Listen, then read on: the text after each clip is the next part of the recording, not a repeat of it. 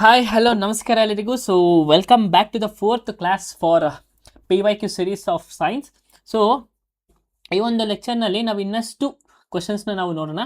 ಆಮೇಲೆ ನನ್ನ ಚಾನಲ್ನಲ್ಲಿ ಅಂದರೆ ನಮ್ಮ ಫೋಟೋಸಿಂಥಸಿಸ್ ಅಕಾಡೆಮಿ ಚಾನಲ್ನಲ್ಲಿ ನಾವು ಕೆಮಿಸ್ಟ್ರಿ ಕ್ಲಾಸಸ್ನ ಮಾಡಿದ್ದೀವಿ. ಓಕೆನಾ, ಫಸ್ಟ್ ಇವಾಗ ಕೆಮಿಸ್ಟ್ರಿ ಮಾಡ್ತೀವಿ, ಸೆಕೆಂಡು ಬಯೋ, ಆಮೇಲೆ ಥರ್ಡ್ ಫಿಸಿಕ್ಸ್, ಮೂರೂ ನಾವು ಕವರ್ ಮಾಡ್ತೀವಿ. ಓಕೆನಾ, ಯಾಕೆ ಸ್ಟಾರ್ಟಿಂಗ್ ನಾವು ಸೈನ್ಸೇ ಮಾಡ್ತಿದ್ದೀವಿ ಅಂತಂದರೆ, ಸೊ ಈಗ RRB ಎಕ್ಸಾಮ್ಸಲ್ಲಿ ನಮಗೆ ಸೈನ್ಸು ಇಂಪಾರ್ಟೆಂಟ್ ಆಗುತ್ತೆ. ಇವನ್ NTPC ಇಂದ ಹಿಡಿದು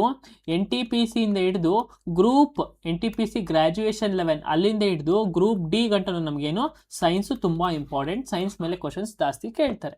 ಓಕೆನಾ, ಸೊ ನೆಕ್ಸ್ಟ್ ಬರೋ ಸೈನ್ಸು ಅಂದರೆ RRB ಎಕ್ಸಾಮ್ಸ್ಗೆ ಸೈನ್ಸ್ ಸಿಲೆಬಸ್ಸಲ್ಲಿ ನಾವು ಎಲ್ಲನೂ ಕವರ್ ಮಾಡಿದ್ದೀವಿ. ಓಕೆನಾ, ನಮ್ಮ ಕರ್ನಾಟಕದಲ್ಲಿ ಒಂದು ಕೊರತೆ ಏನು, RRB ಎಕ್ಸಾಮ್ ರೈಲ್ವೆ ಎಕ್ಸಾಮ್ಗೆ ಸೈನ್ಸ್ ಕ್ಲಾಸಸ್ಸು ಕನ್ನಡದಲ್ಲಿ ಅಂದರೆ ಅಷ್ಟು ಅಡ್ವಾನ್ಸ್ ಲೆವೆಲ್ ಆಗಿ ಯಾರೂ ಇನ್ನೂ ಮಾಡಿರಲಿಲ್ಲ. ಓಕೆನಾ, ಸೊ ನಾವಿವಾಗ ಇದ್ದೀವಿ, ಏನು ತಲೆ ಕೆಡಿಸ್ಕೋಬೇಡಿ.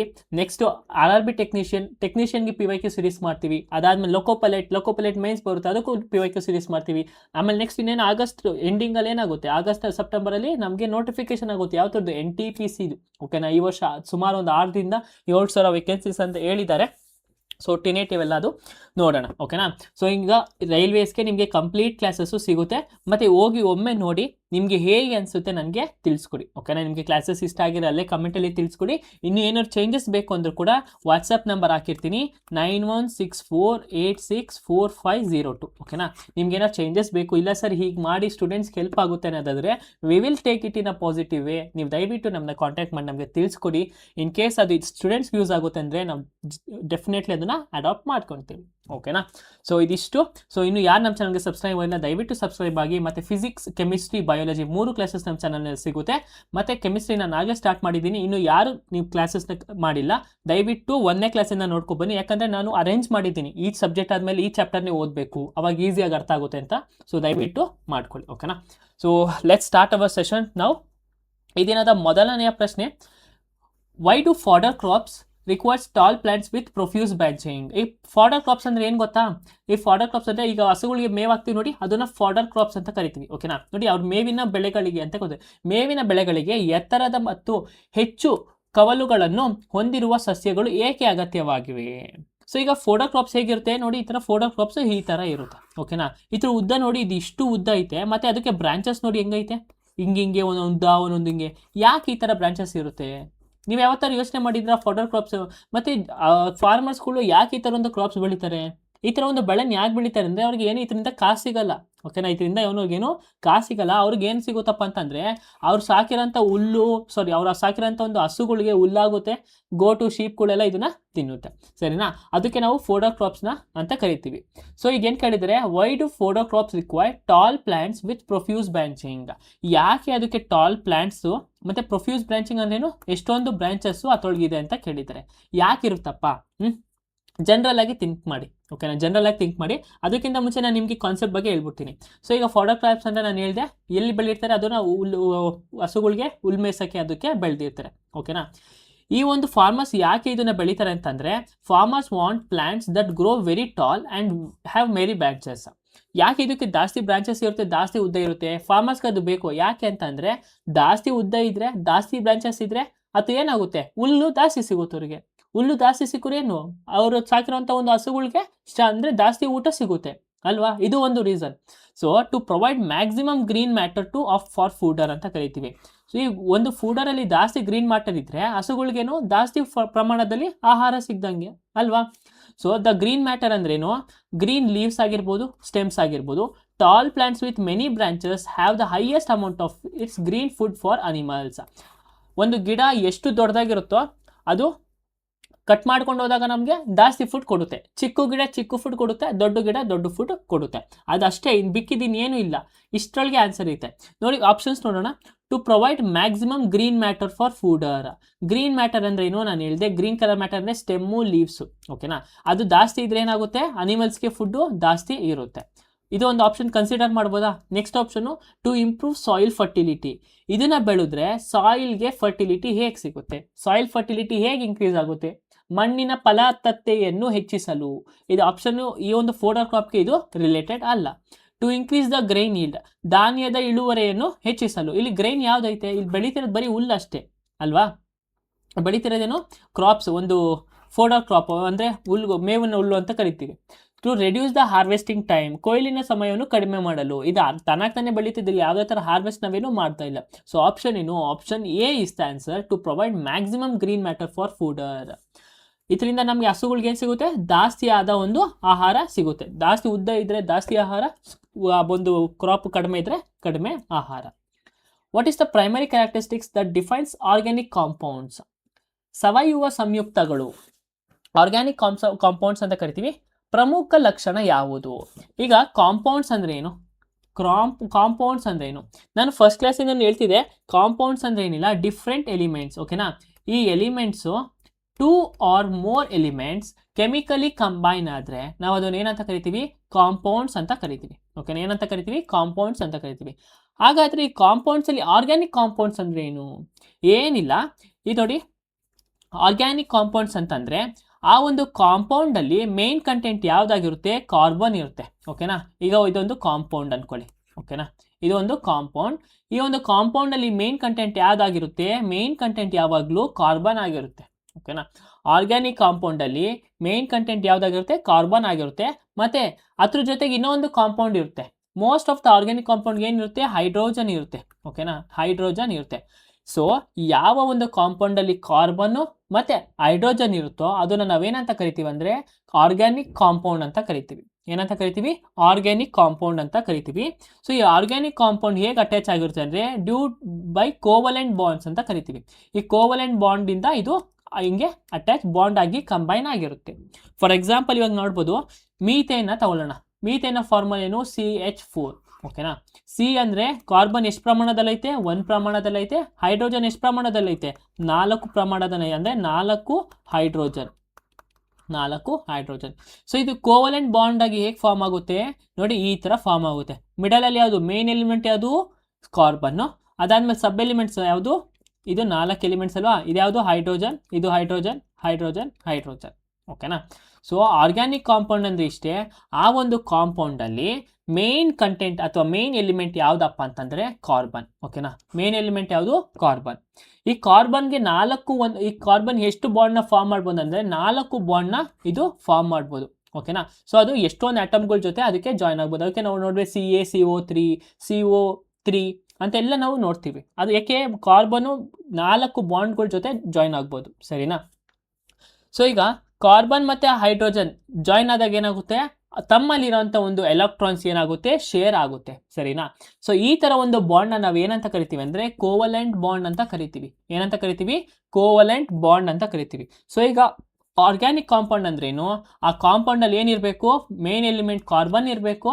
ಅದಾದಮೇಲೆ ಇನ್ನೊಂದು ಎಲಿಮೆಂಟ್ ಯಾವ್ದು ಇರಬೇಕು, ಹೈಡ್ರೋಜನ್. ಯಾವಾಗಲೂ ಕಾರ್ಬನ್ ಪ್ಲಸ್ ಹೈಡ್ರೋಜನ್ ಇದ್ದೇ ಇರುತ್ತೆ. ಅಂದರೆ ಆರ್ಗ್ಯಾನಿಕ್ ಕಾಂಪೌಂಡಲ್ಲಿ ಮೋಸ್ಟ್ ಆಫ್ ದ ಆರ್ಗ್ಯಾನಿಕ್ ಕಾಂಪೌಂಡಲ್ಲಿ ಹೈಡ್ರೋಜನ್ ಇದ್ದೇ ಇರುತ್ತೆ. ಸರಿನಾ. ಮತ್ತು ಇದು ಯಾವ ಥರ ಬಾಂಡಲ್ಲಿ ಇರಬೇಕು, ಇದು ಕೋವಲೆಂಟ್ ಬಾಂಡಲ್ಲಿ ಇರಬೇಕು. ಕೋವಲೆಂಟ್ ಬಾಂಡಲ್ಲಿ ಇದ್ದರೆ ಅದು ನಾವೇನಂತ ಕರಿತೀವಿ, ಆರ್ಗ್ಯಾನಿಕ್ ಕಾಂಪೌಂಡ್ ಅಂತ ನಾವು ಕರಿತೀವಿ. ಅರ್ಥ ಆಯ್ತಾ. ಸೊ ಹಿಂಗೆ ಓದೋಣ options. They always contain oxygen atoms. Always contain oxygen atoms ನಾವು ಯಾವ ಥರ ನೋಡಿದ್ವಿ, ಆಲ್ವೇಸ್ ಯಾವ್ದು ಕಂಟೆಂಟ್ ಇರುತ್ತೆ, ಕಾರ್ಬನ್ ಆಟಮ್ಸ್ ಇರುತ್ತೆ, ಕಾರ್ಬನ್ ಎಲಿಮೆಂಟ್ ಇರುತ್ತೆ. ಏನಿರುತ್ತೆ, ಕಾರ್ಬನ್ ಎಲಿಮೆಂಟ್ ಇರುತ್ತೆ. They are perform only by living organisms. Only by, ನೋಡಿ ಈಗ ಓನ್ಲಿ ಅಂತ ಯಾವ ಥರ ಸ್ಟೇಟ್ಮೆಂಟ್ ಕೊಟ್ಟಿರ್ತಾರೆ ಅದು ಯಾವಾಗಲೂ ಏನಾಗಿರುತ್ತೆ, ರಾಂಗ್ ಆಗಿರುತ್ತೆ. ಓಕೆನಾ, ಬರೀ ಲಿವಿಂಗ್ ಆರ್ಗನಿಸಮ್ಸ್ ಅಲ್ಲ, ಎಲ್ಲ ಥರ ಒಂದು ನಾನ್ ಲಿವಿಂಗ್ ಆರ್ಗನಿಸಮ್ಸ್ ಕೂಡ ಆಟಮ್ಸು ಇರುತ್ತೆ. ಓಕೆನಾ. ಫಾರ್ ಎಕ್ಸಾಂಪಲ್ ಇವಾಗ ಒಂದು ಚಾಪೀಸ್ ಲಿವಿಂಗಾ, ನಾನ್ ಲಿವಿಂಗು. ಅದರೊಳಗಡೆ ಮ್ಯಾಟರ್ ಐತೆ, ಮ್ಯಾಟರ್ ಒಳಗಡೆ ಏನೈತೆ, ಆಟಮ್ ಐತೆ, ಆಟಮ್ ಒಳಗಡೆ ಏನೈತೆ ಅಂದರೆ ಎಲಿಮೆಂಟ್ಸ್ಗಳಿದೆ ಅಲ್ವಾ. ಅಂದರೆ ನಾನ್ ಲಿವಿಂಗ್ಸಲ್ಲೂ ಕೂಡ ಅದು ಫಾರ್ಮ್ ಆಗುತ್ತೆ.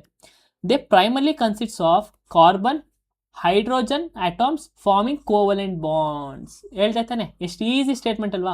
ಆರ್ಗ್ಯಾನಿಕ್ ಕಾಂಪೌಂಡ್ ಅಂದರೆ ನೆನ್ಪಿಟ್ಕೊಬಿಡಿ, ಅದರೊಳಗೆ ಕಾರ್ಬನ್ ಮೇನ್ ಎಲಿಮೆಂಟು, ಹೈಡ್ರೋಜನ್ ಇರುತ್ತೆ. ಅದಾದಮೇಲೆ ಅದು ಹೇಗೆ ಫಾರ್ಮ್ ಆಗಿರುತ್ತೆ, ಕೋವಲೆಂಟ್ ಬಾಂಡ್ ಕಂಡ ಅದು ಕೂಡಿರುತ್ತೆ, ಬಂಧುಗಳಿಂದ ರಚಿಸಲಾಗಿರುತ್ತೆ. ಸೊ ಅದೇನಾಗಿರುತ್ತೆ, ಅದನ್ನು ಆರ್ಗ್ಯಾನಿಕ್ ಕಾಂಪೌಂಡ್ ಅಂತ ಕರಿತೀವಿ. They are compounds that conduct electricity in their molten state. ಈ ಒಂದು ಕಾಂಪೌಂಡ್ಸು ಎಲೆಕ್ಟ್ರಿಸಿಟಿ ಕಂಡಕ್ಟ್ ಮಾಡುತ್ತೆ ಅಂತ ಹೇಳ್ತಿದ್ದಾರೆ. ಯಾವುದೋ ಲಾಸ್ಟ್ ಆಪ್ಷನ್, ಅದು ಕೂಡ ತಪ್ಪು. ಸೊ ಈಗ ನೆಕ್ಸ್ಟ್ ಕ್ವಶನ್ಗೆ ಹೋಗೋಣ. Which of the following reacts with bases to form salt and water. Which of the following reacts with bases to form salt and water. So ಇಲ್ಲಿ ಏನು ಕೊಟ್ಟಿದ್ದಾರೆ, ಸಾಲ್ಟು ಪ್ಲಸ್ ವಾಟರ್ ನಮಗೆ ಪ್ರಾಡಕ್ಟ್ ಆಗಿ ಸಿಗುತ್ತೆ. ಯಾವ್ದು ರಿಯಾಕ್ಟ್ ಆದರೆ ಇದು ಬೇಸ್ ಜೊತೆ, ಬೇಸ್ ಜೊತೆ ಯಾವ್ದು ರಿಯಾಕ್ಟರೇ ನಮಗೆ ಸಾಲ್ಟ್ ಪ್ಲಸ್ ವಾಟರ್ ಸಿಗುತ್ತೆ ಅಂತ ಹೇಳಿದ್ದಾರೆ. ನಾನು ಇದನ್ನು ಕ್ಲಾಸ್ 1ಇಂದನೂ ನಿಮಗೆ ಹೇಳ್ಕೊಂಡೇ ಬರ್ತಾ ಇದ್ದೀನಿ. ಕೆಳಗಿನ ಯಾವುದು ಕ್ಷಾರಗಳ ಅಂದರೆ ಬೇಸ್ಗಳು ಜೊತೆ ಪ್ರತಿಕ್ರಿಯಿಸಲು ಲವಣ ಮತ್ತು ನೀರು ಉಂಟು ಮಾಡುತ್ತದೆ. ಲವಣ ಅಂದರೆ ಸಾಲ್ಟು, ನೀರು ಅಂದರೆ ವಾಟರ್. ಸೊ ಯಾವುದಪ್ಪ? ಆ್ಯಸಿಡ್ ಅಂತ ಕರಿತೀವಿ. ಆ್ಯಸಿಡ್ ಮತ್ತು ಬೇಸ್ ಏನಾದರೂ ರಿಯಾಕ್ಟ್ ಆದರೆ ನಮಗೇನು ಸಿಗುತ್ತೆ? ಸಾಲ್ಟ್ ಪ್ಲಸ್ ವಾಟರ್ ನಮಗೆ ಸಿಗುತ್ತೆ. ಇದನ್ನು ಕ್ಲಾಸ್ 1ಇಂದನೂ ನಾನು ಹೇಳ್ಕೊಬರ್ತಿದ್ದೀನಿ. ಕ್ಲಾಸ್ 1ಅಲ್ಲೇ ನಾನು ಇದನ್ನು ಆನ್ಸರ್ ಕೂಡ ಹೇಳಿದ್ದೀನಿ. ಸೊ ಈಗ ಆಪ್ಷನ್ ನೋಡೋದಾದರೆ ಹೈಡ್ರೋಜನ್ ಗ್ಯಾಸ್ ಅಂತ ಇದೆ. ಹೈಡ್ರೋಜನ್ ಏನು ಗ್ಯಾಸ್? ಅದು ಹೈಡ್ರೋಜನ್ನು ಒಂದು ಗ್ಯಾಸ್. ಸೊ ಆಪ್ಷನ್ ಏನು? ಮೊದಲನೇದು ತಪ್ಪು. 2 ನೋಡೋಣ. Carbon dioxide. ನಾನು ಫಸ್ಟ್ ಕ್ಲಾಸಲ್ಲಿ ಹೇಳಿದೆ ಕಾರ್ಬನ್ ಡೈಆಕ್ಸೈಡ್ ಏನು? ಅದೊಂದು ಅಸಿಡಿಕ್ ಆಸಿಡ್ ಅಂತ, ಆಕ್ಸೈಡ್ ಅಂತ ಕರಿತೀವಿ. ಅಸಿಡಿಕ್ ಆಕ್ಸೈಡ್ ಅಂತ ನಾವು ಕರಿತೀವಿ. ಡೈಆಕ್ಸೈಡ್ ಅಂತ ಇರುತ್ತಲ್ಲ, ಕಾರ್ಬನ್ ಡೈಆಕ್ಸೈಡ್ನ ಒಂದು ಅಸಿಡಿಕ್ ಆಕ್ಸೈಡ್ ಅಂತ ಕರಿತೀವಿ. ಈಗ ಸೋಡಿಯಂ ಆಕ್ಸೈಡ್, ಈ ಸೋಡಿಯಂ ಆಕ್ಸೈಡ್ ಮತ್ತು ಕ್ಯಾಲ್ಸಿಯಂ ಹೈಡ್ರೋ ಆಕ್ಸೈಡ್ ಇವೆರಡು ಏನು? ಇವೆರಡು ಬೇಸ್. ಓಕೆ, ಇವೆರಡೇನು base. Sodium oxide, calcium hydro oxide ಇವೆರಡು ಕೂಡ ಬೇಸ್. ಆಪ್ಷನ್ ಯಾವುದು? Carbon dioxide is the best ಅಂದರೆ ಕರೆಕ್ಟ್ ಆನ್ಸರ್. ಸೊ ಈಗ ಈ ಒಂದು ರಿಯಾಕ್ಷನ್ ನಾವು ಏನಂತ ಕರಿತೀವಿ ಅಂದರೆ ನ್ಯೂಟ್ರಲೈಸೇಷನ್ ರಿಯಾಕ್ಷನ್ ಅಂತ ಕರಿತೀವಿ. ನ್ಯೂಟ್ರಲೈಸೇಷನ್ ರಿಯಾಕ್ಷನ್ ಅಂತ ಕರಿತೀವಿ. ಸೊ ಆ್ಯಸಿಡ್ ಹೇಗಿರುತ್ತೆ? ಸೋರ್ ಟೇಸ್ಟಲ್ಲಿ ಇರುತ್ತೆ. ಆ್ಯಸಿಡ್ ಟೇಸ್ಟ್ ಆಗಿರುತ್ತೆ, ಸೋರ್ ಟೇಸ್ಟ್ ಆಗಿರುತ್ತೆ. ಮತ್ತು ಯಾವುದ್ರ ಜೊತೆ ರಿಯಾಕ್ಟ್ ಆಗುತ್ತೆ? ಬೇಸ್ ಜೊತೆ ರಿಯಾಕ್ಟ್ ಆಗುತ್ತೆ. ಸೊ ಈಗ ಬೇಸಸ್ ಹೇಗಿರುತ್ತೆ? ಅದು ಬಿಟರ್ ಇನ್ ಟೇಸ್ಟ್ ಅಂತ ಕರಿತೀವಿ. ಮತ್ತು ಸೋಪಿ ಜಾರ್ ಥರ ಇರುತ್ತಲ್ವ, ಜಾರ್ಕೆ ಥರ ಇರುತ್ತಲ್ವ, ಅದನ್ನು ಬೇಸ್ ಅಂತ ನಾವು ಕರಿತೀವಿ. ಇವೆರಡು ರಿಯಾಕ್ಟ್ ಆದರೆ ನಮ್ಗೆ ಏನು ಸಿಗುತ್ತೆ? ಸಾಲ್ಟ್ ಮತ್ತು ವಾಟರ್ ಸಿಗುತ್ತೆ. ಈ ಒಂದು ರಿಯಾಕ್ಷನ್ ನಾವೇನಂತ ಕರಿತೀವಿ ಅಂದರೆ ನ್ಯೂಟ್ರಲೈಸೇಷನ್ ರಿಯಾಕ್ಷನ್ ಅಂತ ಕರಿತೀವಿ. ಓಕೆನಾ? ಇದೇನಂತ ಕರಿತೀವಿ ನಾವು? ನ್ಯೂಟ್ರಲೈಸೇಷನ್ ರಿಯಾಕ್ಷನ್ ಅಂತ ಕರಿತೀವಿ. ಸೊ ಫಾರ್ ಎಕ್ಸಾಂಪಲ್ ನೋಡಿ, ಈ ನ್ಯೂಟ್ರಲೈಸೇಷನ್ ರಿಯಾಕ್ಷನಲ್ಲಿ ಏನಪ್ಪ ಆಗುತ್ತಂತೆ? HCl ಹೈಡ್ರೋಕ್ಲೋರಿನ್ ಅಂತ ಕರಿತೀವಿ. ಹೈಡ್ರೋಕ್ಲೋರಿಡ್ ಆಸಿಡ್, ಕ್ಲೋರಿಕ್ ಆಸಿಡ್. ಮತ್ತು NaOH ಅಂತ ಬಂದಾಗ ಏನಂತ ಹೇಳಿದೆ ನಾನು? OH ಅಂತ ಬಂದಾಗ ಅದು ಯಾವಾಗಲೂ ಏನಾಗಿರುತ್ತೆ? ಬೇಸ್ ಆಗಿರುತ್ತೆ. ಅಂದರೆ sodium hydro oxide OH hydro oxide ಅಂತ ಕರಿತೀವಿ. ಓಕೆನಾ? ಇದು ಬೇಸು. ಇವೆರಡು ನ್ಯೂಟ್ರಲೈಸೇಷನ್ ರಿಯಾಕ್ಷನ್ ಏನಾಗುತ್ತೆ ಅಂದರೆ ಈ Na ಇದ್ದಿದ್ದು ಇಲ್ಲೋಗುತ್ತೆ, ಈ Ca ಇದ್ದಿದ್ದು ಈ ಕಡೆ ಈ ಒಂದು OH ಜಾಗಕ್ಕೆ ಬರುತ್ತೆ. ಓಕೆನಾ? ಸಾರಿ, ಇಲ್ಲಿ ಬರೀತೀನಿ ನೋಡಿ. HCl ಇರುತ್ತಲ್ವಾ, NaOH. ಓಕೆನಾ? ರಿಯಾಕ್ಟ್ ಆದಾಗ ಏನಾಗುತ್ತೆ? ಈ ಹೆಚ್ಚು ಹಾಗೆ ಇರುತ್ತೆ. ಸಾರಿ, ಹೆಚ್ಚು ಹಾಗೆ ಇರುತ್ತೆ, ಹೆಚ್ಚು ಹಾಗೆ ಇರುತ್ತೆ, ಏನು ಕೂಡ ಹಾಗೆ ಇರುತ್ತೆ. ಬಟ್ ಏನು ಚೇಂಜ್ ಆಗುತ್ತಪ್ಪ ಅಂತಂದರೆ NaCl ಈ ಕಡೆ ಹೋಗುತ್ತೆ, OH ಈ ಕಡೆ, ಸಾರಿ OH ಈ ಕಡೆ ಬರುತ್ತೆ. OH ಆಗಲೇ ಐತಾ? ಈಗ H2 ಆಯ್ತಲ್ವಾ, H2 ಅಂತ ಬರಿತೀವಿ. ಈ ಕಡೆ ಬಂದರೆ HO ಆಗುತ್ತೆ, H2O ಆಗುತ್ತೆ, ಪ್ಲಸ್ NaCl ಈ ಕಡೆ ಬರುತ್ತಲ್ವಾ, ಇವಾಗ Cl. ಈ ಒಂದು ರಿಯಾಕ್ಷನ್ ನಾವೇನಂತ ಕರಿತೀವಿ? ನ್ಯೂಟ್ರಲೈಸೇಷನ್ ರಿಯಾಕ್ಷನ್ ಅಂತ ಕರಿತೀವಿ. ಅಂದರೆ ಯಾವೊಂದು ಎಲಿಮೆಂಟ್ಸ್ ಕೂಡ ಇಲ್ಲಿ ಇದಾಗಿಲ್ಲ, ಎಲ್ಲ ಕೂಡ ನ್ಯೂಟ್ರಲ್ ಆಗೇ ಇದೆ. ಬೇರೆಯಾಗಿ ಒಂದು ಬೇರೆ ಸಬ್ಸ್ಟೆನ್ಸ್ನ ಫಾಲೋ ಮಾಡಲಿಲ್ಲ, ನ್ಯೂಟ್ರಲ್ ಆಗಿ. ಅದಕ್ಕೆ ಇದನ್ನು ನ್ಯೂಟ್ರಲೈಸೇಷನ್ ರಿಯಾಕ್ಷನ್ ಅಂತ ಕರಿತೀವಿ. ಇದಿಷ್ಟು ಸಿಂಪಲ್ಲು. ಎಷ್ಟೊಂದು ಸಲ ಫಸ್ಟ್ ಇಂದನೂ ನೋಡಿದ್ದೀವಿ. ಮತ್ತು ನೆಕ್ಸ್ಟ್ ಏನಾದ್ರು ಈ ಥರ ಕ್ವಶನ್ಸ್ ಬಂದರೆ ನಾನು ಎಕ್ಸ್ಪ್ಲನೇಷನ್ ಏನು ಕೊಡಲ್ಲ, ಡೈರೆಕ್ಟ್ ಆನ್ಸರ್ ಹೇಳ್ಕೊಂಡು ಹೋಗ್ತಾ ಇರ್ತೀನಿ. ಫಾರ್ ಎಕ್ಸಾಂಪಲ್ ನೋಡಿ, ಲೆಮನ್ ಜ್ಯೂಸ್ ಏನು ಕಂಟೆಂಟ್ ಇರುತ್ತೆ? ಆಸಿಡ್ ಕಂಟೆಂಟ್ ಇರುತ್ತೆ. ಅಂದರೆ ಲೆಮನ್ನ pH ವ್ಯಾಲ್ಯೂ ಎಷ್ಟು? ವಿನೆಗರ್, ಆಸಿಡ್, ಸೋಪ್ ಸೊಲ್ಯೂಷನ್ ಅದು ಬೇಸ್. ಸೋಪಿನ ನೀರೇನಾಗುತ್ತೆ? ಅದು ಬೇಸ್. ಟೂತ್ ಪೇಸ್ಟ್ ಏನಾಗಿರುತ್ತೆ? ಅದು ಬೇಸ್. ಸರಿನಾ? ಸೊ ಕಾರ್ಬನ್ ಡೈಆಕ್ಸೈಡ್ ಏನು? ಒಂದು ಅಸಿಡಿಕ್ ಆಕ್ಸೈಡ್. ಅದಾದಮೇಲೆ ಸೋಡಿಯಂ ಆಕ್ಸೈಡ್ ಏನು? ಒಂದು ಬೇಸ್, ಅದೊಂದು base oxide. Calcium hydro oxide ಇವಾಗ ಜಸ್ಟ್ ನೋಡಿದ್ಮೇಲೆ ಅದೊಂದೇನು? Base. Which of the following activities cannot be taken as defining characteristics of life? ಕೆಳಗಿನ ಯಾವ ಕ್ರಿಯೆಯನ್ನು ಜೀವದ ನಿರ್ಣಾಯಕ ಲಕ್ಷಣವೆಂದು ಪರಿಗಣಿಸಲಾಗುವುದಿಲ್ಲ? ಸೊ ಈಗ ಜೀವ ಅಂತಂದ್ರೆ ಏನು? ಲೈಫ್. ಓಕೆನಾ? ಲೈಫ್ ಯಾರಿಗಿರುತ್ತೆ? ಲಿವಿಂಗ್ ಆರ್ಗನಿಸಮ್ಸ್ಗೆ ಇರುತ್ತೆ. ಸಿಂಪಲ್ ಆಗಿ ಕೇಳ್ತಿದ್ದಾರೆ, ಏನೂ ಇಲ್ಲ. ಕ್ಯಾರೆಕ್ಟರಿಸ್ಟಿಕ್ಸ್ ಆಫ್ ಲೈಫ್ ಬಗ್ಗೆ ಕೇಳ್ತೀರಾ. ಅದರೊಳಗೆ ಆಪ್ಷನ್ಸ್ ಕೊಟ್ಟಿದ್ದಾರೆ, ಅದರೊಳಗೆ ಯಾವುದು ಅದು ಕರೆಕ್ಟ್ ಒಂದು ಲಕ್ಷಣ ಅಲ್ಲ ಅಂತ ಕೇಳ್ತಿದ್ದಾರೆ. ಸೊ ಈಗ ಲೈಫ್ ಯಾರಿಗಿರುತ್ತೆ? ನಮಗೆ. ಅಂದರೆ ನಾವು ಒಬ್ಬರು ಲಿವಿಂಗ್ ಆರ್ಗನಿಸಮ್ಸ್, ನಮಗೆ ಲೈಫ್ ಇರುತ್ತೆ. ನಮ್ಮ ಲಕ್ಷಣಗಳೇನು ಅಂತ ಕೇಳ್ತಿದ್ದಾರೆ. ಮೊದಲನೇ ಆಪ್ಷನ್ ನೋಡೋಣ. ಜೀವಕೋಶಗಳೊಳಗಿನ ಅಣುಗಳು ಚಲನೆ, molecular movement with in the cell. ಈಗ ಸೆಲ್ ಒಳಗಡೆ ಏನಿರುತ್ತೆ? ಮಾಲಿಕ್ಯೂಲ್ಸ್ ಇರುತ್ತೆ. ಆ ಮಾಲಿಕ್ಯೂಲ್ಸ್ ಏನಾಗ್ತಿರುತ್ತೆ? ಓಡಾಡ್ತಾ ಇರುತ್ತೆ. ನಾನು ಹೇಳಿದೆ ಒಂದು ಆಟಮ್ ಒಳಗಡೆ ಏನಿರುತ್ತೆ? ಒಂದು ಮ್ಯಾಟರ್ ಒಳಗಡೆ ಆಟಮ್ ಇರುತ್ತೆ. ಆಟಮ್ ಒಳಗಡೆ ಏನಿರುತ್ತೆ? ನ್ಯೂಕ್ಲಿಯಸ್ ಇರುತ್ತೆ ಅಲ್ವಾ? ನ್ಯೂಕ್ಲಿಯಸ್ ಜೊತೆ ಏನು ರೊಟೇಟ್ ಆಗ್ತಿರುತ್ತೆ? ಎಲೆಕ್ಟ್ರಾನ್ಸ್ ರೊಟೇಟ್ ಆಗ್ತದೆ. ಅದೇ ಥರನೇ ಒಂದು ಮಾಲಿಕ್ಯೂಲ್ಸ್, ನಮ್ಮ ಸೆಲ್ಲಲ್ಲಿರುವಂಥ ಒಂದು ಸೆಲ್ ಒಳಗಡೆ ಒಂದು ಮಾಲಿಕ್ಯೂಲ್ಸ್ ಇರುತ್ತೆ. ಅದು ಏನಾಗಿರುತ್ತೆ? ಯಾವಾಗಲೂ ಮೂವ್ಮೆಂಟ್ ಮಾಡ್ತಾ ಇರುತ್ತೆ. ಕರೆಕ್ಟ್ ಅಲ್ವಾ? ನಾವು ಬ್ಲಡ್ ಸೆಲ್ಸು ಎಲ್ಲ ಸೆಲ್ಸ್ ಬಗ್ಗೆ ಓದ್ಬೇಕಾದ್ರೆ ಇದೆಲ್ಲ ಓದಿದ್ದೀವಲ್ವಾ? ನಮ್ಮ ಒಂದು ಮನುಷ್ಯನ ಅಥವಾ ಲಿವಿಂಗ್ ಆರ್ಗನಿಸಮ್ಸ್ನ ಒಂದು ಲಕ್ಷಣ ಅದು. Growth related movement of plants. ಈಗ ಪ್ಲಾಂಟ್ ಒಂದು ಲಿವಿಂಗ ನಾನ್ ಲಿವಿಂಗ? ಪ್ಲಾಂಟ್ ಒಂದು ಲಿವಿಂಗಾ ನಾನ್ ಲಿವಿಂಗ್ ಥಿಂಗ್ಸಾ? ಪ್ಲಾಂಟ್ ಕೂಡ ಒಂದು ಲಿವಿಂಗ್ ಥಿಂಗ್ಸೇ, ಓಕೆನಾ? ಪ್ಲಾಂಟ್ ಕೂಡ ಒಂದು ಲಿವಿಂಗ್ ಥಿಂಗ್ಸೇ. ಸೊ ಅದರೊಳಗೆ ಗ್ರೋತ್ ಮೂಮೆಂಟ್, ಗ್ರೋತ್ ಅಂತ ಅಂದ್ರೆ ಏನು? ಫಾರ್ ಎಕ್ಸಾಂಪಲ್ ಬೆಳೆಯೋದು. ಈಗ ನಮ್ಮನ್ನೇ ತಗೊಳ್ಳಿ, ನಾವು ಪ್ಲಾಂಟ್ಸ್ ನಮ್ದೆಲ್ಲ ಸೇಮ್ ಅಲ್ಲ, ಅದಕ್ಕೂ ರಿಪ್ರೊಡಕ್ಷನ್ ಇರುತ್ತೆ, ನಮಗೂ ರಿಪ್ರೊಡಕ್ಷನ್ ಇರುತ್ತೆ. ಸೊ ಈಗ ನಾವೇ ತಗೊಳ್ಳಿ, ನಾವು ಚಿಕ್ಕ ಹುಡುಗರಿಂದ ಇಲ್ಲಿಗೂ ನಮ್ಮ ಬಾಡಿಗೆಲ್ಲ ಗ್ರೋತ್ ಆಗಿದೆ, ನಮ್ಮ ಹೈಟ್ ಗ್ರೋತ್ ಆಗಿದೆ, ಅಂದರೆ growth related movements of plants. ಪ್ಲಾಂಟಲ್ಲೂ ಕೂಡ ಗ್ರೋತ್ ಆಗುತ್ತೆ, ಅದು ಒಂದು ಲೈಫ್ನ ಲಕ್ಷಣ, ಓಕೆನಾ? ಒಂದು ಲೈಫ್ನ ಲಕ್ಷಣ. Same next breathing and internal maintenance of cell, ಉಸಿರಾಟ ಮತ್ತು ಜೀವಕೋಶಗಳ ಆಂತರಿಕ ನಿರ್ವಹಣೆ. ನಾವು ಸೆಲ್ಗಳನ್ನ ನಮ್ಮ ಬಾಡಿನೇ ಡೈರೆಕ್ಟಾಗಿ ಮೇಂಟೈನ್ ಮಾಡ್ಕೊಳ್ಳುತ್ತೆ, ಮತ್ತು ನಾವೇನು ಮಾಡ್ತೀವಿ, ಬ್ರೀತ್ ಮಾಡ್ತೀವಿ. ಈಗ ಪ್ಲಾಂಟ್ಸ್ ಕೂಡ ಬ್ರೀತ್ ಮಾಡುತ್ತೆ, ಅನಿಮಲ್ಸ್ ಕೂಡ ಬ್ರೀತ್ ಮಾಡುತ್ತೆ, ಅಂದರೆ ಅದಕ್ಕೆಲ್ಲ ಏನೈತೆ, ಲೈಫ್ ಐತೆ ಅಂತ ಅರ್ಥ, ಓಕೆನಾ? ಸೊ ಈಗ ನಾವು ಏನರಿಂದ ಬ್ರೀತ್ ಮಾಡ್ತೀವಿ, ನಾವು ಆಕ್ಸಿಜನಿಂದ ಬ್ರೀತ್ ಮಾಡ್ತೀವಿ. ಸೊ ಇದು ನಮ್ಮ ಹ್ಯೂಮನ್ನ ಒಂದು ಲಕ್ಷಣ. Visible movements like walking or running, ನಡೆಯುವುದು ಅಥವಾ ಓಡುವುದಂತಹ ಗೋಚರ ಚಲನೆ. ಸೊ ಈಗ visible movements like walking and running. So visible ಅಂದರೆ ಓಡಾಡ್ತಿರ್ತೀವಿ ಮತ್ತು ರನ್ ಮಾಡ್ತಿರ್ತೀವಿ, ಕರೆಕ್ಟು. ಅದು ಒಂದು ನಾವು ಅನ್ಕೋಬೋದು ಕ್ಯಾರೆಕ್ಟರಿಸ್ಟಿಕ್ಸು, ಮನುಷ್ಯರು ಓಡಾಡ್ತಾರೆ, ಬಟ್ ಪ್ಲಾಂಟ್ಸ್ ಓಡಾಡುತ್ತಾ? ಅದು ಒಂದು ಲಿವಿಂಗ್ ಆರ್ಗನಿಸಮ್ಸ್ ತಾನೆ. ಪ್ಲಾಂಟ್ಸ್ ಓಡಾಡುತ್ತಾ? ಈಗ ಫಾರ್ ಎಕ್ಸಾಂಪಲ್ ಇವಾಗ ಕಾರ್ ಓಡುತ್ತೆ ಅಂತ ಅಂದರೆ ಅದಕ್ಕೆ ಜೀವ ಐತೆ ಅಂತ ಅರ್ಥನಾ? ಇಲ್ಲ ತಾನೆ. ಸೊ ಅದು ಒಂದು ಲಕ್ಷಣ ಅಲ್ಲ.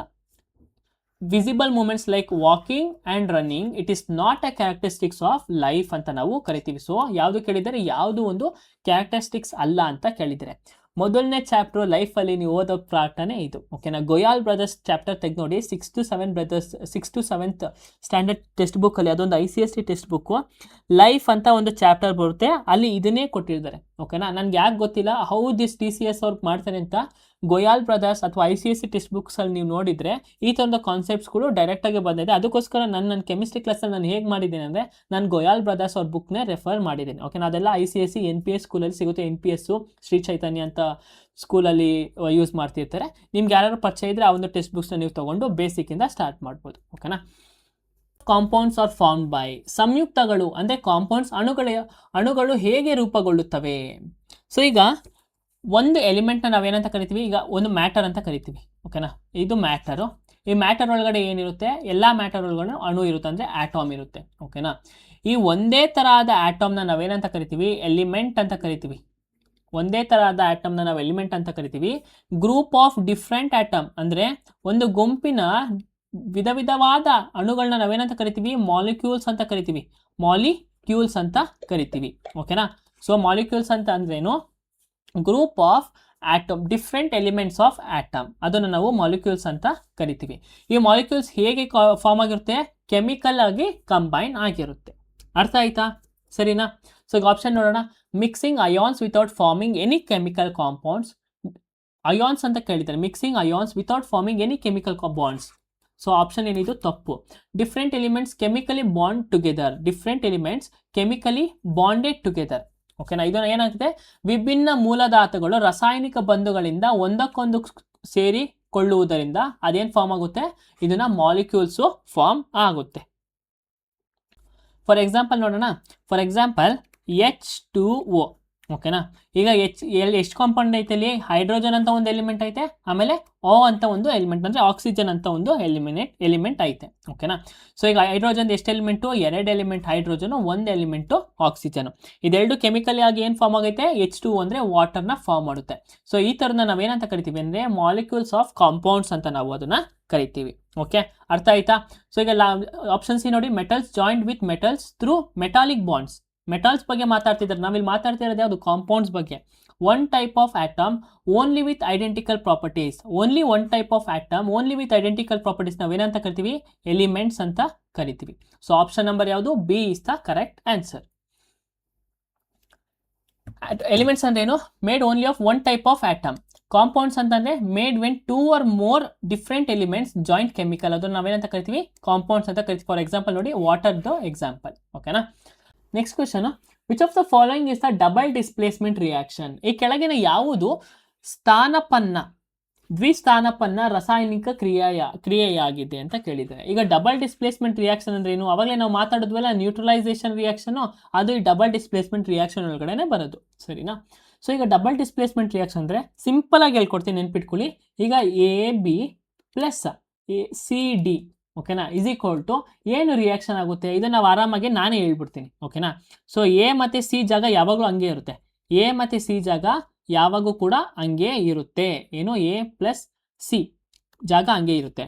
ಆದರೆ ಬಿ ಜಾಗದಲ್ಲಿ ಇಲ್ಲಿ ಡಿ ಬರುತ್ತೆ, ಈ ಡಿ ಜಾಗದಲ್ಲಿ ಇದನ್ನ ಇಲ್ಲಿ ಬಿ ಬರುತ್ತೆ. ಈ ಥರ ಒಂದು ರಿಯಾಕ್ಷನ್ ನಾವೇನಂತ ಕರಿತೀವಿ, ಡಬಲ್ ಡಿಸ್ಪ್ಲೇಸ್ಮೆಂಟ್ ರಿಯಾಕ್ಷನ್ ಅಂತ ಕರಿತೀವಿ. ನೋಡಿ, ಡಬಲ್ ಅಂದರೆ ಇಲ್ಲಿ ಎರಡು ಏನು ಎಲಿಮೆಂಟ್ಸ್ ರಿಪ್ಲೇಸ್ ಆಗ್ತೈತೆ, ಅದನ್ನು ಡಿಸ್ಪ್ಲೇಸ್ಮೆಂಟ್ ಅಂತಂದರೆ ಒಂದು ಪ್ಲೇಸಿಂದ ಇನ್ನೊಂದು ಪ್ಲೇಸ್ಗೆ ಹೋಗೋದು, ಅದನ್ನು ಡಿಸ್ಪ್ಲೇಸ್ಮೆಂಟ್ ಅಂತ ಕರಿತೀವಿ. ಸೊ ಡಬಲ್ ಡಿಸ್ಪ್ಲೇಸ್ಮೆಂಟ್ ರಿಯಾಕ್ಷನಲ್ಲಿ ಎರಡು ಎಲಿಮೆಂಟ್ಸ್ಗಳು ಏನಾಗುತ್ತೆ, ಡಿಸ್ಪ್ಲೇಸ್ ಆಗುತ್ತೆ. ಇದು ಈ ಥರ ಒಂದು ರಿಯಾಕ್ಷನ್ ನಾವೇನಂತ ಕರಿತೀವಿ, ಡಬಲ್ ಡಿಸ್ಪ್ಲೇಸ್ಮೆಂಟ್ ರಿಯಾಕ್ಷನ್ ಅಂತ ಕರಿತೀವಿ. ಅಂದರೆ ಡೆಫಿನೇಷನ್ ಆಗಿ ಹೇಳೋದಾದ್ರೆ, ಈ ಒಂದು ಎಲಿಮೆಂಟ್ಸು ಬೇರೆ ಒಂದು ಎಲಿಮೆಂಟ್ಸ್ಗಳು ಏನು ಎಕ್ಸ್ಚೇಂಜ್ ಮಾಡ್ಕೊಳ್ಳುತ್ತೆ, ಅಯಾನ್ಸ್ಗಳನ್ನ ಎಕ್ಸ್ಚೇಂಜ್ ಮಾಡ್ಕೊಳ್ಳುತ್ತೆ. ಓಕೆನಾ, ಅವಾಗ ಅದೇನಾಗುತ್ತೆ, ಡಬಲ್ ಡಿಸ್ಪ್ಲೇಸ್ಮೆಂಟ್ ರಿಯಾಕ್ಷನ್ ಅಂತ ಕರಿತೀವಿ. ಸೊ ಇಲ್ಲಿ ಕೊಟ್ಟಿರೋ ಆಪ್ಷನ್ ಯಾವುದು ಆ ಥರ ಐತೆ, ಈಗ CaCO3 CA ಹಂಗೆ ಇರಬೇಕು, ಈಗ O3 CaCO3, ಈಗ C ಎರಡು ಹಂಗೆ ಇರಬೇಕು, ಇಲ್ಲಿ O3 ಬರಬೇಕು, ಇಲ್ಲಿ A ಬರಬೇಕು, ಇಲ್ಲಿ A ಹಂಗೆ ಐತೆ, O3 ಇದು ತಪ್ಪ ಆನ್ಸರು. ಬಿ ನೋಡಿ, AgNO3. ಓಕೆನಾ, AgNO3 ಪ್ಲಸ್ NaCl, Ag ಮತ್ತು Na ಹಂಗೆ ಇರಬೇಕು, NO3 ಈ ಕಡೆ ಬರಬೇಕು, Cl ಈ ಕಡೆ ಹೋಗಬೇಕು, AgCl NO3 ಈ ಕಡೆ ಬಂದೈತೆ. ಹಂಗಾರೆ option B is the correct. ನೋಡಿ, ಇದೇನೇ ಡಬಲ್ ಡಿಸ್ಪ್ಲೇಸ್ಮೆಂಟ್ ರಿಯಾಕ್ಷನ್ ಅಂತ ನಾವು ಹೇಳೋದು. ಇನ್ನು ಮಿಕ್ಕಿದ ಆಪ್ಷನ್ ಯಾವುದು ಕೂಡ ಹಂಗೆ ಇರೋಲ್ಲ, ಬೇಕಾದ್ರೆ ಚೆಕ್ ಮಾಡ್ಕೊಳ್ಳಿ. ಓಕೆನಾ,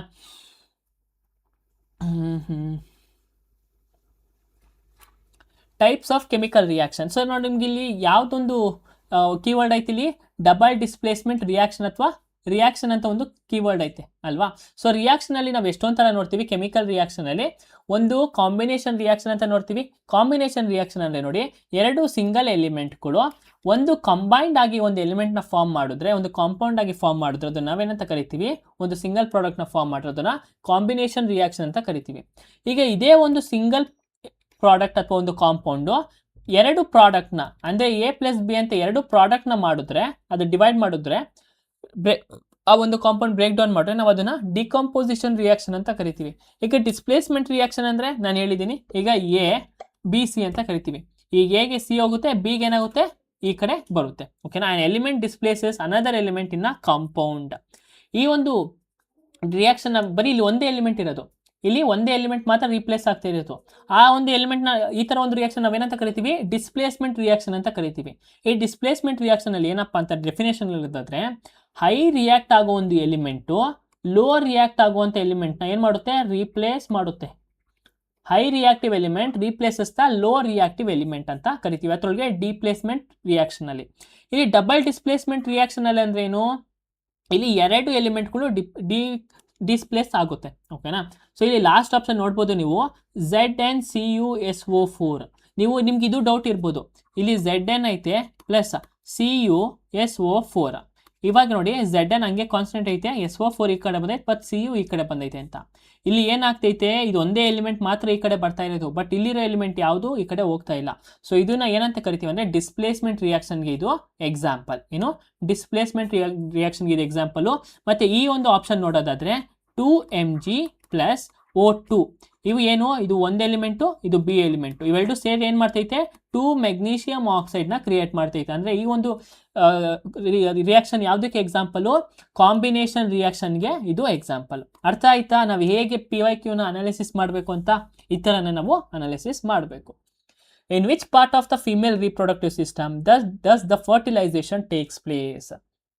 ಸ್ತ್ರೀಯ ಸಂತಾನೋತ್ಪತ್ತ ವ್ಯವಸ್ಥೆಯ ಯಾವ ಭಾಗದಲ್ಲಿ ಫಲೀಕರಣ ನಡೆಯುತ್ತದೆ.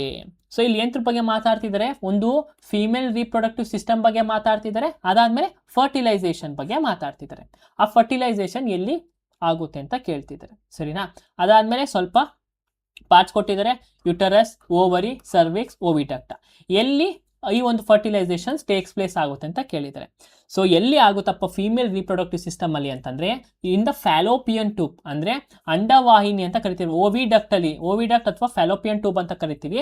ಆ ಫ್ಯಾಲೋಪಿಯನ್ ಟ್ಯೂಬ್ ಅಲ್ಲಿ ಏನಾಗುತ್ತೆ, ಓವರಿಂದ ರಿಲೀಸ್ ಆದಂಥ ಒಂದು ಎಗ್ಗು, ಏನು ಓವರಿಂದ, ಇದು ಓವರಿ ಅಲ್ವಾ, ಇಲ್ಲಿ ರಿಲೀಸ್ ಆಗಿರುತ್ತೆ. ಈ ಓವರಿಂದ ರಿಲೀಸ್ ಆದಂಥ ಒಂದು ಎಗ್ಗು, ಈ ಎಗ್ಗಿಲ್ ಬಂದಾಗ ಇಲ್ಲಿಂದ ಬಂದಂಥ ಒಂದು ಸ್ಪರ್ಮ್ ಏನಾದರೂ ಫ್ಯೂಸ್ ಆದಾಗ ಅವಾಗ ಏನಾಗುತ್ತೆ, ಫರ್ಟಿಲೈಸೇಷನ್ ಆಗಿ ಝೈಗೋಟ್ ಫಾರ್ಮ್ ಆಗುತ್ತೆ. ಸೊ ಅದು ಎಲ್ಲಿ ನಡೆಯುತ್ತೆ, ಫ್ಯಾಲೋಪಿಯನ್ ಟ್ಯೂಬಲ್ಲಿ ನಡೆಯುತ್ತೆ. ಎಲ್ಲಿ, ಫ್ಯಾಲೋಪಿಯನ್ ಟ್ಯೂಬಲ್ಲಿ ನಡೆಯುತ್ತೆ. ಸೊ ಈಗ ನಾವು ಕೀ ಟರ್ಮ್ಸ್ನ ಡಿಸ್ಕಸ್ ಮಾಡೋಣ. ಮೊದಲನೇದಾಗಿ ಫೀಮೇಲ್ ರಿಪ್ರೊಡಕ್ಟಿವ್ ಸಿಸ್ಟಮ್ ಬಗ್ಗೆ ಮಾತಾಡಬೇಕು, ಓಕೆನಾ. ಸೊ ಈಗ ಫೀಮೇಲ್ ರಿಪ್ರೊಡಕ್ಟಿವ್ ಸಿಸ್ಟಮಲ್ಲಿ ಇಂಪಾರ್ಟೆಂಟ್ ಏನು, ಓವರಿ. ಇಲ್ಲಿ ಏನು ಇದು ಮಾಡುತ್ತೆ, ಇಲ್ಲಿಂದನೇ ಎಕ್ಸು ಬರೋದು, ಓಕೆನಾ, ಇಲ್ಲಿಂದನೇ ಎಕ್ಸು ಬರೋದು, ಓಕೆನಾ. ಸೊ ಫ್ಯಾಲೋಪಿಯನ್ ಟ್ಯೂಬ್ ಅಂದರೆ ಯಾವುದು, ಈ ಟ್ಯೂಬು.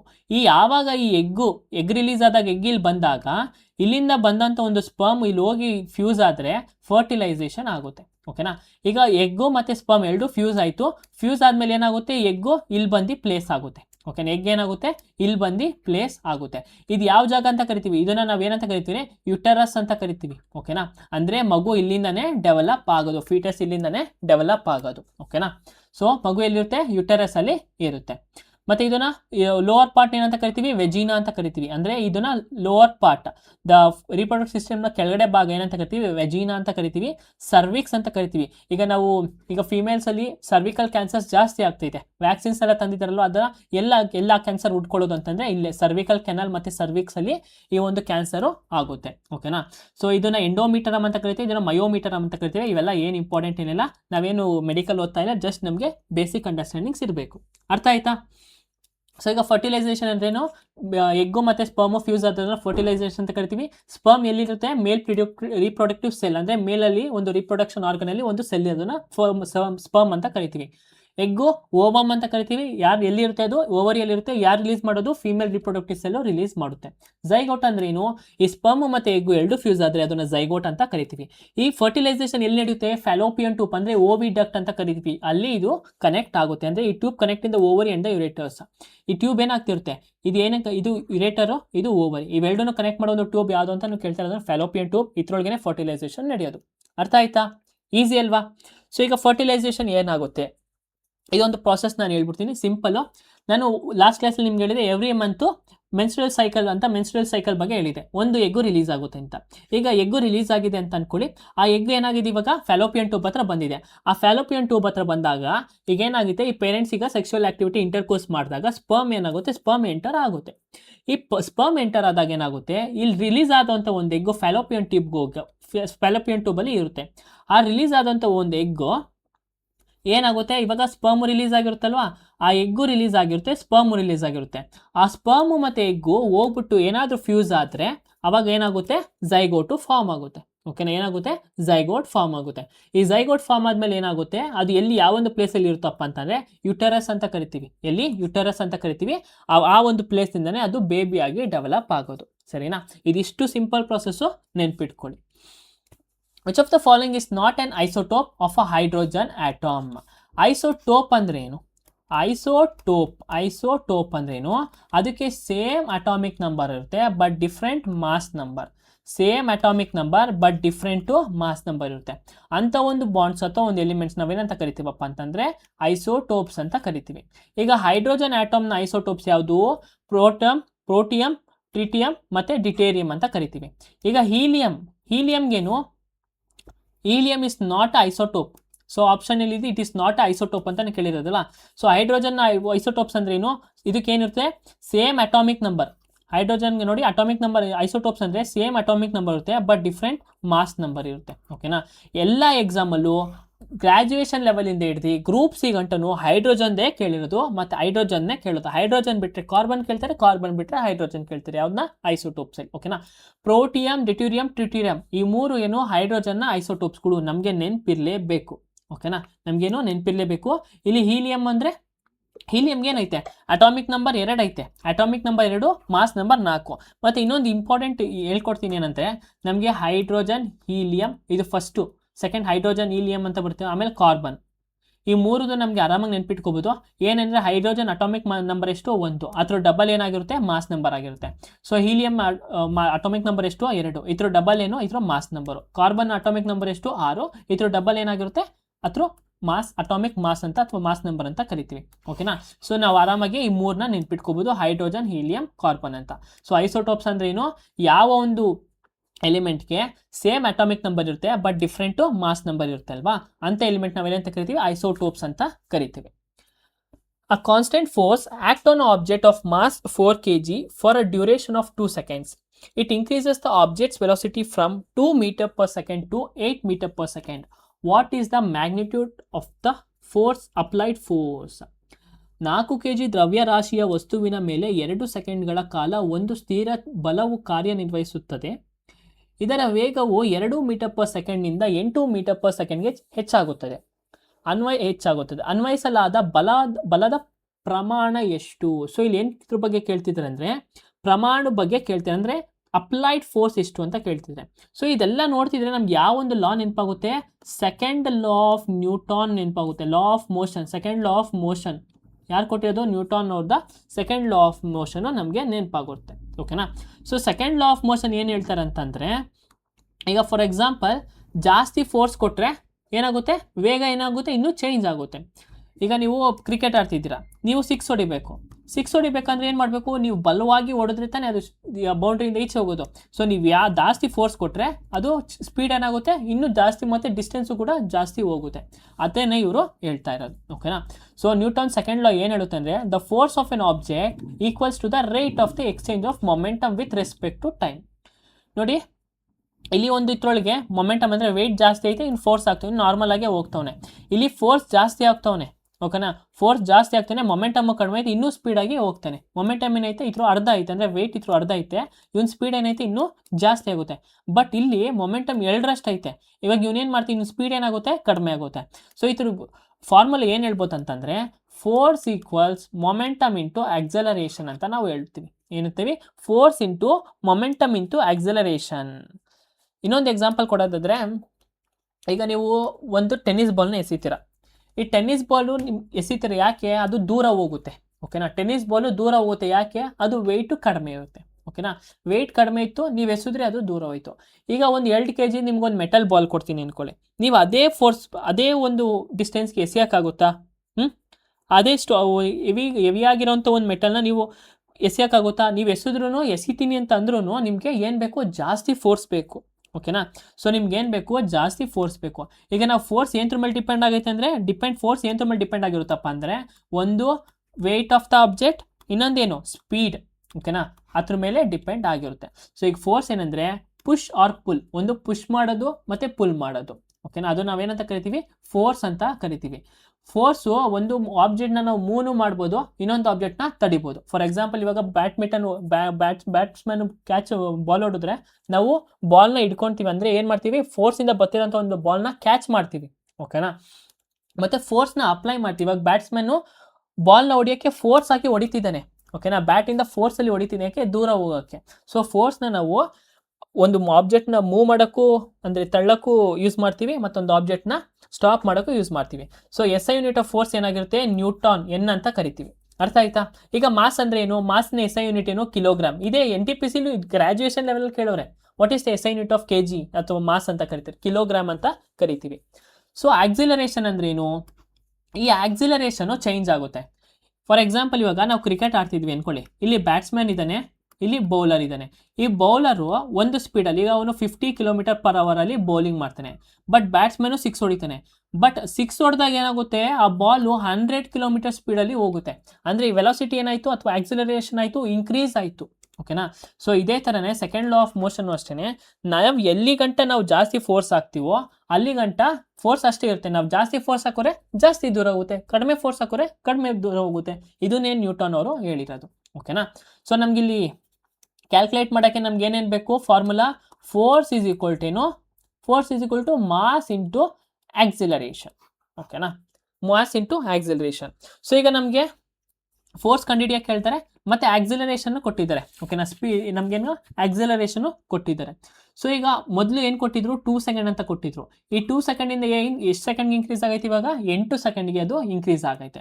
ಸೊ ಫಸ್ಟು ನಾವು ಆಕ್ಸಿಲರೇಷನ್ ಕಳ್ಕೋಬೇಕು. ಆಕ್ಸಿಲರೇಷನ್ ಫಾರ್ಮುಲಾ ಏನಪ್ಪ ಅಂತಂದರೆ, ನೋಡಿ ಇಲ್ಲಿ ಕೊಟ್ಟಿದ್ದೀನಿ, V - U/T ಅಂತ ಕರಿತೀವಿ. ವಿ ಅಂದ್ರೆ ಏನು? ಮುಂಚೆ ಇದ್ದಂಥ ಒಂದು ಸ್ಪೀಡು, ಅಂದರೆ ನಾವು ಫೋರ್ಸ್ ಅಪ್ಲೈ ಮಾಡಾದ್ಮೇಲೆ ತಾನೇ ನಮ್ಗೆ ಗೊತ್ತಾಗೋದು ಎಷ್ಟು ಸ್ಪೀಡಲ್ಲಿ ಅದು ಹೋಯ್ತು ಅಂತ.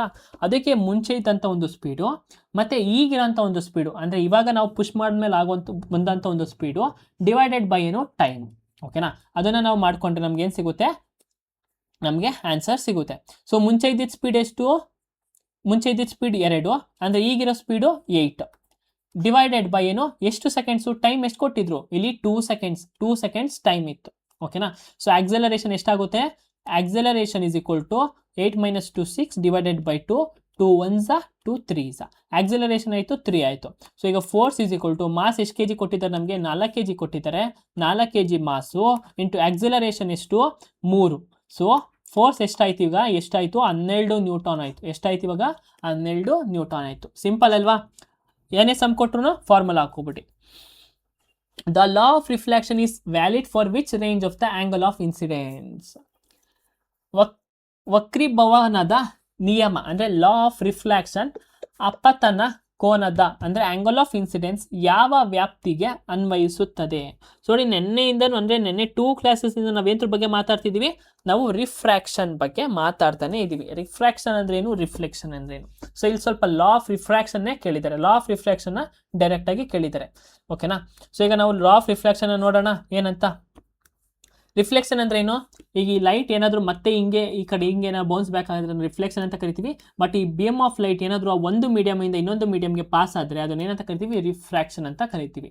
ಈ ರಿಫ್ರಾಕ್ಷನ್ ಆದಾಗ ಏನಾಗುತ್ತೆ, ಈ ಲೈಟ್ ಏನಾಗುತ್ತೆ, ಬೀಮ್ ಆಫ್ ಲೈಟು ಬೆಂಡ್ ಆಗುತ್ತೆ. ಓಕೆನಾ. ಇಲ್ಲಿಂದ ಬರೋಂಥ ಒಂದು ಸ್ಪೀಡೇ ಬೇರೆ, ಮತ್ತು ಇಲ್ಲಿಂದ ಇಲ್ಲಿಗೆ ಹೋಗುವಂಥ ಒಂದು ಸ್ಪೀಡೇ ಬೇರೆ. ಓಕೆನಾ. ಇದು ನಾವೇನಂತ ಕರಿತೀವಿ, ರಿಫ್ರಾಕ್ಷನ್ ಅಂತ ಕರಿತೀವಿ. ಫಾರ್ ಎಕ್ಸಾಂಪಲ್, ನೀವು ಒಂದು ಬಾವಿ ಒಳಗಡೆ ಅಥವಾ ಒಂದು ಟಬ್ ಒಳಗಡೆ ಸ್ಪೂನ್ ಹಾಕ್ಬಿಟ್ಟು ಇಕ್ಬೋದು, ಅವಾಗ ಸ್ಪೂನ್ ಒಂಥರ ಬೆಂಡ್ ಆಗಿರೋ ಥರ ಕಾಣಿಸುತ್ತೆ. ಇಲ್ಲಾಂದರೆ ನೀವು ಸ್ವಿಮ್ಮಿಂಗ್ ಪೂಲ್ ಹತ್ರ ಹೋದಾಗ ಸ್ವಿಮ್ಮಿಂಗ್ ಪೂಲ್ ಫುಲ್ಲು ಪ್ಯೂರ್ ಆಗಿರುತ್ತೆ, ಕ್ಲಿಯರ್ ಆಗಿರುತ್ತಲ್ವ, ಇಷ್ಟೇನು ಆಳ ಅಂತ ಅಂದ್ಬಿಟ್ಟು. ಬಟ್ ಇದು ಬಿದ್ದಾದಾಗೆ ಗೊತ್ತಾಗೋದು ನಮಗೆ ಅಷ್ಟೊಂದು ಆಳ ಐತೆ ಅಂತ. ಸೊ ಯಾಕೆ ಅಂದರೆ ಡ್ಯೂ ಟು ದ ರಿಫ್ರಾಕ್ಷನ್. ಓಕೆನಾ. ಡ್ಯೂ ಟು ದ ರಿಫ್ರಾಕ್ಷನ್ ನಮಗೆ ಅದು ಹಂಗೆ ಕಾಣಿಸುತ್ತೆ. ಅರ್ಥ ಆಯ್ತಲ್ವಾ. ಸೊ ಈಗ ಲಾ ಆಫ್ ರಿಫ್ಲೆಕ್ಷನ್ ಏನು ಹೇಳುತ್ತಪ್ಪ ಅಂತಂದರೆ, ಈಗ ಯಾವೊಂದು ಲೈಟ್ ರೇ, ಇದನ್ನು ಲೈಟ್ ರೇ ಅಂತ ಹೇಳ್ತೀವಿ ಅಲ್ವಾ, ಲೈಟ್ ಇಲ್ಲಿಂದ ಒಂದು ಲೈಟ್ ಬರ್ತೈತೆ ಅಂತೀವಲ್ಲ, ಇದನ್ನು ನಾವು ಇನ್ಸಿಡೆಂಟ್ ರೇ ಅಂತ ಕರಿತೀವಿ. ಓಕೆನಾ. ಇನ್ಸಿಡೆಂಟ್ ರೇ ಅಂತ ಕರಿತೀವಿ. ಈ ಒಂದು ಮೀಡಿಯಮಿಂದ ಇನ್ನೊಂದು ಮೀಡಿಯಮ್ಗೆ ಪಾಸ್ ಆಗುತ್ತಲ್ವ, ಅದನ್ನು ನಾವೇನಂತ ಕರಿತೀವಿ, ರಿಫ್ರಾಕ್ಷನ್ ರೇ ಅಥವಾ ರಿಫ್ಲೆಕ್ಟೆಡ್ ರೇ ಅಂತ ಕರಿತೀವಿ. ಓಕೆನಾ. ರಿಫ್ರಾಕ್ಟೆಡ್ ರೇ ಅಂತ ನಾವು ಕರಿತೀವಿ. ಈಗ ನಾವು ರಿಫ್ಲೆಕ್ಷನಲ್ಲಿ ಏನು ಮಾಡ್ತಿದ್ವಿ, ಇವಾಗ ಇದೊಂದು ಗೋಡೆ ಅಂದ್ಕೊಳ್ಳಿ. ಈಗ ಒಂದು ಲೈಟ್ ಬಿಟ್ವಿ, ಈ ಲೈಟ್ ಬಿಟ್ಟಾದ್ಮೇಲೆ ಇಲ್ಲಿಂದ ಲೈಟ್ ಬಂತು. ಓಕೆನಾ. ಇಲ್ಲಿಂದ ಲೈಟ್ ಬಂತು, ಆ ಲೈಟ್ ಹಿಂಗೆ ರಿಫ್ಲೆಕ್ಟ್ ಆಯಿತು. ಓಕೆನಾ. ಇವಾಗ ಇದು ಏನಾಗುತ್ತೆ, ಲೈಟ್ ಎಲ್ಲಿಂದ ಬಂತು ಅದನ್ನು ಇನ್ಸಿಡೆಂಟ್ ರೇ ಅಂತ ಕರಿತೀವಿ. ಲೈಟು ಆ ಬೌನ್ಸ್ ಬ್ಯಾಕ್ ಆದಮೇಲೆ ಮತ್ತೆ ರಿಫ್ಲೆಕ್ಟ್ ಆಗುತ್ತಲ್ಲ, ಆ ಒಂದು ಲೈಟ್ ಬೀಮ್ ರೇನ್ ಏನಂತ ಕರಿತೀವಿ, ರಿಫ್ಲೆಕ್ಟೆಡ್ ರೇ ಅಂತ ಕರಿತೀವಿ. ಅದೇ ಥರ ರಿಫ್ರಾಕ್ಷನಲ್ಲೂ ಅಷ್ಟೇ, ಲೈಟ್ ಬಂದಂಥ ಒಂದು ರೇನ ಇನ್ಸಿಡೆಂಟ್ ರೇ ಅಂತ ಕರಿತೀವಿ. ಮತ್ತು ಒಂದು ಮೀಡಿಯಮಿಂದ ಇನ್ನೊಂದು ಮೀಡಿಯಮ್ಗೆ ನೆಕ್ಸ್ಟು ಒಂದು ರೇ ಹೋಗುತ್ತಲ್ವ, ಅದನ್ನು ರಿಫ್ರಾಕ್ಟೆಡ್ ರೇ ಅಂತ ನಾವು ಕರಿತೀವಿ. ಅರ್ಥ ಆಯ್ತಾ. ಸೊ ಈಗ ರಿಫ್ರಾಕ್ಷನ್ ಆಫ್ ಲೈಟಲ್ಲಿ, ರಿಫ್ರಾಕ್ಷನಲ್ಲಿ ಒಂದು ಲಾ ಐತೆ. ಏನಂತಂದರೆ, ಈ ಇನ್ಸಿಡೆಂಟ್ ರೇ ಯಾವಾಗಲೂ ಏನಾಗಿರುತ್ತೆ, 0ಗಿಂತ ಕಡಿಮೆ ಇರಲ್ಲ. ಓಕೆನಾ. 0ಗಿಂತ ಜಾಸ್ತಿ ಇರುತ್ತೆ. 0 ಡಿಗ್ರಿ ಅಂದರೆ ಏನು, ಇಲ್ಲಿ 0 ಡಿಗ್ರಿ ಅಂದರೆ ಇಲ್ಲಿ ಬರುತ್ತೆ. ಇದು 1 ಡಿಗ್ರಿ 2 ಡಿಗ್ರಿ. ಫಾರ್ ಎಕ್ಸಾಂಪಲ್, ಈಗ 0 ಡಿಗ್ರಿ ಅಂದರೆ ಹಿಂಗಿರುತ್ತೆ. ಓಕೆನಾ. 0 ಡಿಗ್ರಿ ಅಂದರೆ ಹಿಂಗಾದ್ರೂ ಇರ್ಬೋದು. ಇದು ಹಿಂಗಿದ್ರೆ ಏನು 0 ಡಿಗ್ರಿ. ಬಟ್ ಹಿಂಗಿದ್ರೆ 90 ಡಿಗ್ರಿ, ಹಿಂಗಿದ್ರೆ 60 45 ಈ ಥರ ಅಂತ ಅನ್ಕೋಬೋದು. 0 ಡಿಗ್ರಿ ಅಂದರೆ ಏನು, ಈ ಥರ ಇದ್ರೆ 0 ಡಿಗ್ರಿ ಅಂತ ನಾವು ಕರಿತೀವಿ. ಆಯಿತಾ. ಸೊ ಇನ್ಸಿಡೆಂಟ್ ರೇ ಏನಾಗಿರುತ್ತೆ, ಯಾವಾಗಲೂ ಕೂಡ 0 ಡಿಗ್ರಿಗಿಂತ ಏನಾಗಿರುತ್ತೆ, ಜಾಸ್ತಿ ಇರುತ್ತೆ. ಓಕೆನಾ. ಐ ಅಂತ ಮೆನ್ಷನ್ ಮಾಡ್ತೀವಿ, ಇನ್ಸಿಡೆಂಟ್ ರೇನ ಜಾಸ್ತಿ ಇರುತ್ತೆ. ಇದು ಮೊದಲನೇ ಲಾ. ಅದಾದ್ಮೇಲೆ ಏನು, ಈಗ ಈ ಇನ್ಸಿಡೆಂಟ್ ರೇ ಆದಮೇಲೆ ನೆಕ್ಸ್ಟ್ ಬರುತ್ತೆ ಯಾವುದು, ಆ ಒಂದು ರೇ ಏನಾಗುತ್ತೆ, ನೆಕ್ಸ್ಟ್ ರಿಫ್ರಾಕ್ಟೆಡ್ ಆಗುತ್ತೆ. ಈ ರಿಫ್ರಾಕ್ಟೆಡ್ ರೇ ಏನಿರುತ್ತಪ್ಪ ಅಂತಂದರೆ, ಅದು ಯಾವಾಗಲೂ ಏನಿರುತ್ತೆ, 90 ಡಿಗ್ರಿಗಿಂತ ಕಡಿಮೆ ಇರುತ್ತೆ. ಏನು, 90 ಡಿಗ್ರಿ ಅಂದರೆ ಏನು, ಇದು 90 ಡಿಗ್ರಿ. ಓಕೆನಾ. ಇದು 90 ಡಿಗ್ರಿ. ಈ 90 ಡಿಗ್ರಿಗಿಂತ ಯಾವಾಗಲೂ ರಿಫ್ರಾಕ್ಟೆಡ್ ರೇ ಏನಿರುತ್ತೆ, ಕಡಿಮೆ ಇರುತ್ತೆ. ಓಕೆನಾ. ಸೊ ಇನ್ಸಿಡೆಂಟ್ ರೇ ಹಿಂಗೆ ಬಂದರೆ ರಿಫ್ರಾಕ್ಟೆಡ್ ರೇ ಮತ್ತೆ ಹಿಂಗೆ ಹೋಗಲ್ಲ, ಅದು ಯಾವಾಗೂ ಒಂದು ಬೆಂಡೇ ಆಗೋದು. ಅರ್ಥ ಆಯ್ತಾ. ಈ ಒಂದು ನಿಯಮ ಏನು ಹೇಳುತ್ತಪ್ಪ ಅಂದರೆ, ರಿಫ್ರಾಕ್ಷನ್ ಆಫ್ ಲೈಟಲ್ಲಿ ಯಾವಾಗಲೂ ಕೂಡ ಅಷ್ಟೇ, ಇನ್ಸಿಡೆಂಟ್ ರೇ ಯಾವಾಗಲೂ ಏನಾಗಿರುತ್ತೆ, 0 ಡಿಗ್ರಿಗಿಂತ ಜಾಸ್ತಿ ಇರುತ್ತೆ. ಓಕೆನಾ. ಬಟ್ ರಿಫ್ರಾಕ್ಟೆಡ್ ರೇ ಏನಿರುತ್ತೆ, 90 ಡಿಗ್ರಿಗಿಂತ ಏನಿರುತ್ತೆ, ಕಡಿಮೆ ಇರುತ್ತೆ. 90 ಡಿಗ್ರಿಗಿಂತ ಕಡಿಮೆ ಇರುತ್ತೆ. ಸೊ ಇದೇ ಒಂದು ಲಾ ಯಾವ್ದ್ರೊಳಗೆ ಹೇಳೋದು, ರಿಫ್ರಾಕ್ಷನ್ ಆಫ್ ಲೈಟಲ್ಲಿ ನಾವು ಹೇಳೋದು. ಮತ್ತು ಇಲ್ಲಿ ನಾರ್ಮಲ್ ಅಂದ್ರೆ ಏನು, ಈ ಒಂದು ರೇ ಹಿಂಗೆ ಬರುತ್ತಾ, ಯಾವಾಗ ಇದು ಟಚ್ ಆಗಿಬಿಟ್ಟು ನೆಕ್ಸ್ಟು ರಿಫ್ರಾಕ್ಟ್ ಆಗುತ್ತೆ ನೋಡಿ, ಆ ಒಂದು ಪಾಯಿಂಟ್ನ ನಾವು ಪರ್ಪೆಂಡಿಕ್ಯುಲರ್ ಆಗಿ ಬರಿತೀವಿ. ಆ ಪರ್ಪೆಂಡಿಕ್ಯುಲರ್ ಇಮ್ಯಾಜಿನ್ ಲೈನ್ನ ಏನಂತ ಕರಿತೀವಿ, ಒಂದು ನಾರ್ಮಲ್ ಅಂತ ನಾವು ಕರಿತೀವಿ. ಆ ಒಂದು ಲೈನ್ನ. ಮತ್ತು ಆ ಒಂದು ಮೀಡಿಯಮಲ್ಲಿ ರಿಫ್ರಾಕ್ಟ್ ಆದಾಗ ಬೆಂಡ್ ಆಗಿ ಬೇರೆ ಡೈರೆಕ್ಷನ್ಗೆ ಹೋಗುತ್ತಲ್ವ, ಇದು ನಾವೇನಂತ ಕರಿತೀವಿ, ಪಾಯಿಂಟ್ ಆಫ್ ಇನ್ಸಿಡೆನ್ಸ್ ಅಂತ ಕರಿತೀವಿ. ಸೊ ಕ್ವಶನ್ ನೋಡೋಣ. ಲಾ ಆಫ್ ರಿಫ್ಲೆಕ್ಷನ್ ಏನು ಹೇಳುತ್ತೆ ಈಗ ಅಂತಂದರೆ, ಮೊದಲನೇ ನೋಡಿ, incident ray is greater than 90 degree ಅಂತ ಕೊಟ್ಬಿಟ್ಟಿದ್ದಾರೆ. Incident ray is greater than 90 degree ಅಂತ ಕೊಟ್ಟಿದ್ದಾರೆ. ಇಲ್ಲಿ ನೋಡಿ 0 ಡಿಗ್ರಿ, 0 ಡಿಗ್ರಿ ಏನಾಗಿರುತ್ತೆ, ಫಸ್ಟು 0 ಡಿಗ್ರಿ ಏನಾಗಿರುತ್ತೆ ಅಂದರೆ ಇಸ್ ಗ್ರೇಟರ್ ದ್ಯಾನ್ 0 ಡಿಗ್ರಿಗಿಂತ ಜಾಸ್ತಿ ಏನಿರುತ್ತೆ ಇನ್ಸಿಡೆಂಟ್ ರೇ ಇರುತ್ತೆ. ಇನ್ಸಿಡೆಂಟ್ ರೇಗಿಂತ ಜಾಸ್ತಿ ಯಾವುದಾಗಿರುತ್ತೆ 90 ಡಿಗ್ರಿ ಇರುತ್ತೆ. ಅಂದರೆ 90 ಡಿಗ್ರಿಗಿಂತ ಕಡಿಮೆ ಇರುತ್ತೆ ಯಾವುದು ಇನ್ಸಿಡೆಂಟ್ ರೇ, ಸರಿನಾ? ರಿಫ್ರಾಕ್ಟೆಡ್ ರೇ. ಓಕೆ, ಇಲ್ಲಿ 0 ಡಿಗ್ರಿ ಇಸ್ ಗ್ರೇಟರ್ ದ್ಯಾನ್ ಅಂದರೆ incident ray is greater than 0 degree, ಆಯಿತಾ? ಈಗ ಏನು ರಿಫ್ರಾಕ್ಟೆಡ್ ರೇ ಏನಿರುತ್ತೆ ಇಸ್ ಲೆಸ್ ದ್ಯಾನ್, ರಿಫ್ರಾಕ್ಟೆಡ್ ರೇ ಏನಿರುತ್ತೆ ಲೆಸ್ ದ್ಯಾನ್ ಅಂತಂದ್ರೆ ಏನು, ಈ ಥರ ಲೆಸ್ ದ್ಯಾನ್ 90 ಡಿಗ್ರಿ ಹಿಂಗೆ ಬರಿತೀವಿ, ಓಕೆನಾ? ಸೊ ಆಪ್ಷನ್ ಯಾವುದು? Option C will be the answer. Which of the following devices works on the principle of force on a current carrying conductor in a magnetic field?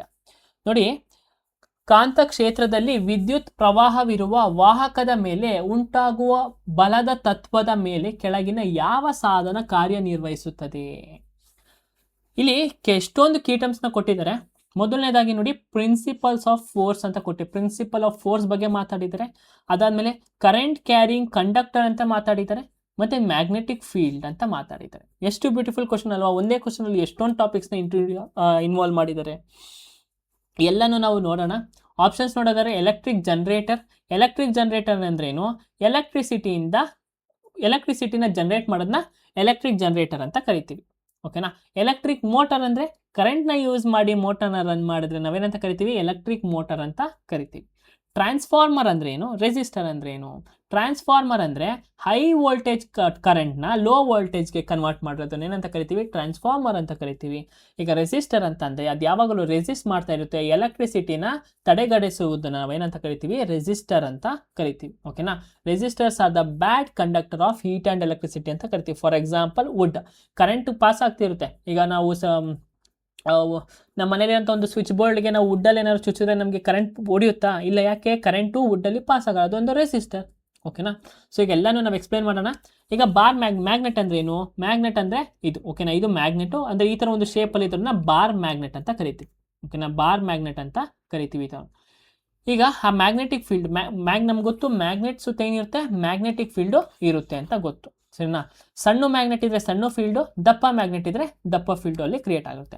ಈಗ ಮ್ಯಾಗ್ನೆಟಿಗೆ ಎರಡು ಥರ name ಮಾಡಿರ್ತೀವಿ, ಒಂದು north ಪೋಲು, ಒಂದು ಸೌತ್ ಪೋಲ್. ಈ ಕಡೆ ಇದ್ರೆ ನಾರ್ತ್ ಪೋಲು, ಇದನ್ನ ಸೌತ್ ಪೋಲ್ ಅಂತ ನಾವು ಮೆನ್ಷನ್ ಮಾಡ್ತೀವಿ, ಸರಿನಾ? ಈ ಮ್ಯಾಗ್ನೆಟಿಕ್ ಫೀಲ್ಡ್ ಹೇಗೆ ಸರ್ಕ್ಯುಲೇಷನ್ ಆಗ್ತಿರುತ್ತೆ ಅಂತಂದರೆ, ಮ್ಯಾಗ್ನೆಟಿಕ್ ಕರೆಂಟು ಮ್ಯಾಗ್ನೆಟಿಕ್ ಫೀಲ್ಡಲ್ಲಿ ಹೇಗೆ ಸರ್ಕ್ಯುಲೇಷನ್ ಆಗ್ತಿರುತ್ತೆ ಅಂದರೆ, ನಾರ್ತ್ ಪೋಲಿಂದ ಸೌತ್ ಪೋಲ್ ಮತ್ತು ನಾರ್ತ್ ಪೋಲಿಂದ ಸೌತ್ ಪೋಲ್. ಅಂದರೆ ಮ್ಯಾಗ್ನೆಟಿಕ್ ಫೀಲ್ಡ್ ಹೆಂಗೆ ಕನೆಕ್ಟ್ ಆಗಿರುತ್ತೆ? ನಾರ್ತ್ ಪೋಲಿಂದ ಸೌತ್ ಪೋಲ್ಗೆ ಕನೆಕ್ಟ್ ಆಗಿರುತ್ತೆ. ಅರ್ಥ ಆಯ್ತಾ? ಎರಡು ಕಡೆನೂ ಹಿಂಗೆ ಕನೆಕ್ಟ್ ಆಗಿರುತ್ತೆ. ಈ ಒಂದು ಫೀಲ್ಡ್ ನಾವೇನಂತ ಕರಿತೀವಿ? ಮ್ಯಾಗ್ನೆಟಿಕ್ ಫೀಲ್ಡ್ ಅಂತ ಕರಿತೀವಿ. ಸರಿ, ಈಗ ಕರೆಂಟ್ ಕ್ಯಾರಿಂಗ್ ವಯರ್ ಅಥವಾ ಕರೆಂಟ್ ಕ್ಯಾರಿಂಗ್ ಕಂಡಕ್ಟರ್ ಅಂದರೆ ಏನು? ಅದು ನಾವು ನೋಡೋಣ.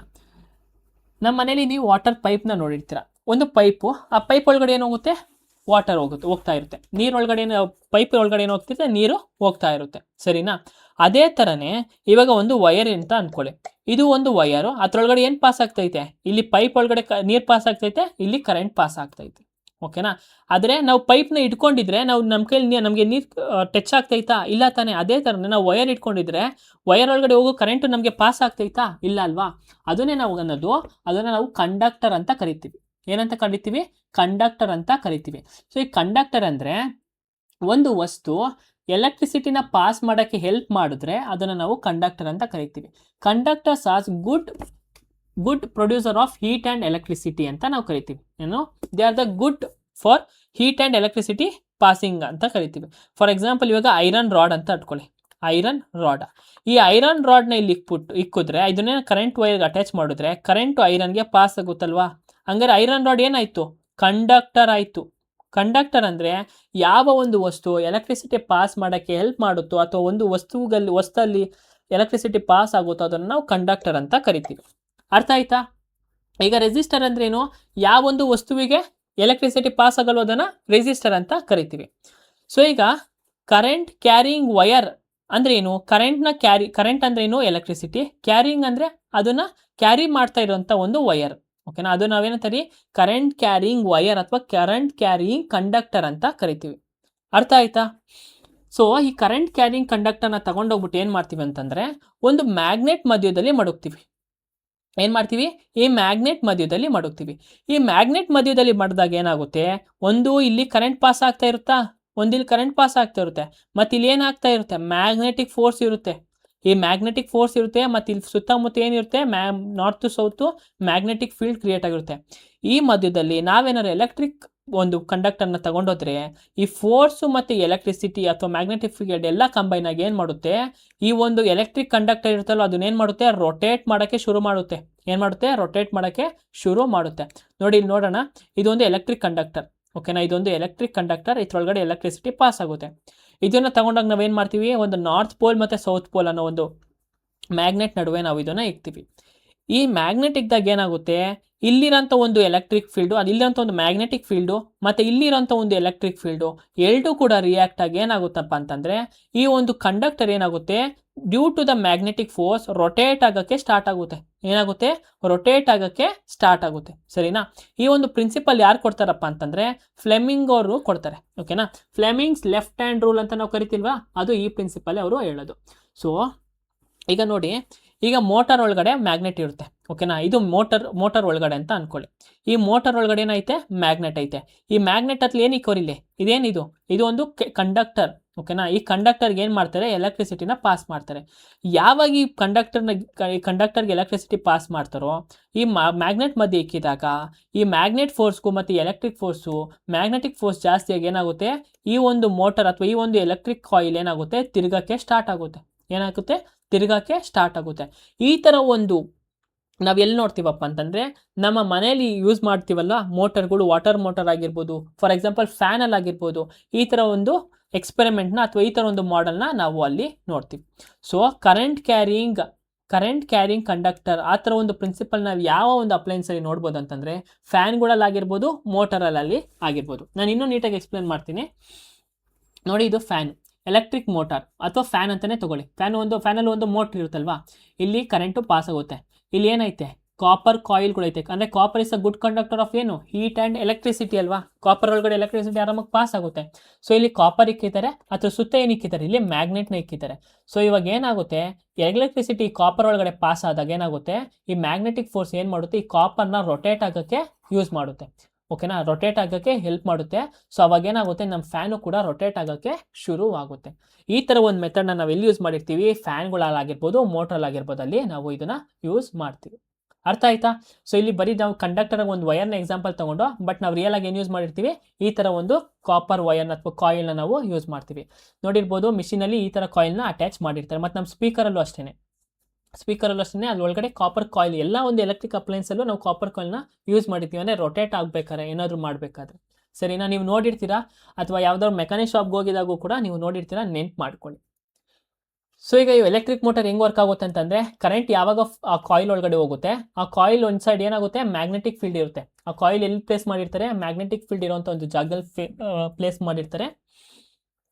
ಆವಾಗ ಏನಾಗುತ್ತೆ, ಫೋರ್ಸ್ ಜಾಸ್ತಿ ಆಗುತ್ತೆ. ಆ ಫೋರ್ಸ್ ಯಾವ್ದ್ರ ಮೇಲೆ ಅಟ್ರಾಕ್ಟ್ ಆಗುತ್ತೆ, ಕಾಯಿಲ್ ಮೇಲೆ ಅಟ್ರಾಕ್ಟ್ ಆಗುತ್ತೆ. ಆವಾಗ ಕಾಯಿಲ್ ಏನಾಗುತ್ತೆ, ಟರ್ನ್ ಆಗೋಕ್ಕೆ ಸ್ಟಾರ್ಟ್ ಆಗುತ್ತೆ.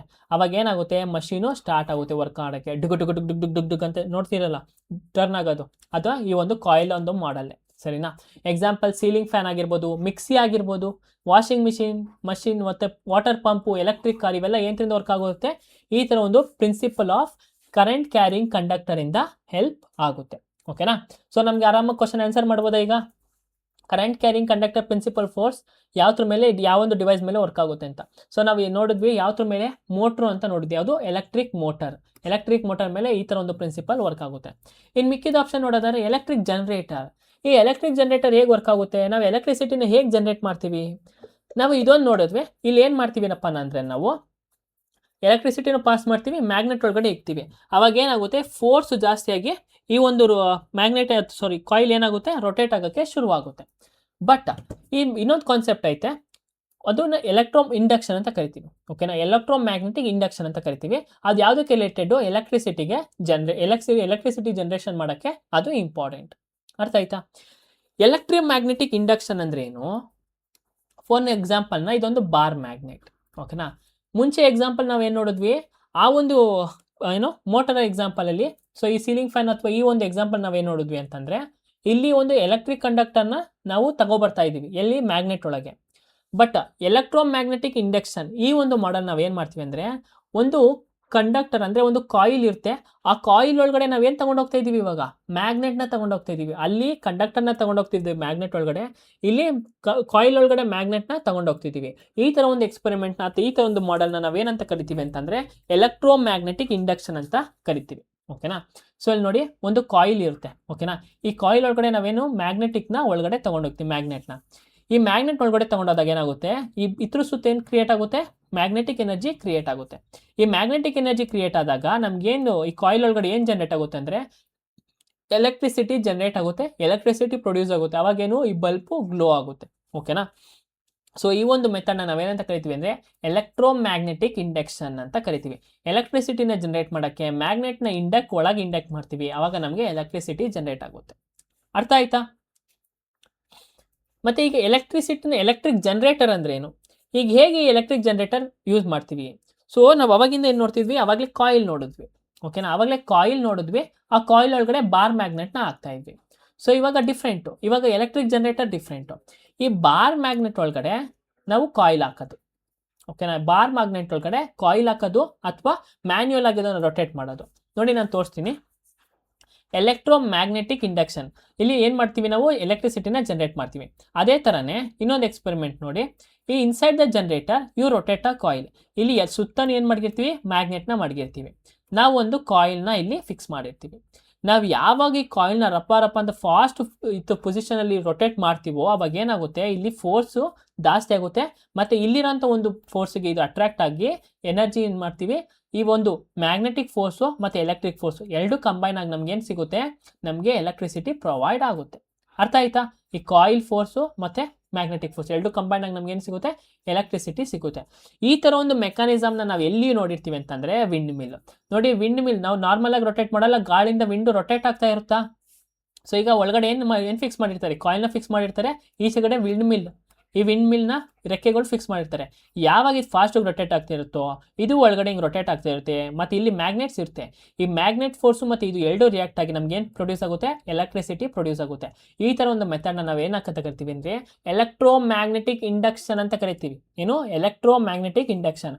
ಈಗ ಡೈನಮೋ ನೋಡಿದ್ರಿ, ಈಗ ಹಳೆ ಸೈಕಲ್ಗಳಲ್ಲಿ ಲೈಟ್ ಬರ್ಸೋಕ್ಕೆ ನೀವೇನು ಮಾಡ್ತೀರಿ, ತುಳಿತಾ ತುಳಿತಾ ತುಳಿತಾ ಫುಲ್ಲು ಯಾವಾಗ ಜಾಸ್ತಿ ಸ್ಪೀಡಲ್ಲಿ ತುಳಿತೀರಾ ಲೈಟ್ ಬರೋಕ್ಕೆ ಸ್ಟಾರ್ಟ್ ಆಗ್ತಿತ್ತು, ಅದನ್ನು ಡೈನಮೋ ಅಂತ ಕರಿತೀವಿ. ಅರ್ಥ ಆಯ್ತಾ? ನಾವು ಯಾವಾಗ ಫೋರ್ಸ್ ಜಾಸ್ತಿ ಆಗ್ತೀವೋ, ಕಾಯಿಲ್ ಫೋರ್ಸ್ ಯಾವಾಗ ಜಾಸ್ತಿ ಆಗ್ತಿರುತ್ತೋ, ಮ್ಯಾಗ್ನೆಟ್ ಯಾವಾಗ ಮ್ಯಾಗ್ನೆಟಿಕ್ ಫೀಲ್ಡಲ್ಲಿ ಎರಡು ಕಂಬೈನ್ ಆಗಿ ನಮಗೆ ಎಲೆಕ್ಟ್ರಿಸಿಟಿ ಜನರೇಟ್ ಆಗುತ್ತೆ. ಸೊ ಈ ಒಂದು ಪ್ರೊಸೆಸ್ ನಾವು ಏನಂತ ಕರಿಬೋದು ಅಂದರೆ ಮೆಕ್ಯಾನಿಕಲ್ ಎನರ್ಜಿನ ನಾವು ಎಲೆಕ್ಟ್ರಿಕಲ್ ಎನರ್ಜಿಯಾಗಿ ಕನ್ವರ್ಟ್ ಮಾಡ್ಬೋದು ಅಂತ ಕರಿತೀವಿ. ಅರ್ಥ ಆಯ್ತಾ? ಈಗ ನೆಕ್ಸ್ಟು ಟ್ರಾನ್ಸ್ಫಾರ್ಮರ್ ಅಂದರೆ ಏನಿಲ್ಲ, ಸಿಂಪಲ್ಲು. ಈಗ ನಿಮಗೆ 1000 ವೋಲ್ಟ್ಸ್ ಆಫ್ ಕರೆಂಟ್ ಬಂತು ಅಂದ್ಕೊಳ್ಳಿ, ಬಟ್ ನಿಮಗೆ ನಿಮ್ಮ ಮನೇಲಿರೋಂಥ ಟಿವಿಗೆ ಬೇಕಾಗಿರೋದು ಬರೀ 200 ವೋಲ್ಟ್ಸ್ ಕರೆಂಟ್ ಮಾತ್ರ. ಆ 1000 ವೋಲ್ಟ್ಸ್ನ ತಗೊಂಡು ನಿಮಗೆ ಎಷ್ಟು ಬೇಕು ಅಂತ ಅಷ್ಟನ್ನ ಔಟ್ಪುಟ್ ಕೊಟ್ಟರೆ ಅದನ್ನು ನಾವು ಟ್ರಾನ್ಸ್ಫಾರ್ಮರ್ ಅಂತ ಕರಿತೀವಿ. ಫಾರ್ ಎಕ್ಸಾಂಪಲ್, ಇವಾಗ ನಮ್ಮ ಮೊಬೈಲ್ ಚಾರ್ಜರ್ ಆಗಿರ್ಬೋದು, ಅದೆಲ್ಲ ಒಂದು ಟ್ರಾನ್ಸ್ಫಾರ್ಮರ್. ಈಗ ಫ್ಲೆಮಿಂಗ್ ಲೆಫ್ಟ್ ಹ್ಯಾಂಡ್ ರೂಲ್ ಅಂತ ಹೇಳಿದೆ. ಈ ಫ್ಲೆಮಿಂಗ್ ಲೆಫ್ಟ್ ಹ್ಯಾಂಡ್ ರೂಲಲ್ಲಿ ಲೆಫ್ಟ್ ಥಂಬ್ ಏನು ಇಂಡಿಕೇಟ್ ಮಾಡುತ್ತೆ ಅಂದರೆ ಮೋಷನ್, ಅಂದರೆ ಫೋರ್ಸ್ನ ಇಂಡಿಕೇಟ್ ಮಾಡುತ್ತೆ. ಅದು ಕೆಳಗಡೆ ಇರೋಂಥ ಒಂದು ಅಂದರೆ ಮಿಡಲ್ ಫಿಂಗರ್ ಏನು ಇಂಡಿಕೇಟ್ ಮಾಡುತ್ತೆ, ಕರೆಂಟ್ ಫ್ಲೋ, ಯಾವ ಡೈರೆಕ್ಷನಲ್ಲಿ ಕರೆಂಟ್ ಫ್ಲೋ ಆಗುತ್ತೆ ಅನ್ನೋದನ್ನ ಇಂಡಿಕೇಟ್ ಮಾಡ್ತಾರೆ. ಓಕೆನಾ. ಮೇಲಿರೋದು ಯಾವಾಗಲೂ ಮೋಷನ್ನು, ಲಾಸ್ಟ್ ಬೆಲ್ಡ್ ಅಂದರೆ ಮಧ್ಯದ ಬೆಲ್ಡ್ ಯಾವಾಗಲೂ ಕರೆಂಟ್ ಎಷ್ಟು ಫ್ಲೋ ಆಗುತ್ತೆ ಅಂತ ಇಂಡಿಕೇಟ್ ಮಾಡುತ್ತೆ. ಮತ್ತು ಬಿ ಫಿಂಗರ್ ಅಂದರೆ ಇಂಡೆಕ್ಸ್ ಫಿಂಗರ್ ಏನು ಇಂಡಿಕೇಟ್ ಮಾಡುತ್ತೆ, ಯಾವ ಫೀಲ್ಡ್, ಮ್ಯಾಗ್ನೆಟಿಕ್ ಫೀಲ್ಡ್, ಯಾವ ಲೈನ್ಸ್ ಆಫ್ ಫ್ಲಕ್ಸ್ನ ಅದು ಇಂಡಿಕೇಟ್ ಮಾಡುತ್ತೆ. ಅರ್ಥ ಆಯ್ತಾ? ಇದನ್ನೆಲ್ಲ ನೀವು ಸಿಂಪಲ್ ಕಾನ್ಸೆಪ್ಟ್ಸು ನಾನು PPTಲ್ಲಿ ಹಾಕಿರ್ತೀನಿ, ಆರಾಮಾಗಿ ಹೋಗಿ ಓದ್ಕೊಳ್ಳಿ. ಮತ್ತು ಯಾವ್ಯಾವ ಪ್ರಿನ್ಸಿಪಲ್ ನೋಡಿ, ಎಲೆಕ್ಟ್ರಿಕ್ ಮೋಟರ್ನ ಯಾವ ಒಂದು ಪ್ರಿನ್ಸಿಪಲ್ ಯೂಸ್ ಮಾಡ್ತೀವಿ, ಕ್ಯಾರಿಂಗ್ ಕಂಡಕ್ಟರ್ ಇನ್ ಮ್ಯಾಗ್ನೆಟಿಕ್ ಫೀಲ್ಡ್, ಈ ಒಂದು ಪ್ರಿನ್ಸಿಪಲ್ ಮುಖಾಂತರ ಎಲೆಕ್ಟ್ರಿಕ್ ಮೋಟರ್ನ ನಾವು ತಯಾರಿಸಿದ್ದೀವಿ.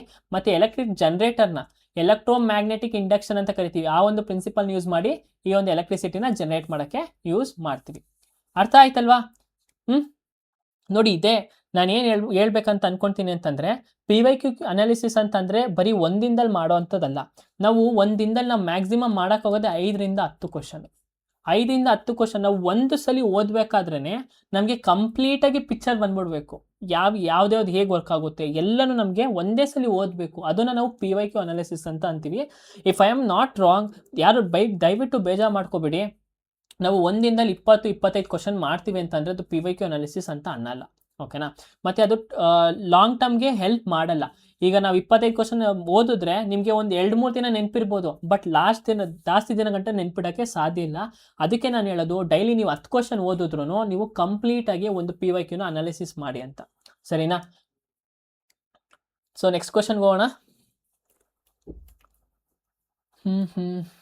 ಐಸೋಬಾರ್ಸ್ ಆರ್ ಅಟಾಮ್ಸ್ ಅಂತ ಅವಾಗಲೇ ನಾವೇನು ನೋಡಿದ್ವಿ, ಐಸೋಟೋಪ್ಸ್ ನೋಡಿದ್ವಿ. ಈಗ ಐಸೋಟೋಪ್ಸ್ ಅಂದ್ರೇನು, same atomic number but different mass number. ಯಾವುದು? ಐಸೋಟೋಪ್ಸ್. ಈಗ ಐಸೋಬಾರ್ಸ್ ಅಂದರೆ ಇದ್ರ ಆಪೋಸಿಟ್. ಐಸೋಬಾರ್ಸ್ ಅಂದರೆ ಇದಕ್ಕೇನಿರುತ್ತೆ, different atomic number but same mass number same ಇರುತ್ತೆ, ಡಿಫ್ರೆಂಟ್ ಅಟಾಮಿಕ್ ನಂಬರ್ ಇರುತ್ತೆ. ಇದನ್ನು ನಾವೇನಂತ ಕರಿತೀವಿ, ಐಸೋಬಾರ್ಸ್ ಅಂತ ಕರಿತೀವಿ. ಸೊ ಆಪ್ಷನ್ ಯಾವುದು? Same mass number but different atomic number. ಮೊದಲನೇ ಆಪ್ಷನ್ನೇ ಕರೆಕ್ಟ್. ಮೊದಲನೇ option is the right answer. So isobars ಅಂದರೆ ನಾನು ಹೇಳಿದ್ದೀನಿ, ಐಸೋಟೋಪ್ಸ್ ಅಂತಂದ್ರೆ ನಾನು ಹೇಳಿದ್ದೀನಿ. ಐಸೋಟೋನ್ಸ್ ಅಂತ ಇದೆ, ಅಂದರೆ ಏನಂತಂದರೆ ಕಮೆಂಟ್ ಮಾಡಿ. ನೀವು ನನ್ನ ಕೆಮಿಸ್ಟ್ರಿ ಲೆಕ್ಚರ್ ನೋಡಿದರೆ ಐಸೋಟೋನ್ಸ್ ಅಂದರೆ ಏನು ಅಂತ ಕಮೆಂಟ್ ಮಾಡಿ. ಐಸೋಟೋನ್ಸ್ ಅಂತ ಏನಂತಂದರೆ ಕಮೆಂಟ್ ಮಾಡಿ, ಸರಿನಾ. ಇನ್ blood oxygen is transported by dash. ರಕ್ತದಲ್ಲಿ ಆಮ್ಲಜನಕವನ್ನು ಡ್ಯಾಶ್ ಸಾಗಿಸುತ್ತದೆ. ಸೊ ಯಾವುದಪ್ಪ ಬ್ಲಡ್ಡಲ್ಲಿ ಆಕ್ಸಿಜನ್ನ ಟ್ರಾನ್ಸ್ಪೋರ್ಟ್ ಮಾಡೋದು? ಆಪ್ಷನ್ ಎ ಬ್ಲಡ್ ಪ್ಲೇಟ್ಲೆಟ್ಸ್ ನೋಡೋಣ, option B lymph, option C white blood cells, option D red blood cells ಅಥವಾ ಕಾರ್ಪ್ಸುಸಲ್ಸ್ ಅಂತ ನಾವು ಕರಿತೀವಿ. ಸೊ ನಾವೀಗ ನೋಡೋದಾದ್ರೆ ಇಲ್ಲಿ ಏನರ ಬಗ್ಗೆ ಮಾತಾಡ್ತಿದ್ದೀವಿ, ಮೇಜರ್ಲಿ ಬ್ಲಡ್ ಬಗ್ಗೆ ಮಾತಾಡ್ತಿದ್ದೀವಿ, ಓಕೆನಾ. ಬ್ಲಡ್ ಅಂದ್ರೇನು? ಅದೊಂದು fluid like a connective tissue. ನಾನು ಮುಂಚೆ ಕ್ಲಾಸಲ್ಲಿ ಹೇಳಿದ್ದೆ ಬ್ಲಡ್ ಒಂದೇನು ಕನೆಕ್ಟಿವ್ ಟಿಶ್ಯೂ ಅಂತ ನಾನು ಹೇಳಿದ್ದೆ, ಓಕೆನಾ. ಈಗ ಬ್ಲಡ್ ಏನು? ಅದೊಂದು ಲಿಕ್ವಿಡ್. ಬ್ಲಡ್ ಒಂದು ಲಿಕ್ವಿಡ್ ಕನೆಕ್ಟಿವ್ ಟಿಶ್ಯೂ ಅಂತ ನಾವು ಕರಿತೀವಿ. ಈ ಬ್ಲಡ್ ಏನು ಮಾಡುತ್ತೆ? ಬ್ಲಡ್ ಒಳಗಡೆ ಏನೇನಿರುತ್ತಪ್ಪ ಅಂದರೆ ಆಕ್ಸಿಜನ್ ಇರುತ್ತೆ. ಬ್ಲಡ್ ಏನು ಕ್ಯಾರಿ ಮಾಡುತ್ತೆ? ಆಕ್ಸಿಜನ್ ಕ್ಯಾರಿ ಮಾಡುತ್ತೆ, ನ್ಯೂಟ್ರಿಯೆಂಟ್ಸ್ ಕ್ಯಾರಿ ಮಾಡುತ್ತೆ, ವಾಟರು, ವೇಸ್ಟ್ ಮೆಟೀರಿಯಲ್ಸ್ ಎಲ್ಲನೂ ಬ್ಲಡ್ಡು ಅದರೊಂದಿಗೆ ಕ್ಯಾರಿ ಮಾಡುತ್ತೆ. ಇದೇನು ಮಾಡ್ತಾ ಇರುತ್ತೆ? ನಮ್ಮೆಲ್ಲ ಒಂದು ಬಾಡಿ ಪಾರ್ಟ್ಸಲ್ಲೂ ಸರ್ಕ್ಯುಲೇಷನ್ ಆಗ್ತಾ ಇರುತ್ತೆ. ಯಾವುದು? ಬ್ಲಡ್ಡು, ಸರಿನಾ.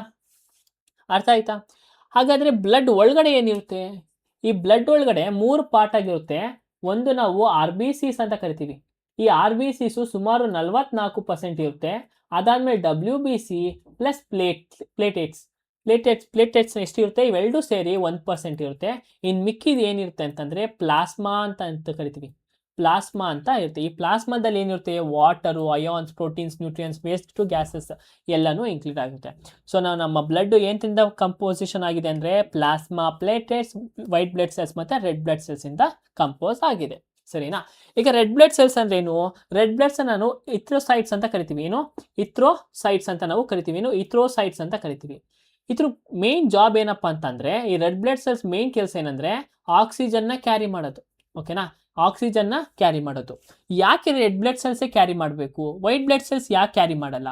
ಯಾಕಪ್ಪ ಅಂತಂದರೆ ಈ ರೆಡ್ ಬ್ಲಡ್ ಸೆಲ್ಸ್ ಒಳಗಡೆ ಏನೈತೆ? ಹಿಮೋಗ್ಲೋಬಿನ್ ಕಂಟೆಂಟ್ ಇರುತ್ತೆ. ಏನಿರುತ್ತೆ? ಹಿಮೋಗ್ಲೋಬಿನ್ ಕಂಟೆಂಟ್ ಇರುತ್ತೆ, ಓಕೆನಾ.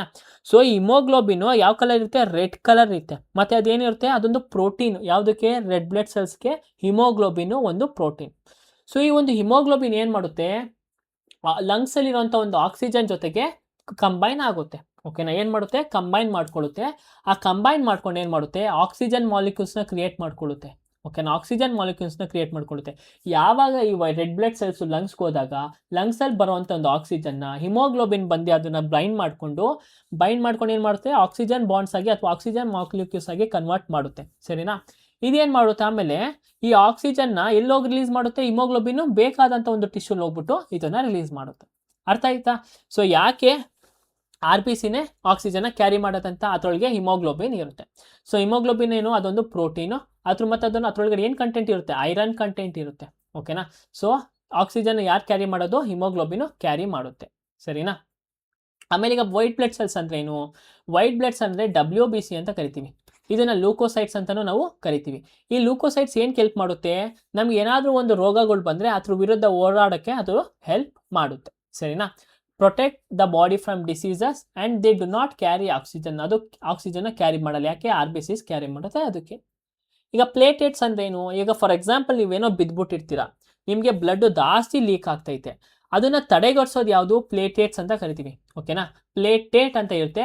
ಇದು ಆಕ್ಟಿವೇಟ್ ಆದಾಗ ಏನಂತ ಕರಿತೀವಿ? ಆಕ್ಟಿವೇಟೆಡ್ ಪ್ಲೇಟೇಟ್ ಅಂತ ಕರಿತೀವಿ. ಈ ಆಕ್ಟಿವೇಟೆಡ್ ಪ್ಲೇಟೇಟ್ ನೇಮ್ ಏನಪ್ಪಾ ಅಂತಂದ್ರೆ ಫೈಬ್ರಿನ್ ಅಥವಾ ಫಿಬ್ರಿನ್ ಅಂತ ಕರಿತೀವಿ. ನೆನ್ಪಿಟ್ಕೊಳ್ಳಿ, ಇದನ್ನ ಕೇಳ್ತಾರೆ. ಓಕೆನಾ? ಆಕ್ಟಿವೇಟ್ ಆಗಂತ ಒಂದು ಪ್ಲೇಟೇಟ್ಸ್ ಹೆಸರು ಏನಪ್ಪಾ ಅಂದ್ರೆ ಫಿಬ್ರಿನ್ ಅಂತ ಕರಿತೀವಿ. ಏನ್ ಮಾಡುತ್ತೆ ಇದೆ ಅಂದ್ರೆ, ಈಗೆಲ್ಲೋ ನೀವು ಕೈ ಕುಯ್ಕೊಬಿಟ್ವಿ, ನಿಮ್ಗೇನು ಸಿಕ್ಕಾಪಟ್ಟೆ ಬ್ಲಡ್ ಲಾಸ್ ಆಗ್ತೈತೆ. ಓಕೆನಾ? ಈ ಫಿಬ್ರಿನ್ ಏನ್ ಮಾಡುತ್ತೆ? ಈ ಪ್ಲೇಟೇಟ್ಸ್ ಏನಾಗುತ್ತೆ, ಅದ್ರ ಒಂದು ಸೆನ್ಸ್ನ ಮಾಡ್ಕೊಂಡಾದ್ಮೇಲೆ, ಓ ಹಿಂಗ್ ಬ್ಲಡ್ ಹೋಗ್ತೈತೆ, ನಾನು ಇವಾಗ ಏನ್ ಮಾಡಬೇಕು, ನನ್ನ ಒಂದು ಪ್ಲೇಟೇಟ್ಸ್ನ ಆಕ್ಟಿವೇಟ್ ಮಾಡ್ಬೇಕಂತ ಪ್ಲೇಟೇಟು ಆಕ್ಟಿವೇಟ್ ಮಾಡುತ್ತೆ. ಈ ಆಕ್ಟಿವೇಟ್ ಮಾಡುವಂಥ ಪ್ಲೇಟೇಟ್ ಏನ್ ಮಾಡುತ್ತೆ, ಇಲ್ಲಿ ಬಂದು ಪರ್ದೆ ತರ ಹಿಂಗೆ ಕುತ್ಕೊಂಡು ಏನ್ ಮಾಡುತ್ತೆ, ಇಲ್ಲಿರೋಂಥ ಒಂದು ಬ್ಲಡ್ ಸೆಲ್ಸ್ನ ಈಚೆ ಹೋಗ್ದಂಗೆ ಕಾಪಾಡ್ಕೊಳುತ್ತೆ. ಸರಿನಾ? ಅದನ್ನ ನಾವು ಪ್ಲೇಟೇಟ್ಸ್ ಅಂತ ಕರಿತೀವಿ. ಈ ಪ್ಲೇಟೇಟ್ಸು ಕೂಡ ಬ್ಲಡ್ನ ಕ್ಯಾರಿ ಮಾಡಲ್ಲ. ಈಗ ಲಿಂಫ್ ಅಂದ್ರೆ ಏನು? ಈಗ ಲಿಂಫಾಟಿಕ್ ಸಿಸ್ಟಮ್ ಅಂತ ಕರಿತೀವಿ. ಈ ಲಿಂಫ್ ಅಂದ್ರೆ ಏನಿಲ್ಲ, ಅದೊಂದು ಕ್ಲಿಯರ್ ಫ್ಲೂಯಿಡ್ ಅಂತ ಅಂದ್ರೆ ಲಿಕ್ವಿಡ್ ಅಂತ. ಈ ಫ್ಲೂಯಿಡ್ ಅಲ್ಲಿ ಏನಿರುತ್ತೆ ಅಂತಂದ್ರೆ, ಇದರೊಳಗೆ ಎಲ್ಲಾ ಒಂದು ಫ್ಯಾಟ್ಸ್, ನಮ್ಮ ಮೈಯಲ್ಲಿರೋಂಥ ಒಂದು ಕೊಬ್ಬಿನಾಂಶ ಆಗಿರ್ಬೋದು, ಮತ್ತೆ ನಮ್ಮ ಬ್ಲಡ್ ಅಲ್ಲಿರೋಂಥ ಒಂದು ವೇಸ್ಟ್ ಆಗಿರ್ಬೋದು, ಎಲ್ಲನೂ ಕೂಡ ರಿಮೂವ್ ಮಾಡುತ್ತೆ. ಸರಿ, ಮತ್ತೆ ಇದು ನಮ್ಮ ಇಮ್ಯುನಿಟಿಗೆ ತುಂಬಾ ಹೆಲ್ಪ್ ಮಾಡುತ್ತೆ. ಮತ್ತೆ ಇದನ್ನ ವೇಸ್ಟ್ ಆಗಿರ್ಬೋದು, ಫ್ಯಾಟ್ಸ್ ಆಗಿರ್ಬೋದು, ಅದನ್ನ ಮತ್ತೆ ಇದು ಟ್ರಾನ್ಸ್ಪೋರ್ಟ್ ಮಾಡೋದು, ಆದರೆ ಆಕ್ಸಿಜನ್ ಇದು ಟ್ರಾನ್ಸ್ಪೋರ್ಟ್ ಮಾಡಲ್ಲ. ಸೊ ನಾವು ಆಪ್ಷನ್ ಏನು ಹೇಳ್ಬೋದು ಈಗ, in blood oxygen is transported by ಏನು? ಆಕ್ಸಿಜನ್ ಯಾವ್ದ್ರಿಂದ ಟ್ರಾನ್ಸ್ಪೋರ್ಟ್ ಆಗಿರುತ್ತೆ? ರೆಡ್ ಬ್ಲಡ್ ಸೆಲ್ಸ್, ಮೇನ್ಲಿ ಯಾವ್ದ್ರಿಂದ? ಹಿಮೋಗ್ಲೋಬಿನ್ ಇಂದ ಟ್ರಾನ್ಸ್ಪೋರ್ಟೇಷನ್ ಆಗಿರುತ್ತೆ. ಅರ್ಥ ಆಯ್ತಾ? ಈ ತರ ಅನಾಲಿಸಿಸ್ ಮಾಡಿದ್ರೆ ನೋಡಿ, ನಮಗೆ ಕಂಪ್ಲೀಟ್ ಪಿಕ್ಚರು. ಒಂದು ಕ್ವಶನ್ ನೋಡಿದ್ರೆ 5 ಕಾನ್ಸೆಪ್ಟ್ ಓದಂಗಾಯ್ತು. ಅದೇ ತರ ನಾವು ದಿನಕ್ಕೆ 10 ಕಾನ್ಸೆಪ್ಟ್ ಓದೋಣ ಅಂದ್ರೆ ಎಷ್ಟು ಕಾನ್ಸೆಪ್ಟ್ಸ್ ಓದಂಗಾಗುತ್ತೆ? 50 ಕಾನ್ಸೆಪ್ಟ್ಸ್ ಓದಂಗಾಗುತ್ತೆ. ಅದೇ 10 ದಿನಕ್ಕೆ ನಾವು 500 ಕಾನ್ಸೆಪ್ಟ್ಸ್ ಓದಂಗಾಗುತ್ತೆ. ಈ 500 ಕಾನ್ಸೆಪ್ಟ್ಸ್ ಓದಿ ನಾವು ಫ್ರೀಕ್ವೆಂಟ್ ರಿವಿಷನ್ ಇಟ್ಕೊಂಡ್ರೆ ನಾವು ಡೆಫಿನೆಟ್ಲಿ ಏನು ಮಾಡ್ಬೋದು ಅಂತಂದ್ರೆ, ನೆನ್ಪಿಟ್ಕೊಳ್ಳಿ, ಇದು 25 ಅಂದ್ರೆ ನಾವು 25 ಮಾರ್ಕ್ಸ್ನ ಡೆಫಿನೆಟ್ಲಿ ಸ್ಕೋರ್ ಮಾಡ್ಬೋದು. ಇದೇ ತರ ಮಾಡಿ. ಓಕೆನಾ? ಈ ಒಂದು ಸ್ಟ್ರಾಟಜಿನೇ ಯೂಸ್ ಮಾಡಿ. Match the following. ಈಗ ಮ್ಯಾಚ್ ದ ಫಾಲೋಯಿಂಗ್ ನೋಡಿ, ಕ್ಲೆಕ್ಸ್, ಕೊರೋಲಾ, ಆಂಡ್ರೋಸಿಯಂ, ಗೈನೋಸಿಯಂ. ಇವೆಲ್ಲ ಏನು? ಈಗ ಆಂಡ್ರೋಸಿಯಂ, ಗೈನೋಸಿಯಂ ಅಂತ ಓದಿರ್ತೀರಾ ನೀವು. ಆದರೆ ಏನು ಕಾಲಮ್ ಬಿ ಅಲ್ಲಿ ನೋಡ್ರೆ ಕಾರ್ಪೆಲ್ಸ್, ಸ್ಟಾಮೆನ್ಸ್, ಪೆಟಲ್ಸ್, ಸಿಪಾಲ್ಸ್. ಇದು ಈ ಕಾಲಮ್ ಏದ್ ನಮ್ಗೆ ಸರಿ ಗೊತ್ತಾಗಲ್ಲ, ಕಾಲಮ್ ಬಿ ಬೇಕಾದ್ರೆ ಗೊತ್ತಾಗುತ್ತೆ. ಇದೇನು? ಫ್ಲವರ್ ಅಲ್ಲಿ ಇರುವಂತ ಒಂದು ಪಾರ್ಟ್ಸ್. ಓಕೆನಾ? ಫ್ಲವರ್ ಅಲ್ಲಿ ಇರುವಂತ ಒಂದು parts. But A column, B column ಹೇಗೆ ನಾವು ಅರೇಂಜ್ ಮಾಡೋದು? ಇದೊಂದು ಡಿಫಿಕಲ್ಟ್ ಕ್ವಶನ್. ನಮ್ಗೆ ಏನ್ ಕೊಡ್ತಿದ್ದಂದ್ರೆ, ಈ ಒಂದು ಪಾರ್ಟ್ಸು ಏನ್ರಿಂದ ಮೇಡ್ ಅಪ್ ಆಗಿರುತ್ತೆ, ಅದ್ರ ಮೇಲೆ ನಮಗೆ ಮ್ಯಾಚ್ ದ ಫಾಲೋಯಿಂಗ್ ಕೊಟ್ಟಿದ್ದಾರೆ. ಸೊ ನಮಗೆ ಓದಿದ್ರೆ ನಮಗೆ ಗೊತ್ತಿರುತ್ತೆ, ಇಲ್ಲಾಂದ್ರೆ ಗೊತ್ತಿರಲ್ಲ. ಅದೆಲ್ಲ ಅಂದ್ರೆ ನಮಗೆ ಆಪ್ಷನ್ ಎಲಿಮಿನೇಷನ್ ಸಿಕ್ಕಿರುತ್ತೆ. ಈಗ 3 ಮತ್ತು 4 ನೋಡಿದ್ರೆ, ಆಂಡ್ರೋಸಿಯಂ ಅಂದ್ರೆ ಏನು? ಆಂಡ್ರೋಸಿಯಂ ಅಂದ್ರೆ ಫ್ಲವರ್ ಅಲ್ಲಿ ಮೇಲ್ ರಿಪ್ರೊಡಕ್ಟಿವ್ ಪಾರ್ಟ್. ಗೈನೋಸಿಯಂ ಅಂದ್ರೆ ಫೀಮೇಲ್ ರಿಪ್ರೊಡಕ್ಟಿವ್ ಪಾರ್ಟ್. ಓಕೆನಾ? ಈಗ ಮೇಲ್ ರಿಪ್ರೊಡಕ್ಟಿವ್ ಪಾರ್ಟ್ ಅಂದ್ರೆ ಯಾವ್ದು ಇರುತ್ತೆ ಇದ್ರೊಳಗೆ? ಫ್ಲವರ್ಸ್ ಅಲ್ಲಿ ಸ್ಟಾಮೆನ್ಸ್ ಅದೆಲ್ಲ ಇರುತ್ತಲ್ವಾ? ಸ್ಟಾಮೆನ್ಸ್ ಎಲ್ಲ ಇರುತ್ತೆ. ಸೊ ಏನೋ ಆಪ್ಷನ್ ಬಿ, 3 ಬಿ ಅಂತ ನೋಡಿ. 3ನೇದು ಏನಾಗಿರುತ್ತೆ? ಯಾವಾಗಲೂ ಬಿ ಆಗಿರುತ್ತೆ. 3ನೇದು ಬಿ ಇಲ್ಲೈತೆ, ಬಿಲ್ಲೈತೆ, 3 ಕೊಟ್ಟಿದ್ದಾರೆ. ಆಪ್ಷನ್ ಬಿ ನ ನಾವು ಎಲಿಮಿನೇಷನ್ ಮಾಡ್ಬೋದು. ಈಗ ಗೈನೋಸಿಯಂ ಅಂತ ಕೊಟ್ಟಿದ್ದಾರೆ. ಈ ಗೈನೋಸಿಯಂ ಅಂತ ಅಂದ್ರೇನು? ಫೀಮೇಲ್ ನ ರಿಪ್ರೊಡಕ್ಟಿವ್ ಪಾರ್ಟ್. ಇದು ನಾವೇನಂತ ಕರಿತೀವಿ? ಫೀಮೇಲ್ ಕಾರ್ಪೆಲ್ ಅಂತ ಕರಿತೀವಿ. ನೋಡಿ, ಇದು ಮೇಲ್, ಇದು ಓವರಿ ಅಲ್ವಾ? ಇದು ಹಿಂಗೆ, ಇದು ಫುಲ್ಲು ನಾವೇನಂತ ಕರಿತೀವಿ? ಇದನ್ನೆಲ್ಲ ಕಾರ್ಪೆಲ್ ಅಂತ ಕರಿತೀವಿ. ಸೊ ನಮಗೆ ಗೊತ್ತಿದ್ರೆ ಕಾರ್ಪೆಲ್ ಅಂದ್ರೆ ಏನು? Female reproductive part. 4A ಅಂತ ಇದ್ರೆ ನೋಡಿ, 4A ಇದು 3 ಐತೆ. ಸೊ ನಮಗೆ ಬಿ ಇಲ್ಲೂ ಇತ್ತಾ? ಈ ಆಪ್ಷನ್ ತಪ್ಪು, ಈ ಆಪ್ಷನ್ ನಮಗೆ ಇವೆಲ್ಟ್ರೊಳಗೆ ಉಳ್ಕೊಳ್ತೀವಿ. ಸೊ ನಮ್ಗೆ ಇನ್ನೂ ಬೇಕಾಗುತ್ತೆ ನಾವು ಓದಕ್ಕೆ. ಅದಕ್ಕೋಸ್ಕರ ಫ್ಲವರ್ದು ನಮ್ಗೆ ಎಲ್ಲ ಒಂದು ಪಾರ್ಟ್ಸ್ ಗೊತ್ತಿರಬೇಕು, ಅದು ಏನೇನು ಮಾಡುತ್ತೆ ಅಂತ ಎಲ್ಲನೂ ನಮಗೆ ಗೊತ್ತಿರಬೇಕು. ಸೊ ಫುಲ್ಲು ಕಂಪ್ಲೀಟಾಗಿ ಫ್ಲವರ್ ಬಗ್ಗೆ ಇವತ್ತೇ ನೋಡ್ಬಿಡೋಣ. ನೋಡಿ, ಫ್ಲವರ್ನ ಪಾರ್ಟ್ಸ್ ನೋಡೋಣ. ಓಕೆನಾ? ನಾವು ನಿನ್ನೆ ಯಾವ್ದ್ರ ಬಗ್ಗೆ ನೋಡಿದ್ವಿ? ಮೊಗ್ಗು ಬಗ್ಗೆ ಹೋಗಿದ್ವಿ. ಆ ಮಗ್ಗುನ ಯಾವುದು ಪ್ರೊಟೆಕ್ಟ್ ಮಾಡುತ್ತೆ ಅಂತ ಕೊಟ್ಟಿದ್ವಿ. ಅದು ಏನಂತ ಕರಿತೀವಿ? ಸಿಪಾಲ್ ಅಂತ ಕರಿತೀವಿ ಅಂತ ಅಂದಿದ್ವಿ. ನೋಡಿ, ಇದೊಂದು ಫ್ಲವರು. ಇದನ್ನು ಏನಂತ ಕರಿತೀವಿ? ಮೊಗ್ಗು ಅಂತ ಕರಿತೀವಿ, ಅಂದ್ರೆ ಬಡ್ ಅಂತ ಕರಿತೀವಿ. ಓಕೆನಾ? ಈಗ ಹೆಂಗೆ ನಮ್ಮ ಫಿಮೇಲ್ ಅಲ್ಲಿ ಓವರಿಸ್ ಇರುತ್ತೋ ಅಥವಾ ಓವಾ ಮತ್ತೆ ಎಗ್ ಇರುತ್ತೋ, ಅದೇ ತರನೇ ಈ ಒಂದು ಬಡ್ಡಲ್ಲೂ ಕೂಡ ಇದನ್ನ ಓವರಿ ಅಂತ ಕರಿತೀವಿ. ಓಕೆನಾ? ಏನಂತ ಕರಿತೀವಿ? ಅದನ್ನ ಓವರಿ ಅಂತ ಕರಿತೀವಿ. ಅರ್ಥ ಆಯ್ತಾ? ಸೊ ಈ ಬಡ್ ಒಳಗಡೆ ಓವರಿ ಇರುತ್ತೆ. ಆ ಓವರಿ ಒಳಗಡೆ ಏನಿರುತ್ತೆ? ಇನ್ನೊಂದು ಬಡ್ ತರ ಇರುತ್ತೆ, ಸೀಡ್ ತರ ಇರುತ್ತೆ. ಇದು ನಾವೇನಂತ ಕರಿತೀವಿ? ಓವಿಯೂಲ್ ಅಂತ ಕರಿತೀವಿ. ಏನಂತ ಕರಿತೀವಿ? ಓವಿಯೂಲ್ ಅಂತ ಕರಿತೀವಿ. ಆಯ್ತಾ? ಈಗ ಈ ಮೊಗ್ನ ಮೇಲ್ಭಾಗ ನಾವೇನಂತ ಕರಿತೀವಿ ಅಂತಂದ್ರೆ, ಇದನ್ನ ಸ್ಟಿಗ್ಮಾ ಅಂತ ಕರಿತೀವಿ. ಏನಂತ ಕರಿತೀವಿ? ಸ್ಟಿಗ್ಮಾ ಅಂತ ಕರಿತೀವಿ. ಈ ಒಂದು ಬಾಡಿ ಇರುತ್ತಲ್ಲ, ಅದನ್ನ ಸ್ಟೈಲ್ ಅಂತ ಕರಿತೀವಿ. ಅರ್ಥ ಆಯ್ತಾ? ಫಸ್ಟು ಮೊಗ್ಗು, ಆ ಮೊಗ್ಗು ಒಳಗಡೆ ಒಂದು ಓವರಿ, ಆ ಓವರಿ ಒಳಗಡೆ ಇನ್ನೊಂದು ಬೀಜ ತರ ಇರ್ತದೆ, ಓವಿಯೂಲ್ ಅಂತ ಕರಿತೀವಿ. ಈ ಮೊಗ್ಗು ಮೇಲ್ಗಡೆ ಭಾಗನ ಸ್ಟಿಗ್ಮಾ ಅಂತ ಕರಿತೀವಿ. ಇದು ಯಾವ ತರ ಶೇಪ್ ಇರುತ್ತೆ ನೋಡಿ, ಈ ಶೇಪ್ನ ಸ್ಟೈಲ್ ಅಂತ ಕರಿತೀವಿ. ಇದನ್ನೆಲ್ಲ ಕಂಬೈನ್ ಮಾಡಿ ನಾವೇನಂತ ಕರಿತೀವಿ? ಕಾರ್ಪೆಲ್ ಅಂತ ಕರಿತೀವಿ. ಈ ಕಾರ್ಪೆಲ್ ಏನಂತ ಅಂದ್ರೆ, it is a part of the female reproductive system in plants ಅಥವಾ ಫ್ಲವರ್. ಆಯ್ತಾ? ಈಗ ಮೇಲ್ದು ನೋಡೋಣ. ಈಗ ಮೇಲ್ ನೋಡೋದಾದ್ರೆ ಇದನ್ನ ಪೆಟಲ್ಸ್ ಅಂದ್ರೆ ಹೂವು ತರ ಇರುತ್ತಲ್ವಾ, ಕಲರ್ ಆಗಿರುತ್ತಲ್ಲ ಹೂವು ತರ, ಅದು ನಾವೇನಂತ ಕರಿತೀವಿ? ಪೆಟಲ್ಸ್ ಅಂತ ಕರಿತೀವಿ. ಸೊ ಈ ಒಂದು ಮೊಗ್ಗಾದ್ಮೇಲೆ ಅದ್ರ ಪಕ್ಕ ಇನ್ನೊಂದು ಸ್ವಲ್ಪ ಬ್ರಾಂಚಸ್ ತರ ಇರುತ್ತೆ. ಓಕೆನಾ? ಈ ಒಂದು ಬ್ರಾಂಚಸ್ ತರ ಇರೋದನ್ನ ಅಥವಾ ಒಂದು ಸಣ್ಣಕ್ಕಿರೋದನ್ನ ನಾವೇನಂತ ಕರಿತೀವಿ? ಇದನ್ನ ಫಿಲಮೆಂಟ್ ಅಂತ ಕರಿತೀವಿ. ಮತ್ತೆ ಈ ಬ್ರಾಂಚ್ಗಳಿಗೆ ಮೇಲ್ಗಡೆ ಒಂಥರ ಒಂದು ಚುಕ್ಕಿ ತರ ದಪ್ಪನಾಗಿರುತ್ತೆ, ಅದು ನಾವೇನಂತ ಕರಿತೀವಿ? ಆಂಥರ್ ಅಂತ ಕರಿತೀವಿ. ಇದನ್ನ ಆಂಥರ್ ಅಂತ ಕರಿತೀವಿ, ಅದ್ರ ಬಾಡಿನ ಫಿಲಮೆಂಟ್ ಅಂತ ಕರಿತೀವಿ. ಇವೆರಡನ್ನ ನಾವು ಕಂಬೈನ್ ಮಾಡಿ ಏನಂತ ಕರಿತೀವಿ? ಸ್ಟಾಮೆನ್ ಅಂತ ಕರಿತೀವಿ. ಏನಂತ ಕರಿತೀವಿ? ಸ್ಟಾಮೆನ್ ಅಂತ ಕರಿತೀವಿ. ಇದು ಮೇಲ್ ರೀಪ್ರೊಡಕ್ಟಿವ್ ಬಾಡಿ ಅಥವಾ ಪಾರ್ಟ್ ಆಫ್ ದ ಫ್ಲವರ್. ಅರ್ಥ ಆಯ್ತಾ? ಈಗ ಫ್ಲವರ್ ಹೇಗೆ ಫಾರ್ಮೇಷನ್ ಆಗುತ್ತೆ? ಒಂದು ಗೈನೋಶಿಯಂ ಅಂತ ಕರಿತೀವಿ. ಈ ಗೈನೋಶಿಯಂ ಇಂದ ನೆಕ್ಸ್ಟ್ ಎಲ್ಲಿ ಹೋಗುತ್ತೆ? ಆಂಡ್ರೋಶಿಯಂ ಅಂದ್ರೆ ಮೇಲ್, ಆಮೇಲೆ ಕೊರೋಲಾ ಮತ್ತೆ ಕ್ಯಾಟಲಾಕ್ಸ್. ಇದು ಅಪ್ಪರ್ ಅಂದ್ರೆ ಫಸ್ಟು ನಾವು ಹ್ಯೂಮನ್ಸ್ ಅಲ್ಲಿ ಹೇಗೆ ನೋಡ್ತೀವಿ? ಮೇಲು ಫಸ್ಟು ಸ್ಪರ್ಮ್ ಇದು ಮಾಡ್ತಾರೆ, ಆಮೇಲೆ ಹೋಗಿ ಎಗ್ಗಲ್ಲಿ ಫ್ಯೂಸ್ ಆಗುತ್ತೆ, ಎಗ್ ಫ್ಯೂಸ್ ಆದ್ಮೇಲೆ ಝೈಗೋಟ್ ಫಾರ್ಮ್ ಆಗುತ್ತೆ. ಬಟ್ ಫ್ಲವರ್ ಅಲ್ಲಿ ಹಂಗಲ್ಲ. ಫಸ್ಟ್ ಹೆಂಗಪ್ಪ ಅಂತಂದ್ರೆ ನೋಡಿ, ಅದಕ್ಕೂ ಮುಂಚೆ ಕಾನ್ಸೆಪ್ಟ್ ಎಕ್ಸ್ಪ್ಲೇನ್ ಮಾಡ್ಬಿಡ್ತೀನಿ, ಆಮೇಲೆ ಕಂಪ್ಲೀಟ್ ಆಗಿ ಅದನ್ನ ಎಕ್ಸ್ಪ್ಲೇನ್ ಮಾಡೋಣ. ಓಕೆನಾ? ಸೊ ಈಗ ಫಸ್ಟ್ ಏನು ಕೇಳಿದ್ರು? ಕ್ಲಾಕ್ಸ್ ಅಂತ ಕೇಳಿದ್ರು. CLAY ಕ್ಲೇ ಎಕ್ಸ್ ಅಂತ ಕೇಳಿದ್ರು. ಕ್ಲೇ ಎಕ್ಸ್ ಅಂತ ನೆನ್ಪಿಟ್ಕೊಳ್ಳಿ. ಅದೊಂದು outermost part of the plant flower. ಓಕೆನಾ? Outermost part of the ಇದನ್ನ ಕ್ಲೇಕ್ಸ್ ಅಂತ ಕರಿತೀವಿ. ಈ ಒಂದು ಪಾರ್ಟ್ನ ನಾವೇನಂತ ಕರಿತೀವಿ ಅಂದ್ರೆ ಕ್ಲೇಕ್ಸ್, CLAYX ಅಂತ ಕರಿತೀವಿ. ಇದು ಏನ್ ಮಾಡುತ್ತೆ? ಇದ್ರೊಳಗಡೆ ಏನೈತಿ? ಇಲ್ಲಿ ಸಿಪಾಲ್ ಐತೆ. ಸಿಪಾಲ್ ಏನ್ ಮಾಡುತ್ತೆ? ಈ ಮೊಗ್ನ ಏನ್ ಮಾಡುತ್ತೆ? ಪ್ರೊಟೆಕ್ಟ್ ಮಾಡುತ್ತೆ. ಓಕೆನಾ? ಈ ಪ್ಲಾಂಟ್ ನ ಪ್ರೊಟೆಕ್ಟ್ ಮಾಡಕ್ಕೆ ಹೆಲ್ಪ್ ಮಾಡುತ್ತೆ. ಅದನ್ನ ನಾವೇನಂತ ಕರಿತೀವಿ? ಕ್ಲೇ ಎಕ್ಸ್ ಅಂತ ಕರಿತೀವಿ. ಅದೊಂದು outermost part of the bud ಅಥವಾ ಫ್ಲವರ್. ಈಗ ಕೊರೋಲಾ ಅಂದ್ರೆ ಏನು? It is made up of petals. ಆ ಕಲರ್ ಇತ್ತಲ್ವಾ, ಹೂ ಕಲರ್ ಇರುತ್ತಲ್ಲ, ಅದನ್ನೇನಂತ ನಾವು ಕೊರೋಲಾ ಅಂತ ಕರಿತೀವಿ. ಆ ಕೊರೋಲಾದಲ್ಲಿ ಬಂದು ಏನ್ ಕುತ್ಕೊಳ್ಳೋದು? ಇನ್ಸೆಕ್ಟ್ಸು, ಬಟರ್ಫ್ಲೈ ಎಲ್ಲ ಇಲ್ಲಿ ಬಂದು ಕುತ್ಕೊಂಡು ಪೋಲಿನೇಷನ್ ಮಾಡುತ್ತೆ. ಆ ಕೊರೋಲಾ ಮೇಲೆ, ಆ ಪೆಟಲ್ಸ್ ಮೇಲೆ ಬಂದು ಕುತ್ಕೊಂಡು ಪೋಲಿನೇಷನ್ ಮಾಡುತ್ತೆ. ಅರ್ಥ ಆಯ್ತಾ? ಈಗ ಆಂಡ್ರೋಸಿಯಂ ಅಂದ್ರೆ ಏನು? ಆಂಡ್ರೋಸಿಯಂ ಅಂತಂದ್ರೆ ಮೇಲ್ ರೀಪ್ರೊಡಕ್ಟಿವ್ ಪಾರ್ಟ್. ಎಲ್ಲಿ? ಫ್ಲವರ್ ಅಲ್ಲಿ. ಓಕೆನಾ? ಅದು ಸ್ಟಾಮೆನ್ಸ್, ನಾನು ಹೇಳಿದೆ ಸ್ಟಾಮೆನ್ಸ್ ಅಂತ ಕರಿತೀವಿ. ಅದ್ರೊಳಗೆ ಏನಿರುತ್ತೆ? ಆಂಥರ್ ಇರುತ್ತೆ ಮತ್ತೆ ಫಿಲಮೆಂಟ್ಸ್. ಆಂಥರ್ ಅಂದ್ರೆ ಈ ಶೇಪ್, ಇದನ್ನ ಆಂಥರ್ ಅಂತ ಕರಿತೀವಿ, ಇದನ್ನ ಫಿಲಮೆಂಟ್ಸ್ ಅಂತ ಕರಿತೀವಿ. ಅರ್ಥ ಆಯ್ತಾ? ಈ ಆಂಥರ್ ಒಳಗಡೆ ಏನಿರುತ್ತೆ? ಪೋಲನ್ ಗ್ರೈನ್ಸ್ ಇರುತ್ತೆ. ನೋಡಿ, ಇದು ಆಂಥರ್ ಅಲ್ವಾ? ಈ ಆಂಥರ್ ಒಳಗಡೆ ಏನಿರುತ್ತೆ? ಪೋಲನ್ ಗ್ರೈನ್ಸ್ ಇರುತ್ತೆ. ಅಂದ್ರೆ ಇದು ಮೇಲ್ ರೀಪ್ರೊಡಕ್ಟಿವ್ ಮಾಡೋದಂತ ಒಂದು ಸೆಲ್, ಮೇಲ್ ರೀಪ್ರೊಡಕ್ಟಿವ್ ಸೆಲ್. ಈ ಫಿಲಮೆಂಟ್ ಅಥವಾ ಈ ಆಂಥರ್ ಒಳಗಡೆ ಪೋಲನ್ ಗ್ರೈನ್ಸ್ ಇರುತ್ತಲ್ಲ, ಈ ಪೋಲನ್ ಗ್ರೈನ್ಸ್ ನ ಈ ನೆಕ್ಟರ್ ಅಂದ್ರೆ ಈ ಒಂದು ಬೀಸ್ಗಳು ತಗೊಂಡಾಗ ಏನ್ ಮಾಡುತ್ತೆ? ಇಲ್ಲಿ ಸ್ಟಿಗ್ಮಾ ಮೇಲೆ ಇಕ್ಬಿಡುತ್ತೆ. ಇಲ್ಲಿಂದ ತಗೊಂಡು ಏನ್ ಮಾಡುತ್ತೆ? ಇಲ್ಲಿಗೆ ಟ್ರಾನ್ಸ್ಫರ್ ಮಾಡುತ್ತೆ. ಈ ಪೋಲನ್ ಗ್ರೈನ್ಸ್ ಯಾವಾಗ ಇದು ಇಲ್ಲೋಗುತ್ತೋ ಅವಾಗ ಅದೇನಾಗುತ್ತೆ? ಇಲ್ಲಿ ಫ್ಯೂಷನ್ ಆಗ್ಬಿಟ್ಟು ಒಂದು ಫ್ಲವರ್ ಆಗಿ ಫಾರ್ಮ್ ಆಗುತ್ತೆ. ಸರಿನಾ? ಅರ್ಥ ಆಯ್ತಾ ಇಲ್ಲಿ ಗಂಟ? ಇದು ಮೇಲ್ ರೀಪ್ರೊಡಕ್ಟಿವ್ ಆಂಡ್ರೋಶಿಯಂ ಅಂತ ಕರಿತೀವಿ. ಗೈನೋಶಿಯಂ ಅಂದ್ರೆ ಏನು? Female reproductive part. ಓಕೆನಾ? ಫೀಮೇಲ್ ರೀಪ್ರೊಡಕ್ಟಿವ್ ಪಾರ್ಟ್ ನಾನು ಆಗಲೇ ಎಲ್ಲಾನು ಎಕ್ಸ್ಪ್ಲೇನ್ ಮಾಡಿದ್ದೀನಿ. ಸೊ ನಮ್ಗೆ ಆನ್ಸರ್ ಏನಾಗಿರುತ್ತೆ? ಮ್ಯಾಚ್ ದ ಫಾಲೋಯಿಂಗ್ ಮಾಡೋಣ. ಈಗ ಕ್ಲೇ ಎಕ್ಸ್ ಅಂದ್ರೆ ಏನು? ಕ್ಲೇ ಎಕ್ಸ್ ಅಂತಂದ್ರೆ ಏನು ಇರುತ್ತೆ? ಬಾಡಿಗೆ ಪ್ರೊಟೆಕ್ಷನ್ ಕೊಡುತ್ತೆ. So one will be the ಯಾವ್ದಕ್ಕೆ ಮ್ಯಾಚ್ ಮಾಡ್ಬೋದು ನಾವು? ಸಿಪಾಲ್ಸ್ ಅಂದ್ರೆ ಏನು? ಬಡ್ಡುಗೆ ಒಂದು ಪ್ರೊಟೆಕ್ಟಿವ್ ಲೇಯರ್ ಆಗಿ ಇರುತ್ತೆ. ಅದನ್ನ ಕ್ಲೇ ಎಕ್ಸ್ ಅಂದ್ರೆ ಅದು ಪ್ರೊಟೆಕ್ಟ್ ಮಾಡುತ್ತೆ. ಇದ್ರು ಕ್ಲೇ ಎಕ್ಸ್ ಒಳಗಡೆ ಏನಿರುತ್ತೆ? ಪಿಯಲ್ಸ್ ಇರುತ್ತೆ. ಸರಿನಾ? ಈಗ ಕೊರೋಲಾ ಏನ್ ಮಾಡುತ್ತೆ? ಕೊರೋಲಾ ಅಂದ್ರೆ ಎಲ್ಲಿರುತ್ತೆ? ಪೆಟಲ್ನ ಪಾರ್ಟ್. ಓಕೆನಾ? ಪೆಟಲ್ಸ್ ಯಾವ ಪಾರ್ಟು? ಕೊರೋಲಾದ ಒಂದು ಪಾರ್ಟ್. ಈ ಕೊರೋಲಾದೊಳಗಡೆ ಪೆಟಲ್ಸ್ ಇರುತ್ತೆ. ಆ ಪೆಟಲ್ಸ್ ಏನ್ ಮಾಡುತ್ತೆ? ಪಾಲಿನೇಷನ್ಗೆ ಹೆಲ್ಪ್ ಮಾಡುತ್ತೆ. ಇನ್ಸೆಕ್ಟ್ಸ್ ಎಲ್ಲ ಬಂದು ಕುತ್ಕೊಂಡು ಎಲ್ಲಿ ಪಾಲಿನೇಷನ್ ಮಾಡೋದು? ಪೆಟಲ್ಸ್ ಮೇಲೆನೆ. ಸೊ 2C ಏನ್ ಮಾಡ್ತೀವಿ? ಆಂಡ್ರೋಶಿಯಂ, ಜಮ್ನಿಶಿಯಂ. ಆಂಡ್ರೋಶಿಯಂನ ನಾವೇನಂತ ಕರಿತೀವಿ? ಸ್ಟೆಮೆನ್ಸ್ ಅಂತ ಕರಿತೀವಿ. ಗೈನೋಶಿಯಂನ ಕಾರ್ಪೆಲ್ಸ್ ಅಂತ ನಾವು ಕರಿತೀವಿ. ಸೊ ಆಪ್ಷನ್ ಏನಾಗುತ್ತೆ? ಒಂದೇದು ಯಾವ್ದಾಗಿರುತ್ತೆ? ಡಿ ಆಗಿರುತ್ತೆ. ಒಂದೇದು ಡಿ. ಸೊ ಇವೆರಡು ಆಪ್ಷನ್ ಎಲಿಮಿನೇಷನ್ ಮಾಡ್ಬೋದು. ಆಮೇಲೆ ಎರಡನೇದು ಏನಾಗಿರುತ್ತೆ? ಸಿ ಆಗಿರುತ್ತೆ. So 2C 1D 2C. So option C is the correct answer. Easy ಅಲ್ವಾ? What happens after fertilisation in a flowering plant?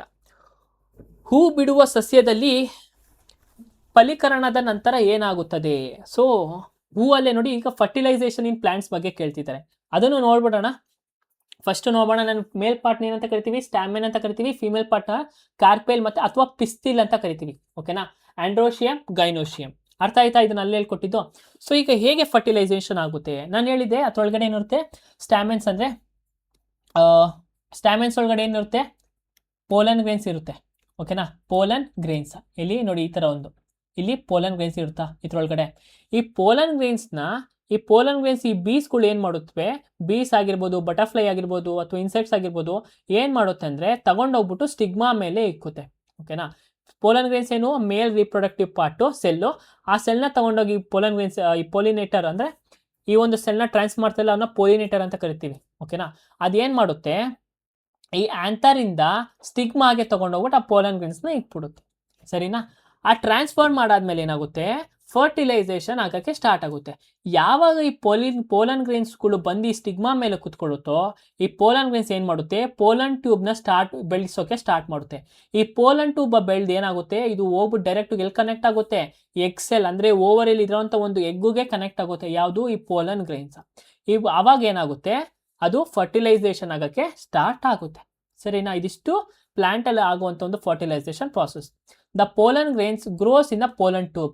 ಅದಾದ್ಮೇಲೆ ಎಲ್ಲಿಗೆ ಹೋಗುತ್ತೆ, ಓವಿಯೂಲ್ ರೀಚ್ ಆಗುತ್ತೆ. ಇಲ್ಲಿ ಓವಿಯೂಲ್ ಮೊದಲನೇ ಪಾರ್ಟ್. ಓಕೆನಾ. ಇಲ್ಲಿ ಇದ್ರೊಳಗಡೆ ಈ ಓವಿಲ್ ಒಳಗಡೆ ಏನಿರುತ್ತೆ, ಎಗ್ ಇರುತ್ತೆ. ಅವಾಗ ಏನಿರುತ್ತೆ, ಈ ಪೋಲನ್ನು ಒಂದು ಮೇಲ್ ಎಗ್ಗು ಮತ್ತು ಒಳಗಡೆ ಇರೋಂಥ ಒಂದು ಫೀಮೇಲ್ ಎಗ್ಗು, ಇವೆರಡು ಏನಾಗುತ್ತೆ, ಫ್ಯೂಸ್ ಆಗಿ ಫರ್ಟಿಲೈಸೇಷನ್ ಆಗುತ್ತೆ. ಸರಿನಾ. ಇದಿಷ್ಟು ಒಂದು ಕಾನ್ಸೆಪ್ಟು. ಈಗ ಫರ್ಟಿಲೈಸೇಷನ್ ಆದ್ಮೇಲೆ ಏನಾಗುತ್ತೆ, ಆಫ್ಟರ್ ಫರ್ಟಿಲೈಸೇಷನ್ ಏನಾಗುತ್ತೆ ಅಂದರೆ, ಫಸ್ಟ್ ಇರೋದೇನು, ಇದು ಓವರಿ ಅಲ್ವಾ. ಓವರಿ ಒಳಗಡೆ ಏನಿರುತ್ತೆ, ಓವ್ಯೂಲ್ ಇರುತ್ತೆ. ಓವಿಯೂಲ್ ಅಂತ ಕರಿತೀವಿ. ಪೋಲನ್ ಗ್ರೇನ್ಸ್ ಯಾವುದು ಕನೆಕ್ಟ್ ಆಗಿರುತ್ತೆ, ಓವಿಯೂಲ್ಗೆ ಕನೆಕ್ಟ್ ಆಗಿರುತ್ತೆ. ಅರ್ಥ ಆಯ್ತಾ. ಸೊ ಈ ಓವಿಯೂಲ್ ಏನಾಗಿರುತ್ತೆ, ಇದು ಬೀಜ ಆಗೋಗುತ್ತೆ. ಮತ್ತೆ ಓವರಿ ಏನಾಗುತ್ತೆ, ಫ್ರೂಟ್ ಆಗುತ್ತೆ. ನಾವೀಗೇನು ಮಾವಿನ ಹಣ್ಣು ತಿಂತೀವಲ್ವಾ, ಮಾವಿನ ಹಣ್ಣು ಆರೆಂಜ್ ಕಲರ್ ಪಾರ್ಟ್ ಏನು, ಅದು ಓವರಿ. ಮಾವಿನ ಹಣ್ಣು ವಾಟರ್ ಇರುತ್ತೆ ಅಲ್ವಾ, ಅದೇನಂತ ಕರಿತೀವಿ, ಓವಿಯೂಲ್ ಅಂತ ಕರಿತೀವಿ. ಅಂಡಾಣು ಅಂತ ಕರಿತೀವಿ. ಅಂಡಾಣು ಅಂದರೆ ಬೀಜ, ಅಂಡಾಂಶ ಅಂತ ಅಂದರೆ, ಅಂಡಾಶಯ ಅಂತ ಅಂದರೆ ಅದು ಹಣ್ಣು. ಸರಿನಾ. ಅರ್ಥ ಆಯ್ತಾ. ಸೊ ಇವಾಗ ಏನಾಗುತ್ತೆ, ಫರ್ಟಿಲೈಸೇಷನ್ ಆದಮೇಲೆ ಏನಾಗುತ್ತೆ, ಓವಿಯೂಲ್ ಏನಾಗುತ್ತೆ, ಸೀಡ್ ಆಗುತ್ತೆ, ಓವರಿ ಫ್ರೂಟ್ ಆಗಿ ಬರುತ್ತೆ. ಸೊ ನೀವಾಗ ಆಪ್ಷನ್ನ ಓದಿ ಆರಾಮಾಗಿ ನೀವು ಉತ್ತರಿಸಿ. ಸರಿನಾ. So option D is the correct answer. Option ಏನು, D is the correct answer. ನೀವು ಬೇರೆ ಬೇರೆ ಆಪ್ಷನ್ನು ಕೂಡ ನೀವು ಓದ್ಬೋದು. ಓದಿ ನಿಮ್ಮನ್ನ ನೀವು ಎಷ್ಟು ಅರ್ಥ ಮಾಡ್ಕೊಂಡಿದ್ರ ಅಂತ ಟೆಸ್ಟ್ ಮಾಡ್ಕೊಳ್ಳಿ. ನೆಕ್ಸ್ಟ್ ಕ್ವಶನ್ ಹೋಗೋಣ. When OH ions are added to acid solution, the pH ಆಮ್ಲೀಯ ದ್ರವಣಕ್ಕೆ OH ಅಯಾನುಗಳನ್ನು ಸೇರಿಸಿದಾಗ pH ಏನಾಗುತ್ತೆ ಅಂತ ಕೇಳಿದ್ದಾರೆ. When OH ions are added to an acidic solution, the pH becomes what ಅಂತ ಕೇಳಿದ್ದಾರೆ. ಸೊ ನೋಡಿ, OH ಅಂತ ಅಂದ OH ಮೈನಸ್ ಅಂತ ಅಂದ್ರೆ ಏನು, ಮೈನಸ್ ಅಯಾನ್ಸ್ ಅಂತಂದ್ರೆ ಇದು ಬೇಸ್. OH ಅಂದಾಗ ನಾನು ಏನಂತ ಹೇಳಿದೆ, ಯಾವಾಗಲೂ ಬೇಸ್ ಅಂತ ತಗೊಳ್ಳಿ ಅಂತ ಅಂದಿದೆ. ಆಸಿಡ್ ಮತ್ತು ಬೇಸ್ಗೆ ಏನಾದ್ರು ರಿಯಾಕ್ಟ್ ಆದರೆ ಏನಾಗುತ್ತೆ, ನಮಗೆ ಸಾಲ್ಟ್ ಪ್ಲಸ್ ವಾಟರ್ ಕ್ರಿಯೇಟ್ ಆಗುತ್ತೆ. ಓಕೆನಾ. ಬಟ್ ಅಲ್ಲಿ ನಮ್ಗೆ ಈ ಒಂದು ಕೆಮಿಕಲ್ ರಿಯಾಕ್ಷನ್ ಕೇಳ್ತಾ ಇಲ್ಲ. ಬಟ್ ಅವ್ರು ಏನು ಕೇಳ್ತಿದ್ದಾರೆ ಅಂದರೆ, ಅಸಿಡಿಕ್ ಈ ಬೇಸ್ನ ಏನಾದ್ರು ಅಸಿಡಿಕ್ ಸೊಲ್ಯೂಷನ್ಗೆ ಆ್ಯಡ್ ಮಾಡಿದ್ರೆ pH ವ್ಯಾಲ್ಯೂ ಏನಾಗುತ್ತೆ ಅಂತ ಕೇಳಿದ್ದಾರೆ. ಏನಾಗುತ್ತಪ್ಪ pH ವ್ಯಾಲ್ಯೂ? ಅದಕ್ಕಿಂತ ಮುಂಚೆ ಆ್ಯಸಿಡ್ ಅಂದರೆ ಏನು, ಆ್ಯಸಿಡ್ ಅಂದರೆ ಅದೊಂದು ಸಬ್ಸ್ಟೆನ್ಸಸ್ಸು. ಅದೇನಾಗಿರುತ್ತೆ, ತುಂಬ ಸೋರ್ ಟೇಸ್ಟಲ್ಲಿ ಇರುತ್ತೆ, ಅಂದರೆ ಹುಳಿ ಹುಳಿಯಾಗಿರುತ್ತೆ. ಆ್ಯಸಿಡ್ ಯಾವಾಗಲೂ ಏನಿರುತ್ತೆ, ಹುಳಿ ಹುಳಿಯಾಗಿ ಇರುತ್ತೆ. ಸರಿನಾ. ಈ ಆ್ಯಸಿಡು ಏನು ರಿಲೀಸ್ ಮಾಡುತ್ತೆ ಅಂದರೆ ಹೈಡ್ರೋಜನ್ ಅಯಾನ್ಸ್ನ ರಿಲೀಸ್ ಮಾಡುತ್ತೆ. ಅದಕ್ಕೆ ಆ್ಯಸಿಡ್ಗೆ ಯಾವಾಗಲೂ ಏನಿರುತ್ತೆ, H+ ಅಂತ ಕರಿತೀವಿ. H+ ಅಂತ ಇದ್ರೆ ಇದನ್ನ ಆ್ಯಸಿಡ್ ಅಂತ ಕರಿತೀವಿ. ಏನು ರಿಲೀಸ್ ಮಾಡುತ್ತೆ, ಹೈಡ್ರೋಜನ್ ಅಯಾನ್ಸ್ನ ಇದು ರಿಲೀಸ್ ಮಾಡುತ್ತೆ. ಎಕ್ಸಾಂಪಲ್ ಆಫ್ ಆ್ಯಸಿಡ್ ಯಾವುದಂದರೆ ಹೈಡ್ರೋಕ್ಲೋರಿಕ್ ಆ್ಯಸಿಡ್ HCl, ಅದೊಂದು ಆ್ಯಸಿಡ್. ಅದಾದ್ಮೇಲೆ ವಿನೇಗರು ಒಂದು ಆ್ಯಸಿಡು, ಲೆಮನ್ ಜ್ಯೂಸ್ ಅದರೊಳಗೂ ಏನಿರುತ್ತೆ, ಆ್ಯಸಿಡ್ ಇರುತ್ತೆ. ಸರಿನಾ. ಸೊ ಇದೇನು ಮಾಡುತ್ತೆ, ಜಾಸ್ತಿ H+ ಅಯಾನ್ಸ್ನ ಕಂಟೈನ್ ಮಾಡುತ್ತೆ ಆ್ಯಸಿಡಲ್ಲಿ. ಮತ್ತು ಇದ್ರ pH ವ್ಯಾಲ್ಯೂ ಏನಿರುತ್ತೆ ಅಂತಂದರೆ, pH ವ್ಯಾಲ್ಯೂ ಯಾವಾಗಲೂ ಕೂಡ <7 ಇರುತ್ತೆ. ಏನು, <7 ಯಾವುದಕ್ಕೆ, ಆ್ಯಸಿಡ್ಗೆ. ಈಗ ನೆಕ್ಸ್ಟು ಬೇಸ್ ನೋಡೋದಾದರೆ, ಬೇಸ್ ಏನು ರಿಲೀಸ್ ಮಾಡುತ್ತೆ, OH ಅಯಾನ್ಸ್ ಅಂದರೆ ಹೈಡ್ರೋ ಆಕ್ಸೈಡ್ ಅಯಾನ್ಸ್ನ ಇದು ರಿಲೀಸ್ ಮಾಡುತ್ತೆ. ಏನು, OH ಅಯಾನ್ಸ್ ಅಂತ ಕರೀತಾರೆ. ಅದಕ್ಕೆ ನಾನು ಹೇಳಿದೆ OH ಅಂತ ಯಾವಾಗ ಬಂದರು ನೀವೇನ ನೆನ್ಪಿಟ್ಕೋಬೇಕು, ಬೇಸ್ನ ನೆನ್ಪಿಟ್ಕೋಬೇಕು. ಫಾರ್ ಎಕ್ಸಾಂಪಲ್ ಸೋಪ್ ಸೊಲ್ಯೂಷನ್ ಆಗಿರ್ಬೋದು, ಸೋಡಿಯಂ ಹೈಡ್ರೋಆಕ್ಸೈಡ್. ನಾವು ಅವಾಗಲೇ ಸ್ಟಾರ್ಟಿಂಗ್ ಕ್ವಶನಲ್ಲಿ ಓದಿದ್ವಿ ಅಲ್ವಾ, ಸ್ಟಾರ್ಟಿಂಗಲ್ಲೂ. ಸೊ ಈಗ ಈ pH ವ್ಯಾಲ್ಯೂ ಬೇಸ್ ಏನಿರುತ್ತಪ್ಪ ಅಂದರೆ ಯಾವಾಗಲೂ ಕೂಡ 7ಗಿಂತ ಜಾಸ್ತಿ ಇರುತ್ತೆ. ಬೇಸ್ ವ್ಯಾಲ್ಯೂ ಏನಾಗಿರುತ್ತೆ, 7ಗಿಂತ ಜಾಸ್ತಿ ಆಗಿರುತ್ತೆ. ಸೊ ಇದು pH ಸ್ಕೇಲ್ ನೋಡಿ, 7 ನ್ಯೂಟ್ರಲ್ ಅಂತ ಕರಿತೀವಿ. pH 7 ಇದ್ರೆ ಅದು ನ್ಯೂಟ್ರಲ್. ಆ ಕಡೆ ಜಾಸ್ತಿ ಬೇಸ್ ಕಂಟೆಂಟು ಇಲ್ಲ, ಈ ಕಡೆ ಜಾಸ್ತಿ ಆಸಿಡ್ ಕಂಟೆಂಟು ಇಲ್ಲ. ಎಕ್ಸಾಂಪಲ್ ಯಾವುದಪ್ಪ ಅಂದರೆ, ಬೆಸ್ಟ್ ಎಕ್ಸಾಂಪಲ್ ವಾಟರ್. ಓಕೆನಾ. ವಾಟರ್ನ pH ವ್ಯಾಲ್ಯೂ ಎಷ್ಟು, 7. ಮಿಲ್ಕ್ನ pH ವ್ಯಾಲ್ಯೂ ಎಷ್ಟು, 6. ಮತ್ತು ಬೇಕಿಂಗ್ ಸೋಡಾದ pH ವ್ಯಾಲ್ಯೂ ಎಷ್ಟು ಅಂತಂದರೆ 9 ಅಂತ ಕರಿತೀವಿ. ಓಕೆನಾ, 9 ಅಂತ ಬರಿತೀವಿ. ಈಗ ಬ್ಲೀಚಿಂಗ್ ಪೌಡರ್ನ ಪಿ ಎಚ್ ವ್ಯಾಲ್ಯೂ ಎಷ್ಟು? ಬ್ಲೀಚಿಂಗ್ ಪೌಡರ್ ಒಂದು ಬೇಸು, ಅದ್ರ ಜಾಸ್ತಿ ಬೇಸ್ ಕಂಟೆಂಟ್ ಇರುತ್ತೆ, ಅದನ್ನ 14 ಅದರ ಪಿ ಎಚ್ ವ್ಯಾಲ್ಯೂ ಅಂತ ನಾವು ಹೇಳ್ತೀವಿ. ಈಗ ನಿಂಬೆಹಣ್ಣ ಪಿ ಎಚ್ ವ್ಯಾಲ್ಯೂ ಎಷ್ಟು? 2. ಜಾಸ್ತಿ ಕಡಿಮೆ ಇತ್ತು ಅಂತಂದ್ರೆ ಅದು ಆಸಿಡ್ ಕಂಟೆಂಟು ಜಾಸ್ತಿ ಇರುತ್ತೆ ಅಂತ, ಜಾಸ್ತಿ ನಂಬರ್ ಇದ್ರೆ ಜಾಸ್ತಿ ಬೇಸ್ ಕಂಟೆಂಟ್ ಇರುತ್ತೆ ಅಂತ, ಮಧ್ಯದಲ್ಲಿ ಇದ್ರೆ ಅದು ಆ ಕಡೆ ಬೇಸು ಅಲ್ಲ, ಈ ಕಡೆ ಆಸಿಡಿಕ್ಕು ಅಲ್ಲ ಅಂತ ನಾವು ಕರಿತೀವಿ. ಅರ್ಥ ಆಯ್ತಾ? ಈಗ ಪಿ ಎಚ್ ವ್ಯಾಲ್ಯೂ ಅಂತಂದ್ರೆ, ಸೊ ಈಗ ನಮಗೆ ಕ್ವಶನ್ ಪಿ ಎಚ್ ವ್ಯಾಲ್ಯೂ ಇದ್ರೆ ನಾನು ನೆನ್ನೆನೂ ಒಂದು ಹೇಳಿದೆ, ಈಗ ನೀವು ಡಾಕ್ಟರ್ ಹತ್ರ ಹೋಗ್ತೀರಾ, ಫುಲ್ಲು ಅಸಿಡಿಟಿ ಆಗ್ಬಿಟ್ಟೈತೆ ಅಂತ ಅಂತೀರಾ, ಆವಾಗ ಡಾಕ್ಟರ್ ಏನು ಕೊಡ್ತಾರೆ? ಆಂಟಿಸೈಡ್ಸನ್ನು ಕೊಡ್ತಾರೆ, ಆಂಟಿಸೈಡ್ಸ್ನ ಕೊಡ್ತಾರೆ. ಈ ಆಂಟಿಸೈಡ್ಸ್ ಏನು? ಇದನ್ನ ಬೇಸ್, ಆಂಟಿಸೈಡ್ಸು ಒಂದು ಬೇಸು. ಇವಾಗ ನಿಮಗೆ ಜಾಸ್ತಿ ಅಸಿಡಿಟಿ ಆಗಿದೆ, ಓಕೆನಾ, ಜಾಸ್ತಿ ಅಸಿಡಿಟಿ ಇದೆ, ಅವಾಗ ನಿಮ್ಮ ಪಿ ಎಚ್ ವ್ಯಾಲ್ಯೂ ಏನಿರುತ್ತೆ? ಪಿ ಎಚ್ ವ್ಯಾಲ್ಯೂ ಲೋ ಇರುತ್ತೆ. ಜಾಸ್ತಿ ಆಸಿಡ್ ಅಂದ್ರೆ ಏನು? ಅಸಿಡಿಟಿ ಅಂದ್ರೆ ಏನು? ಜಾಸ್ತಿ ಆಸಿಡ್ ಕಂಟೆಂಟು, ಅವಾಗ ನಿಮ್ಮ ಪಿ ಎಚ್ ವ್ಯಾಲ್ಯೂ ಇರುತ್ತೆ ಕಡಿಮೆ ಇರುತ್ತೆ. ಇವಾಗ ಏನಾದ್ರು ನಿಮಗೆ ಪಿ ಎಚ್ ವ್ಯಾಲ್ಯೂ, ಈಗ ಅಸಿಡಿಟಿ ಹೋಗ್ಸೋಕ್ಕೆ ನಿಮಗೆ ಬೇಸ್ ಏನಾದ್ರು ಕೊಟ್ಟರೆ, ಈ ಆಸಿಡ್ಗೆ ಬೇಸ್ ಆದರೆ ಏನಾಗುತ್ತೆ? ಬೇಸ್ ಕಂಟೆಂಟು ಜಾಸ್ತಿ ಆಗ್ತಾ ಬರುತ್ತೆ, ಅವಾಗ ಏನಾಗುತ್ತೆ? ಆಸಿಡ್ ಕಂಟೆಂಟು ಕಡಿಮೆ ಆಗುತ್ತೆ. ಸೊ ಈ ಪಿ ಎಚ್ ವ್ಯಾಲ್ಯೂ ಏನಾಗುತ್ತೆ? ಇನ್ಕ್ರೀಸ್ ಆಗೋಕ್ಕೆ ಸ್ಟಾರ್ಟ್ ಆಗುತ್ತೆ. ಪಿ ಎಚ್ ವ್ಯಾಲ್ಯೂ ಏನಾಗುತ್ತೆ? ಬೇಸ್ ಕಂಟೆಂಟ್ ಬೇಸಕ್ಕೆ ಟರ್ನ್ ಆಗಬೇಕಲ್ವಾ? ಬೇಸ್ ಅಂದರೆ ಏನು? ಜಾಸ್ತಿ ಆಗೋಬೇಕು, ಆಸಿಡ್ ಅಂದರೆ ಕಡಿಮೆ ಆಗಬೇಕು. ಸೊ ಆಸಿಡ್ ಜೊತೆಗೆ ನಾವು ಬೇಸ್ನ ಆ್ಯಡ್ ಮಾಡಿದ್ರೆ ಪಿ ಎಚ್ ವ್ಯಾಲ್ಯೂ ಏನಾಗುತ್ತೆ? ಇನ್ಕ್ರೀಸ್ ಆಗೋಕ್ಕೆ ಹೋಗುತ್ತೆ. ಅದನ್ನೇ ಇವ್ರು ಕೇಳಿರೋದು. When O H ions, O H ಅಂದರೆ ಹೈಡ್ರೋ ಆಕ್ಸೈಡ್ ಅಯಾನ್ಸ್ ಏನಾದ್ರು ಆ್ಯಡ್ ಮಾಡಿದ್ರೆ ಆಸಿಡಿಕ್ ಸೊಲ್ಯೂಷನಲ್ಲಿ ಪಿ ಎಚ್ ವ್ಯಾಲ್ಯೂ ಏನಾಗುತ್ತೆ? ಪಿ ಎಚ್ ವ್ಯಾಲ್ಯೂ ಇನ್ಕ್ರೀಸ್ ಆಗೋಕ್ಕೆ ಸ್ಟಾರ್ಟ್ ಆಗುತ್ತೆ. Which of the following is a molecule of a compound? ಕೆಳಗಿನ ಯಾವುಗಳಲ್ಲಿ ಯಾವುದು ಒಂದು ಸಂಯುಕ್ತದ ಅಣುವಾಗಿದೆ? ಮಾಲಿಕ್ಯೂ ಅಂತ ಕೇಳಿದ್ದಾರೆ. ನಾವು ಮಾಲಿಕ್ಯೂ ಅಂತ ಅಂದ್ರೆ ಏನಿದೆ? ಗ್ರೂಪ್ ಆಫ್ ಡಿಫ್ರೆಂಟ್ ಎಲಿಮೆಂಟ್ಸ್ ಅಥವಾ ಅಟಾಮ್ಸ್ ಅಂತ ಅಂದಿದೆ, ಓಕೆನಾ. ಸೊ O2 ನೋಡೋದಾದ್ರೆ ಏನು? ಅದೊಂದು ಸಿಂಗಲ್ ಎಲಿಮೆಂಟು. ಎನ್ ಅಂದ್ರೆ ಏನು? Nitrogen single element. HE ಅಂದ್ರೆ ಏನು? ಹೀಲಿಯಂ, ಅದು ಒಂದು ಸಿಂಗಲ್ ಎಲಿಮೆಂಟ್. ಇಲ್ಲೆಲ್ಲನೂ ಸಿಂಗಲ್ ಎಲಿಮೆಂಟ್ ಐತೆ, but different element chemically form ಆಗಿರೋದನ್ನ ಏನಂತ ಕರಿತೀವಿ ನಾವು? H2O. ಅಂದ್ರೆ H2O ಒಂದು ಕಾಂಪೌಂಡ್, ಮಾಲಿಕ್ಯುಲರ್ ಕಾಂಪೌಂಡ್ ಅಂತ ನಾವು ಕರಿತೀವಿ, ಓಕೆನಾ. What is the major disadvantage of connecting an electric bulb and an electric heater in a series based on the required operating current? ವಿದ್ಯುತ್ ಬಲ್ಬ್ ಮತ್ತು ವಿದ್ಯುತ್ ಹೀಟರ್ ಅನ್ನು ಸರಣಿ ಸಂಪರ್ಕದಲ್ಲಿ ಜೋಡಿಸುವುದರಿಂದ ಅವುಗಳ ಬೇಕಾಗುವ ಕಾರ್ಯಾಚರಣೆ ವಿದ್ಯುತ್ ಪ್ರವಾಹದ ಆಧಾರದ ಮೇಲೆ ಉಂಟಾಗುವ ಪ್ರಮುಖ ಅನಾನುಕೂಲತೆಯನ್ನು ಯಾವುದು? ಸೊ ನಾವು ಮುಂಚೆ ಡಿಸ್ಕಸ್ ಮಾಡಿದ್ವಿ, ಸರಣಿ ಸಂಪರ್ಕ ಅಂತ ಕರಿತೀವಿ, ಅಂದ್ರೆ ಸಿರೀಸ್ ಸರ್ಕ್ಯೂಟ್. ಈ ಸಿರೀಸ್ ಸರ್ಕ್ಯೂಟ್ ಅಲ್ಲಿ ಏನ್ ಮಾಡಿರ್ತೀವಿ? ಒಂದೇ ವೈರ್ನ ಎಲ್ಲದಕ್ಕೂ ಕನೆಕ್ಟ್ ಮಾಡಿರ್ತೀವಿ,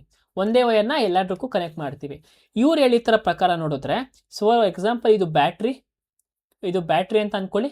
ಈ ಬ್ಯಾಟ್ರಿಯಲ್ಲಿ BATTR, ಈ ಬ್ಯಾಟ್ರಿನ ನಾವೇನು ಮಾಡಿರ್ತೀವಿ?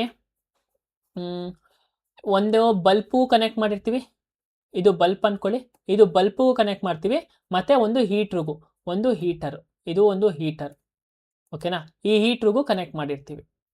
ಅರ್ಥ ಆಯ್ತಾ? ಸೊ ಇಲ್ಲಿ ಏನು ಡಿಸ್ಅಡ್ವಾಂಟೇಜ್ ಆಗುತ್ತೆ ನಮಗೆ ಅಂತ ಕೇಳ್ತಿದ್ದಾರೆ. ಸೊ ಫಸ್ಟ್ ನಾವು ಏನ್ರ ಬಗ್ಗೆ ಮಾತಾಡಬೇಕು? ಇಲ್ಲಿ ಸಿರೀಸ್ ಕಾನ್ಸೆಪ್ಟ್ ಬಗ್ಗೆ ಮಾತಾಡಬೇಕು. ಈ ಸಿರೀಸ್ ಕಾನ್ಸೆಪ್ಟ್ ಅಲ್ಲಿ ಏನು? ಒಂದೇ ವೈರು ಎಲ್ಲದಕ್ಕೂ ಕನೆಕ್ಟ್ ಆಗಿರುತ್ತೆ. ಇವಾಗ ಇಲ್ಲಿ ಏನಾದ್ರು ಕಟ್ ಆಯ್ತು ಅಂದ್ರೆ ಇವೆರಡಕ್ಕೂ ಕರೆಂಟ್ ಇರಲ್ಲ. ಫಾರ್ ಎಕ್ಸಾಂಪಲ್ ಇಲ್ಲೇ ಕಟ್ ಆಯ್ತು ಅಂದ್ರೆ ಈ ಮೂರಕ್ಕೂ ಕರೆಂಟ್ ಇರಲ್ಲ. ಅರ್ಥ ಆಯ್ತಾ? ಫಾರ್ ಎಕ್ಸಾಂಪಲ್ ಈ ಸ್ವಿಚ್ ಕಟ್ ಆಗೋದ್ರೆ ಯಾವುದಕ್ಕೂ ಕರೆಂಟ್ ಇರೋದೇ ಇಲ್ಲ. ಇದನ್ನ ನಾವು ಸಿರೀಸ್ ಕಾನ್ಸೆಪ್ಟ್ ಅಂತ ಕರಿತೀವಿ. ಸೊ ಈ ಸಿರೀಸ್ ಕಾನ್ಸೆಪ್ಟ್ ಅಲ್ಲಿ ನೋಡೋದಾದ್ರೆ ನಮಗೆ ಎಲ್ಲ ಒಂದು, ಫಾರ್ ಎಕ್ಸಾಂಪಲ್ ಇದನ್ನ ನಾವು ಬಲ್ಪ್ ಅಂತ ತಗೊಳ್ಳಿ, ಇದನ್ನ ಹೀಟರ್ ಅಂತ ತಗೊಳ್ಳಿ, ಓಕೆನಾ. ಇದನ್ನ ಬಲ್ಪ್ ಅಂತ ತಗೊಳ್ಳಿ, ಇದನ್ನ ಹೀಟರ್ ಅಂತ ತಗೊಳ್ಳಿ. ಬಲ್ಬ್ಗೆ 60 ವ್ಯಾಟ್ ಎನರ್ಜಿ ಬೇಕು, 60 ವೋಲ್ಟ್ಸ್ ಎನರ್ಜಿ ಬೇಕು, ಬಟ್ ಹೀಟರ್ಗೆ 100 ವೋಲ್ಟ್ ಎನರ್ಜಿ ಬೇಕು. ಬಟ್ ಇಲ್ಲಿ ಜನರೇಟ್ ಆಗ್ತಿರೋದು ಎಷ್ಟು? 60 ವೋಲ್ಟ್ ಎನರ್ಜಿ ಮಾತ್ರ ಜನರೇಟ್ ಆಗ್ತಿರೋದು. ಆದರೆ ಹಂಗಾರೆ ಏನು ಬೇಕು? ಈಗ ಬಲ್ಪ್ಗೆ ಓಕೆ, ಈಗ ಬಲ್ಪು ಸ್ಟಾರ್ಟ್ ಆಗುತ್ತೆ ಉರಿಯೋಕ್ಕೆ, ಆರಾಮಾಗಿ ವರ್ಕ್ ಆಗುತ್ತೆ. ಆದರೆ ಹೀಟ್ರು ವರ್ಕ್ ಆಗಲ್ಲ. ಯಾಕೆ? ಅದಕ್ಕಿನ್ನ 40 ವ್ಯಾಟ್ಸು ಕರೆಂಟ್ ಏನು ಬೇಕು? ಜಾಸ್ತಿ ಬೇಕು. ಸೊ ಈ ಸಿರೀಸ್ ಕಾನ್ಸೆಪ್ಟ್ಸಲ್ಲಿ ಹಿಂಗೇನೆ ಆಗೋದು. ಒಂದು ಪ್ರಾಡಕ್ಟು ಎಲೆಕ್ಟ್ರಿಸಿಟಿನ ಜಾಸ್ತಿ ಕನ್ಸ್ಯೂಮ್ ಮಾಡುತ್ತೆ, ಇನ್ನೊಂದು ಪ್ರಾಡಕ್ಟು ಎಲೆಕ್ಟ್ರಿಸಿಟಿನ ಕಡಿಮೆ ಜನರೇಟ್ ಮಾಡುತ್ತೆ. ಬಟ್ ನಮ್ಗೆ ಎಲೆಕ್ಟ್ರಿಸಿಟಿ ಯಾವಾಗ ಏನಿರುತ್ತೆ? ಒಂದೇ ಪ್ರಮಾಣದಲ್ಲಿರುತ್ತೆ, ಅಂದರೆ ಕಾಮನ್ ವೋಲ್ಟ್ಸ್ ಇರುತ್ತೆ. ಕಾಮನ್ ವೋಲ್ಟ್ ಆಫ್ ಎಲೆಕ್ಟ್ರಿಸಿಟಿ ನಮ್ಗೆ ಇರುತ್ತೆ. ಅದಕ್ಕೋಸ್ಕರನೇ ನಮ್ಮ ಮನೇಲಿ ನೀವು ನೋಡಿರ್ಬೋದು, ನಿಮಗೆ MCB ಅಂದರೆ ಮನೇಲಿರೋ ಮೋಟ್ರಿಗೆ ಸಪ್ರೇಟ್ ಇದು ಮೀಟ್ರ್ ಹಾಕಿರ್ತಾರೆ, ಅಥವಾ ಸಪ್ರೇಟ್ ಕನೆಕ್ಷನ್ ಕೊಟ್ಟಿರ್ತಾರೆ, ಮತ್ತು ನಿಮ್ಮ ಮನೆಗೇ ಸಪ್ರೇಟ್ ಕನೆಕ್ಷನ್ ಕೊಟ್ಟಿರ್ತಾರೆ. ಯಾಕೆ? ಎರಡಕ್ಕೂ ಬೇರೆ ಬೇರೆ ಥರದ ವೋಲ್ಟೇಜ್ ಬೇಕು, ಅದಕ್ಕೋಸ್ಕರ ಅದನ್ನು ಸಪ್ರೇಟಾಗಿ ಮಾಡಿರ್ತಾರೆ. ಅದೇ ಒಂದು ಡಿಸ್ಅಡ್ವಾಂಟೇಜ್ ಇಲ್ಲೂ ಕೂಡ ಆಗೋದು. ಈಗ ಎಲೆಕ್ಟ್ರಿಕ್ ಬಲ್ಬ್ಗೆ ಬೇರೆ ಥರದ ಒಂದು ವೋಲ್ಟ್ಸ್ ಆಫ್ ಕರೆಂಟ್ ಬೇಕು, ಹೀಟರ್ಗೆ ಬೇರೆ ಥರದ ಒಂದು ಕರೆಂಟ್ ಬೇಕು. ಎರಡಕ್ಕೂ ಒಂದೇ ಕರೆಂಟು ಸಾಕಾಗಲ್ಲ, ಓಕೆನಾ. ಎಲ್ಲ ಒಂದೇ ವೋಲ್ಟ್ಸ್ ಕರೆಂಟು, ಅದಕ್ಕೆ ಎರಡಕ್ಕೂ ಸಾಕಾಗಲ್ಲ. ಸೊ ಇಲ್ಲಿ ಏನಾಗುತ್ತೆ? The total equivalent resistance would be 0. Total resistance ಬಗ್ಗೆ ಏನು ಮಾತಾಡ್ತಾನಿಲ್ಲ. The total volt voltage would decrease to zero. The current through the heater would stop immediately. They need currents of widely different values to operate properly. ಇದನ್ನ ನೀವು ಓದಿಲ್ಲ ಅಂತಂದ್ರೂ ಆರಾಮಾಗಿ ಈ ಥರ ನಾನು ಏನು ಹೇಳ್ಕೊಟ್ಟೆ ನೋಡಿ ಆ ಥರ ಥಿಂಕ್ ಮಾಡಿ ಮಾಡ್ಬೋದು. ಇದಕ್ಕೆ ಈ ಥರ ಒಂದು ಥಿಂಕ್ ಮಾಡೋಕ್ಕೆ ನೀವೇನು ಮಾಡಬೇಕು ಅಂತಂದರೆ ಯೋಗ ಮಾಡಬೇಕು. ಏನು ಯೋಗ ಮಾಡಬೇಕು. ಎಷ್ಟು ನಿಮಿಷ ಮಾಡಬೇಕು? 11 ಮಿನಿಟ್ಸ್ ಮಾಡಬೇಕು. ಈ 11 ಮಿನಿಟ್ಸಲ್ಲಿ ನೀವು ಏನು ಯೋಚನೆ ಮಾಡಬೇಕು? ನಾವು ಯೋಚನೆ ಮಾಡ್ದಲೇ ನಮ್ಮ ಮೈಂಡಲ್ಲಿ ಏನು ಮಾಡೋಕ್ಕೇ ಆಗಲ್ಲ. ಯೋಗನೂ ಅಷ್ಟೇ, ನೀವು ಮೈಂಡಲ್ಲಿ ಯೋಚನೆ ಮಾಡೇ ಮಾಡ್ತೀರ. ಎಂಥವ್ರು ಅಷ್ಟೇ, ನೀವು ಯೋಗದಲ್ಲಿ ಕೂತ್ಕೊಂಡ್ರೆ ನೀವು ಯೋಚನೆ ಮಾಡಿ, ಈಗ ನೀವೇನಾದ್ರು ಮಾಡಬೇಕಂದ್ರೆ ನೀವು ಯೋಚನೆ ಮಾಡ್ತೀರ, ಹಿಂಗೆ ಮೆಡಿಟೇಷನ್ ಮಾಡಬೇಕು ಅಂತ, ಅದನ್ನು ಯೋಚನೆ ಅಲ್ವಾ? ಸೊ ಅಲ್ಲಿ ಏನು ಮಾಡ್ಬೇಕಂತಂದರೆ ಯೋಗ ಮಾಡ್ಬೇಕಾರೆ ನಾನೀಗ ಕ್ವಶನ್ ಓದ್ತಾ ಇದ್ದೀನಿ, ಆ ಕ್ವಶನ್ ನನಗೆ ಗೊತ್ತು, ಈಸಿ ಐತೆ, ನಾನು ಯಾಕೆ ಇಷ್ಟೊಂದು ಟೆನ್ಷನ್ ಮಾಡ್ಕೊತಿದ್ದೀನಿ? ಕೂಲಾಗಿರು ಕರೆಕ್ಟಾಗೈತೆ. ಈ ಥರ ನೀವು ಒಂದು ಯೋಚನೆನ ಅಥವಾ ನಿಮ್ಮ ಪರ್ಸೆಪ್ಷನ್ ನೀವು ಮಾಡ್ಕೊಳ್ತಾ ನೀವು 11 ಮಿನಿಟ್ಸ್ ಇದೆ.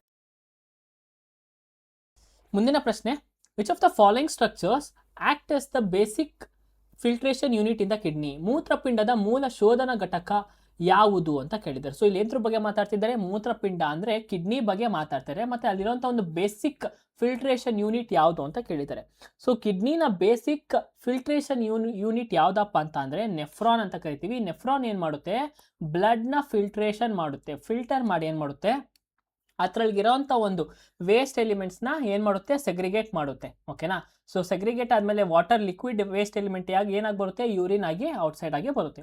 ಸೊ ಈಗ ಆಪ್ಷನ್ ನೋಡೋದಾದ್ರೆ ಆಲ್ವಿಯೋಲಸ್ ಅಂತ ಕರಿತೀವಿ. ಆಲ್ವಿಯೋಲಸ್, ಈ ಆಲ್ವಿಯೋಲಸ್ ನಾವು ನಿನ್ನೆ ಏನೋ ನೋಡಿದ್ವಿ, ಆಲ್ವಿಲಾಯ್ ಅಥವಾ ಏನೋ ಇದ್ದಾಗ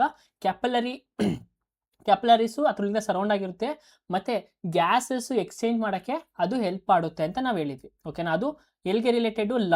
ಲಂಗ್ಸಲ್ಲೇ ರಿಲೇಟೆಡು ಆಲ್ವಿಯೋಲಸ್. ಟ್ರ್ಯಾಕಿಟ್ಸ್, ಇನ್ನು ಟ್ರ್ಯಾಕಿಟ್ಸ್ ಅಲ್ಲಿ ಝೈಲಮ್ ಫ್ಲೋಯಮ್ ಅಂತ ಓದ್ತಿರ್ತೀವಲ್ಲ, ಝೈಲಮ್ ಟ್ರ್ಯಾಕಿಟ್ಸ್, ಫ್ಲೋಯಮ್ ಟ್ರ್ಯಾಕಿಟ್ಸ್ ಅಂತ ಓದ್ತೀವಲ್ವ, ಅದು ಪ್ಲಾಂಟ್ಗೆ ರಿಲೇಟೆಡು.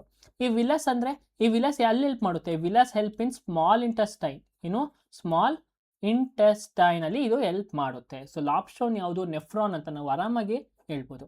ಸೊ ಈ ಯಂತ್ರ ಬಗ್ಗೆ ಮಾತಾಡ್ತಿದ್ದಾರೆ, ಕಿಡ್ನಿ ಬಗ್ಗೆ ಮಾತಾಡ್ತಿದ್ದಾರೆ. ಮೊದಲನೇದು, ಇಲ್ಲಿ ಲೆಫ್ಟ್ ಕಿಡ್ನಿ, 2 ಕಿಡ್ನಿ ಇರುತ್ತೆ, ಒಂದು ರೈಟ್ ಕಿಡ್ನಿ, ಇನ್ನೊಂದು ಲೆಫ್ಟ್ ಕಿಡ್ನಿ. ಓಕೆನಾ? ಸೊ ಇಲ್ಲಿ ಕಿಡ್ನಿಗೆ ಕನೆಕ್ಟ್ ಆದಂಥ ಒಂದು ಪೈಪ್ನ ನಾವೇನಂತ ಕರಿತೀವಿ? ಯುರೇಥರ್ ಅಂತ ಕರಿತೀವಿ. ಮತ್ತು ಇಲ್ಲಿ ಈ ಒಂದು ಕನೆಕ್ಟ್ ಆಗಿ ಒಂದು ಬ್ಲಾಡರ್ ಥರ ಇರುತ್ತೆ, ಒಂದು ಟ್ಯಾಂಕ್ ಥರ ಇರುತ್ತೆ. ಇದನ್ನ ಏನಂತ ಕರಿತೀವಿ ನಾವು? ಯುರಿನರಿ ಬ್ಲಾಡರ್ ಅಥವಾ ಯುರಿನರಿ ಟ್ಯಾಂಕ್ ಅಂತ ಕರಿತೀವಿ. ಓಕೆನಾ? ಬ್ಲಾಡರ್ ಅಂತ ಕರಿತೀವಿ. ಈ ಬ್ಲಾಡರಿಂದ ವೇಸ್ಟ್ ಈಚೆಗಡೆ ಹೋಗ್ಬೇಕಾದ್ರೆ, ಇಲ್ಲಿಂದ ಲಿಕ್ವಿಡ್ ಏನಾರು ಅಂದರೆ ಆ ಯುರಿನೇಟ್ ಆಗಬೇಕಾದ್ರೆ ಅದು ಒಂದು ಜಾಗನ ಏನಂತ ಕರಿತೀವಿ ನಾವು? ಯುರೇತ್ರ ಅಂತ ಇದನ್ನ ಕರಿತೀವಿ. ಓಕೆನಾ? ಸೊ ಇದಿಷ್ಟು ಕಿಡ್ನಿ ಬಗ್ಗೆ. ಕಿಡ್ನಿ ಅಂದ್ರೇನು? ಅದೊಂದು ಆರ್ಗನ್. ಅದೇನು ಮಾಡುತ್ತೆ? ಬ್ಲಡ್ನ ಫಿಲ್ಟರ್ ಮಾಡುತ್ತೆ. ಫಿಲ್ಟರ್ ಮಾಡಿದಾಗ ಏನು ಮಾಡುತ್ತೆ? ವೇಸ್ಟ್ಗಳನ್ನ ರಿಮೂವ್ ಮಾಡುತ್ತೆ, ಮತ್ತು ಎಕ್ಸ್ಟ್ರಾ ವಾಟರ್ ಇದೆ ಅದನ್ನು ರಿಲೀವ್ ಮಾಡುತ್ತೆ, ಸಾಲ್ಟ್ಗಳನ್ನ ಬ್ಯಾಲೆನ್ಸ್ ಮಾಡುತ್ತೆ. ನಮ್ಮ ಬಾಡಿಲಿ ಇರೋವಂಥ ಒಂದು ಸಾಲ್ಟ್ ಅಂಶನ ಏನು ಮಾಡುತ್ತೆ? ಅದು ಬ್ಯಾಲೆನ್ಸ್ ಮಾಡುತ್ತೆ. ಆಮೇಲೆ ಯೂರಿನ್ ಮಾಡೋಕ್ಕೆ ಅದನ್ನು ಯೂರಿನೇಟ್ ಮಾಡೋಕ್ಕೆ ಯೂರಿನ ಪ್ರಿಪೇರ್ ಮಾಡುತ್ತೆ. ಸರಿನಾ? ಇದಿಷ್ಟು ಅರ್ಥ ಆಯ್ತಾ? ನೀವು ಅನ್ಕೊಂತಿರ್ತೀರ ಏನು, ಕಿಡ್ನಿ ಏನು ಮಾಡುತ್ತೆ? ವಾಟರ್ನ ಪ್ಯೂರಿಫೈ ಮಾಡುತ್ತೆ ಅಂತ. Think of kidney as a water purify for your blood. So ನೀವು ಹೆಂಗೆ ಈಗ ಬೇರೆ ಒಂದು ವಾಟರ್ನ ಮನೇಲಿ ಫಿಲ್ಟರ್ ಇರುತ್ತಲ್ವಾ, ಆ ಫಿಲ್ಟರ್ಗೆ ಬೇರೆ ಒಂದು ವಾಟರ್ ಕೊಡ್ತೀರಾ, ನಿಮ್ಗೆ ಏನು ಕೊಡುತ್ತೆ? ಅದು ವಾಟರ್ ಪ್ಯೂರಿಫೈಗೆ ನಿಮ್ಗೆ ಪ್ಯೂರಿಫೈಡ್ ವಾಟರ್ ಕೊಡುತ್ತೆ. ಅದೇ ಥರನೇ ನೀವು ಥಿಂಕ್ ಮಾಡಿ, ನಿಮ್ಮ ಬಾಡಿಲಿ ಬ್ಲಡ್ ಐತೆ, ನಿಮ್ಮ ಬ್ಲಡ್ನೆಲ್ಲ ಫಿಲ್ಟರ್ ಮಾಡೋದು ಯಾವುದು? ಕಿಡ್ನಿ ಅಂತ ನೀವು ಥಿಂಕ್ ಮಾಡಿ. ಓಕೆನಾ? ಸೊ ಈಗ ಈ ಕಿಡ್ನಿಯಲ್ಲಿ ಒಂದು ಸ್ಮಾಲೆಸ್ಟ್ ಫಂಕ್ಷನಲ್ ಯೂನಿಟ್ ಅಂತ ಕರಿತೀವಿ. ಅದೇನಪ್ಪ ಅಂತಂದರೆ ನೆಫ್ರಾನ್. ಅದೇನು? ನೆಫ್ರಾನ್. ನಮಗೆ ಇದೊಂದನ್ನು ನೆನ್ಪಿಟ್ಕೊಳ್ಳಿ, ಈ ಥರ ಶೇಪಲ್ಲಿ ಐತೆ ಅಂತ. ಇದು ಇನ್ಯಾವುದು ಬೇಡ, ನಾವೇನು ಮೆಡಿಕಲ್ ಮಾಡ್ತಾ ಇಲ್ಲ, ನಾವು ಇದನ್ನೆಲ್ಲ ಓದೋಕ್ಕೆ ನಮಗೆ ಬೇಕಾಗಿರೋದೇನು? ಸ್ಮಾಲೆಸ್ಟ್ ಫಂಕ್ಷನ್ ಯೂನಿಟ್, ಅದ್ರ ಫಂಕ್ಷನ್ ಏನು ಮಾಡುತ್ತೆ ಅಂತ ನೆಫ್ರಾನ್ ಅಂತ ಕರಿತೀವಿ.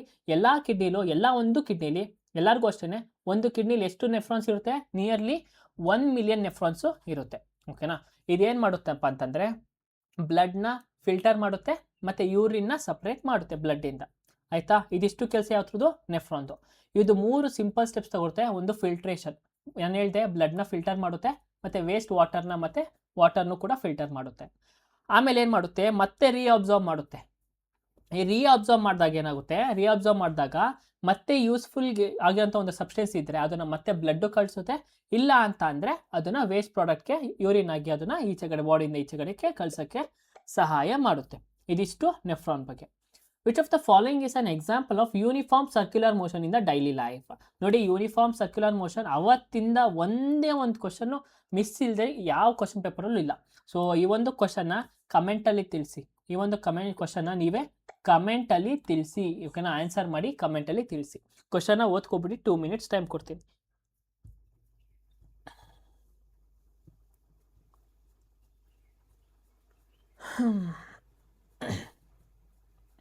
ಓಕೆ, ನೆಕ್ಸ್ಟ್ ಕ್ವಶನ್ಗೆ ಹೋಗೋಣ.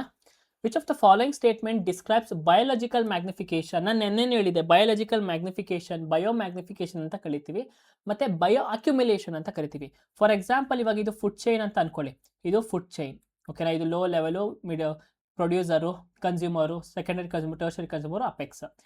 ಇನ್ ಕೇಸ್ ಏನಾದರೂ ಹಿಂಗೆ ಬರೀತೆ, ಈಗ ಒಂದು ರೋಗ ಬಂತು, ಆ ರೋಗ ಏನಾದ್ರು ಫುಡ್ ಚೈನ್ಗೆ ಬಂದರೆ, ಅಂದರೆ ಕೆಳಗಡೆ ಇರೋಂಥ ಒಂದು ಪ್ರಾಣಿಗಳಿಗೆ ಬಂದರೆ, ಅದನ್ನ ಏನಂತ ಕರಿತೀವಿ ನಾವು? ಬಯೋ ಅಕ್ಯುಮಿಲೇಷನ್ ಅಂತ ಕರಿತೀವಿ, ಓಕೆನಾ. ಈ ಬಂದಂಥ ರೋಗ ಒಂದು ಫುಡ್ ಚೈನಿಂದ, ಒಂದು ಲೆವೆಲಿಂದ ಇನ್ನೊಂದು ಲೆವೆಲ್ ಪ್ರಾಣಿಗಳಿಗೆ ಲಾಸ್ಟ್ ಗಂಟೆ ಹೋಗಿ ಟ್ರಾನ್ಸ್ಫರ್ ಆಗ್ತಾ ಇದ್ರೆ ಆ ಒಂದು ರೋಗ, ನಾವು ಅದನ್ನ ಏನಂತ ಕರಿತೀವಿ? ಬಯೋ ಮ್ಯಾಗ್ನಿಫಿಕೇಶನ್ ಅಂತ ಕರಿತೀವಿ, ಓಕೆನಾ. ಸೊ ಈಗ ಬಯೋ ಮ್ಯಾಗ್ನಿಫಿಕೇಶನ್ ಏನೇನು? Increase in the concentration of harmful substances at a higher trophic level. ಈ ಹೈಯರ್ ಟ್ರಾಪಿಕ್ ಲೆವೆಲ್ಗೆ ಏನಾಗುತ್ತೆ? ಅದು ಜಾಸ್ತಿ ಪರಿಣಾಮದಲ್ಲಿ ಪ್ರಭಾವ ಬೀಳುತ್ತೆ, ಓಕೆನಾ. ಸೊ ಅಪಾರ ಸರಪಳಿಯ ಮೇಲಿನ ಗೋಷ್ಟಕ ಮಟ್ಟಗಳಲ್ಲಿ ಹಾನಿಕಾರ ಪದಾರ್ಥಗಳು ಸಾಂದ್ರತೆಯ ಹೆಚ್ಚಾಗುತ್ತದೆ. Option number C is the correct answer. Which of the following statement is not correct? ಯಾವುದು ಸರಿ ಅಲ್ಲ ಅಂತ ಕೇಳಿದ್ದಾರೆ. ಮೊದಲನೇದಾಗೇನು? Sound can be produce by the non vibrating bodies. Sound ಹೇಗೆ? ಸೌಂಡ್ ಅಂದ್ರೆ ಏನು? ಒಂದು ಶಬ್ದ ಅಂತ ಕರಿತೀವಿ, ಓಕೆನಾ. ಆ ಶಬ್ದ ಹೇಗೆ ಕ್ರಿಯೇಟ್ ಆಗುತ್ತೆ? ಸೌಂಡ್ ಯಾವಾಗ ಕ್ರಿಯೇಟ್ ಆಗುತ್ತೆ ಅಂತಂದ್ರೆ ವೈಬ್ರೇಟ್ ಆದಾಗ ಶಬ್ದ ಕ್ರಿಯೇಟ್ ಆಗುತ್ತೆ. ಬಟ್ ಇಲ್ಲಿ ಏನು ಹೇಳಿದರೆ sound can be produce by non vibrating bodies ಅಂತ ಕೇಳಿದ್ದಾರೆ. ಯಾವಾಗ ಒಂದು ಒಳಗಿರೋಂಥ ಒಂದು ಮಾಲಿಕ್ಯೂಲ್ಸ್ ವೈಬ್ರೇಟ್ ಆಗುತ್ತೋ ಆವಾಗ ಸೌಂಡು ಕ್ರಿಯೇಟ್ ಆಗುತ್ತೆ, ಓಕೆನಾ. ಇದು ಒಂದು ಮೊದಲನೇ ಕ್ವಶನ್ ಏನು ಮಾಡಿದ್ದಾರೆ, ಅವರು ತಪ್ಪು ಕೊಟ್ಟಿದ್ದಾರೆ. ಸೊ ನಾವು ಇಲ್ಲೇ ಆರಾಮಾಗಿ ಕಂಡುಹಿಡಿಬೋದು. ಇನ್ನು ಮಿಕ್ಕಿದ ಕ್ವಶನ್ ಎಲ್ಲ ನಾನು ಎಕ್ಸ್ಪ್ಲೇನ್ ಮಾಡ್ತೀನಿ, ಮಿಕ್ಕಿದ ಆಪ್ಷನ್ಸ್ನ. ದ ಮೋಸ್ಟ್ ಇಂಪಾರ್ಟೆಂಟ್ ರೂಲ್ ಏನಪ್ಪ ಅಂತಂದರೆ, ಸೌಂಡ್ ಹೆಂಗೆ ಪ್ರೊಡ್ಯೂಸ್ ಆಗುತ್ತೆ ಅಂತಂದರೆ, ಒಂದು ಆಬ್ಜೆಕ್ಟ್ ಏನಾದರೂ ವೈಬ್ರೇಟ್ ಆದರೆ ಸೌಂಡು ಪ್ರೊಡ್ಯೂಸ್ ಆಗುತ್ತೆ, ಸರಿನಾ.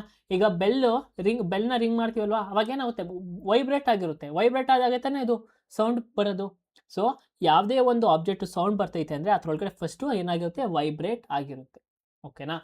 So all this producer sound because they vibrate. For example, guitar ತಂತಿಗಳನ್ನ ನೀವು ವೈಬ್ರೇಟ್ ಮಾಡಿದಾಗೈತೆ ಅಂತ ಸೌಂಡ್ ಬರೋದು. ಈಗ ಈ ವೈಬ್ರೇಟ್ ಆಗ್ತಾ ಇದ್ದಾಗ ಏನಾಗುತ್ತೆ ಅಂತಂದರೆ, ಈಚೆಗಡೆ ಇರೋಂಥ ಏರ್ಗೆ ಇದು ಕೇಳಿಸುತ್ತೆ. ವೈಬ್ರೇಟ್ ಆದಾಗೇನು ಸೌಂಡ್ ಈಚೆಗೆ ಏರ್ಗೆ ಕೇಳಿಸುತ್ತೆ. ಕೆಲವೊಂದ್ಸಲಿ ಏರ್ ಜೊತೆ ಜಾಸ್ತಿ ಕಂಪ್ರೆಸ್ ಆಗಿಬಿಡುತ್ತೆ, ಓಕೆನಾ. ಇನ್ನೊಂದ್ಸಲಿ ಏನಾಗುತ್ತೆ? ಏರಿಂದ ದೂರ ಹೋಗ್ಬಿಡುತ್ತೆ, ಓಕೆನಾ. ಈ ಥರ ಒಂದೆರಡು ಕಾನ್ಸೆಪ್ಟ್ನ ನಾವೇನಂತ ಕರಿತೀವಿ ಅಂದರೆ ಕಂಪ್ರೆಷನ್ ಮತ್ತು ರೇರ್ ಫ್ರ್ಯಾಕ್ಷನ್ ಅಂತ ಕರಿತೀವಿ.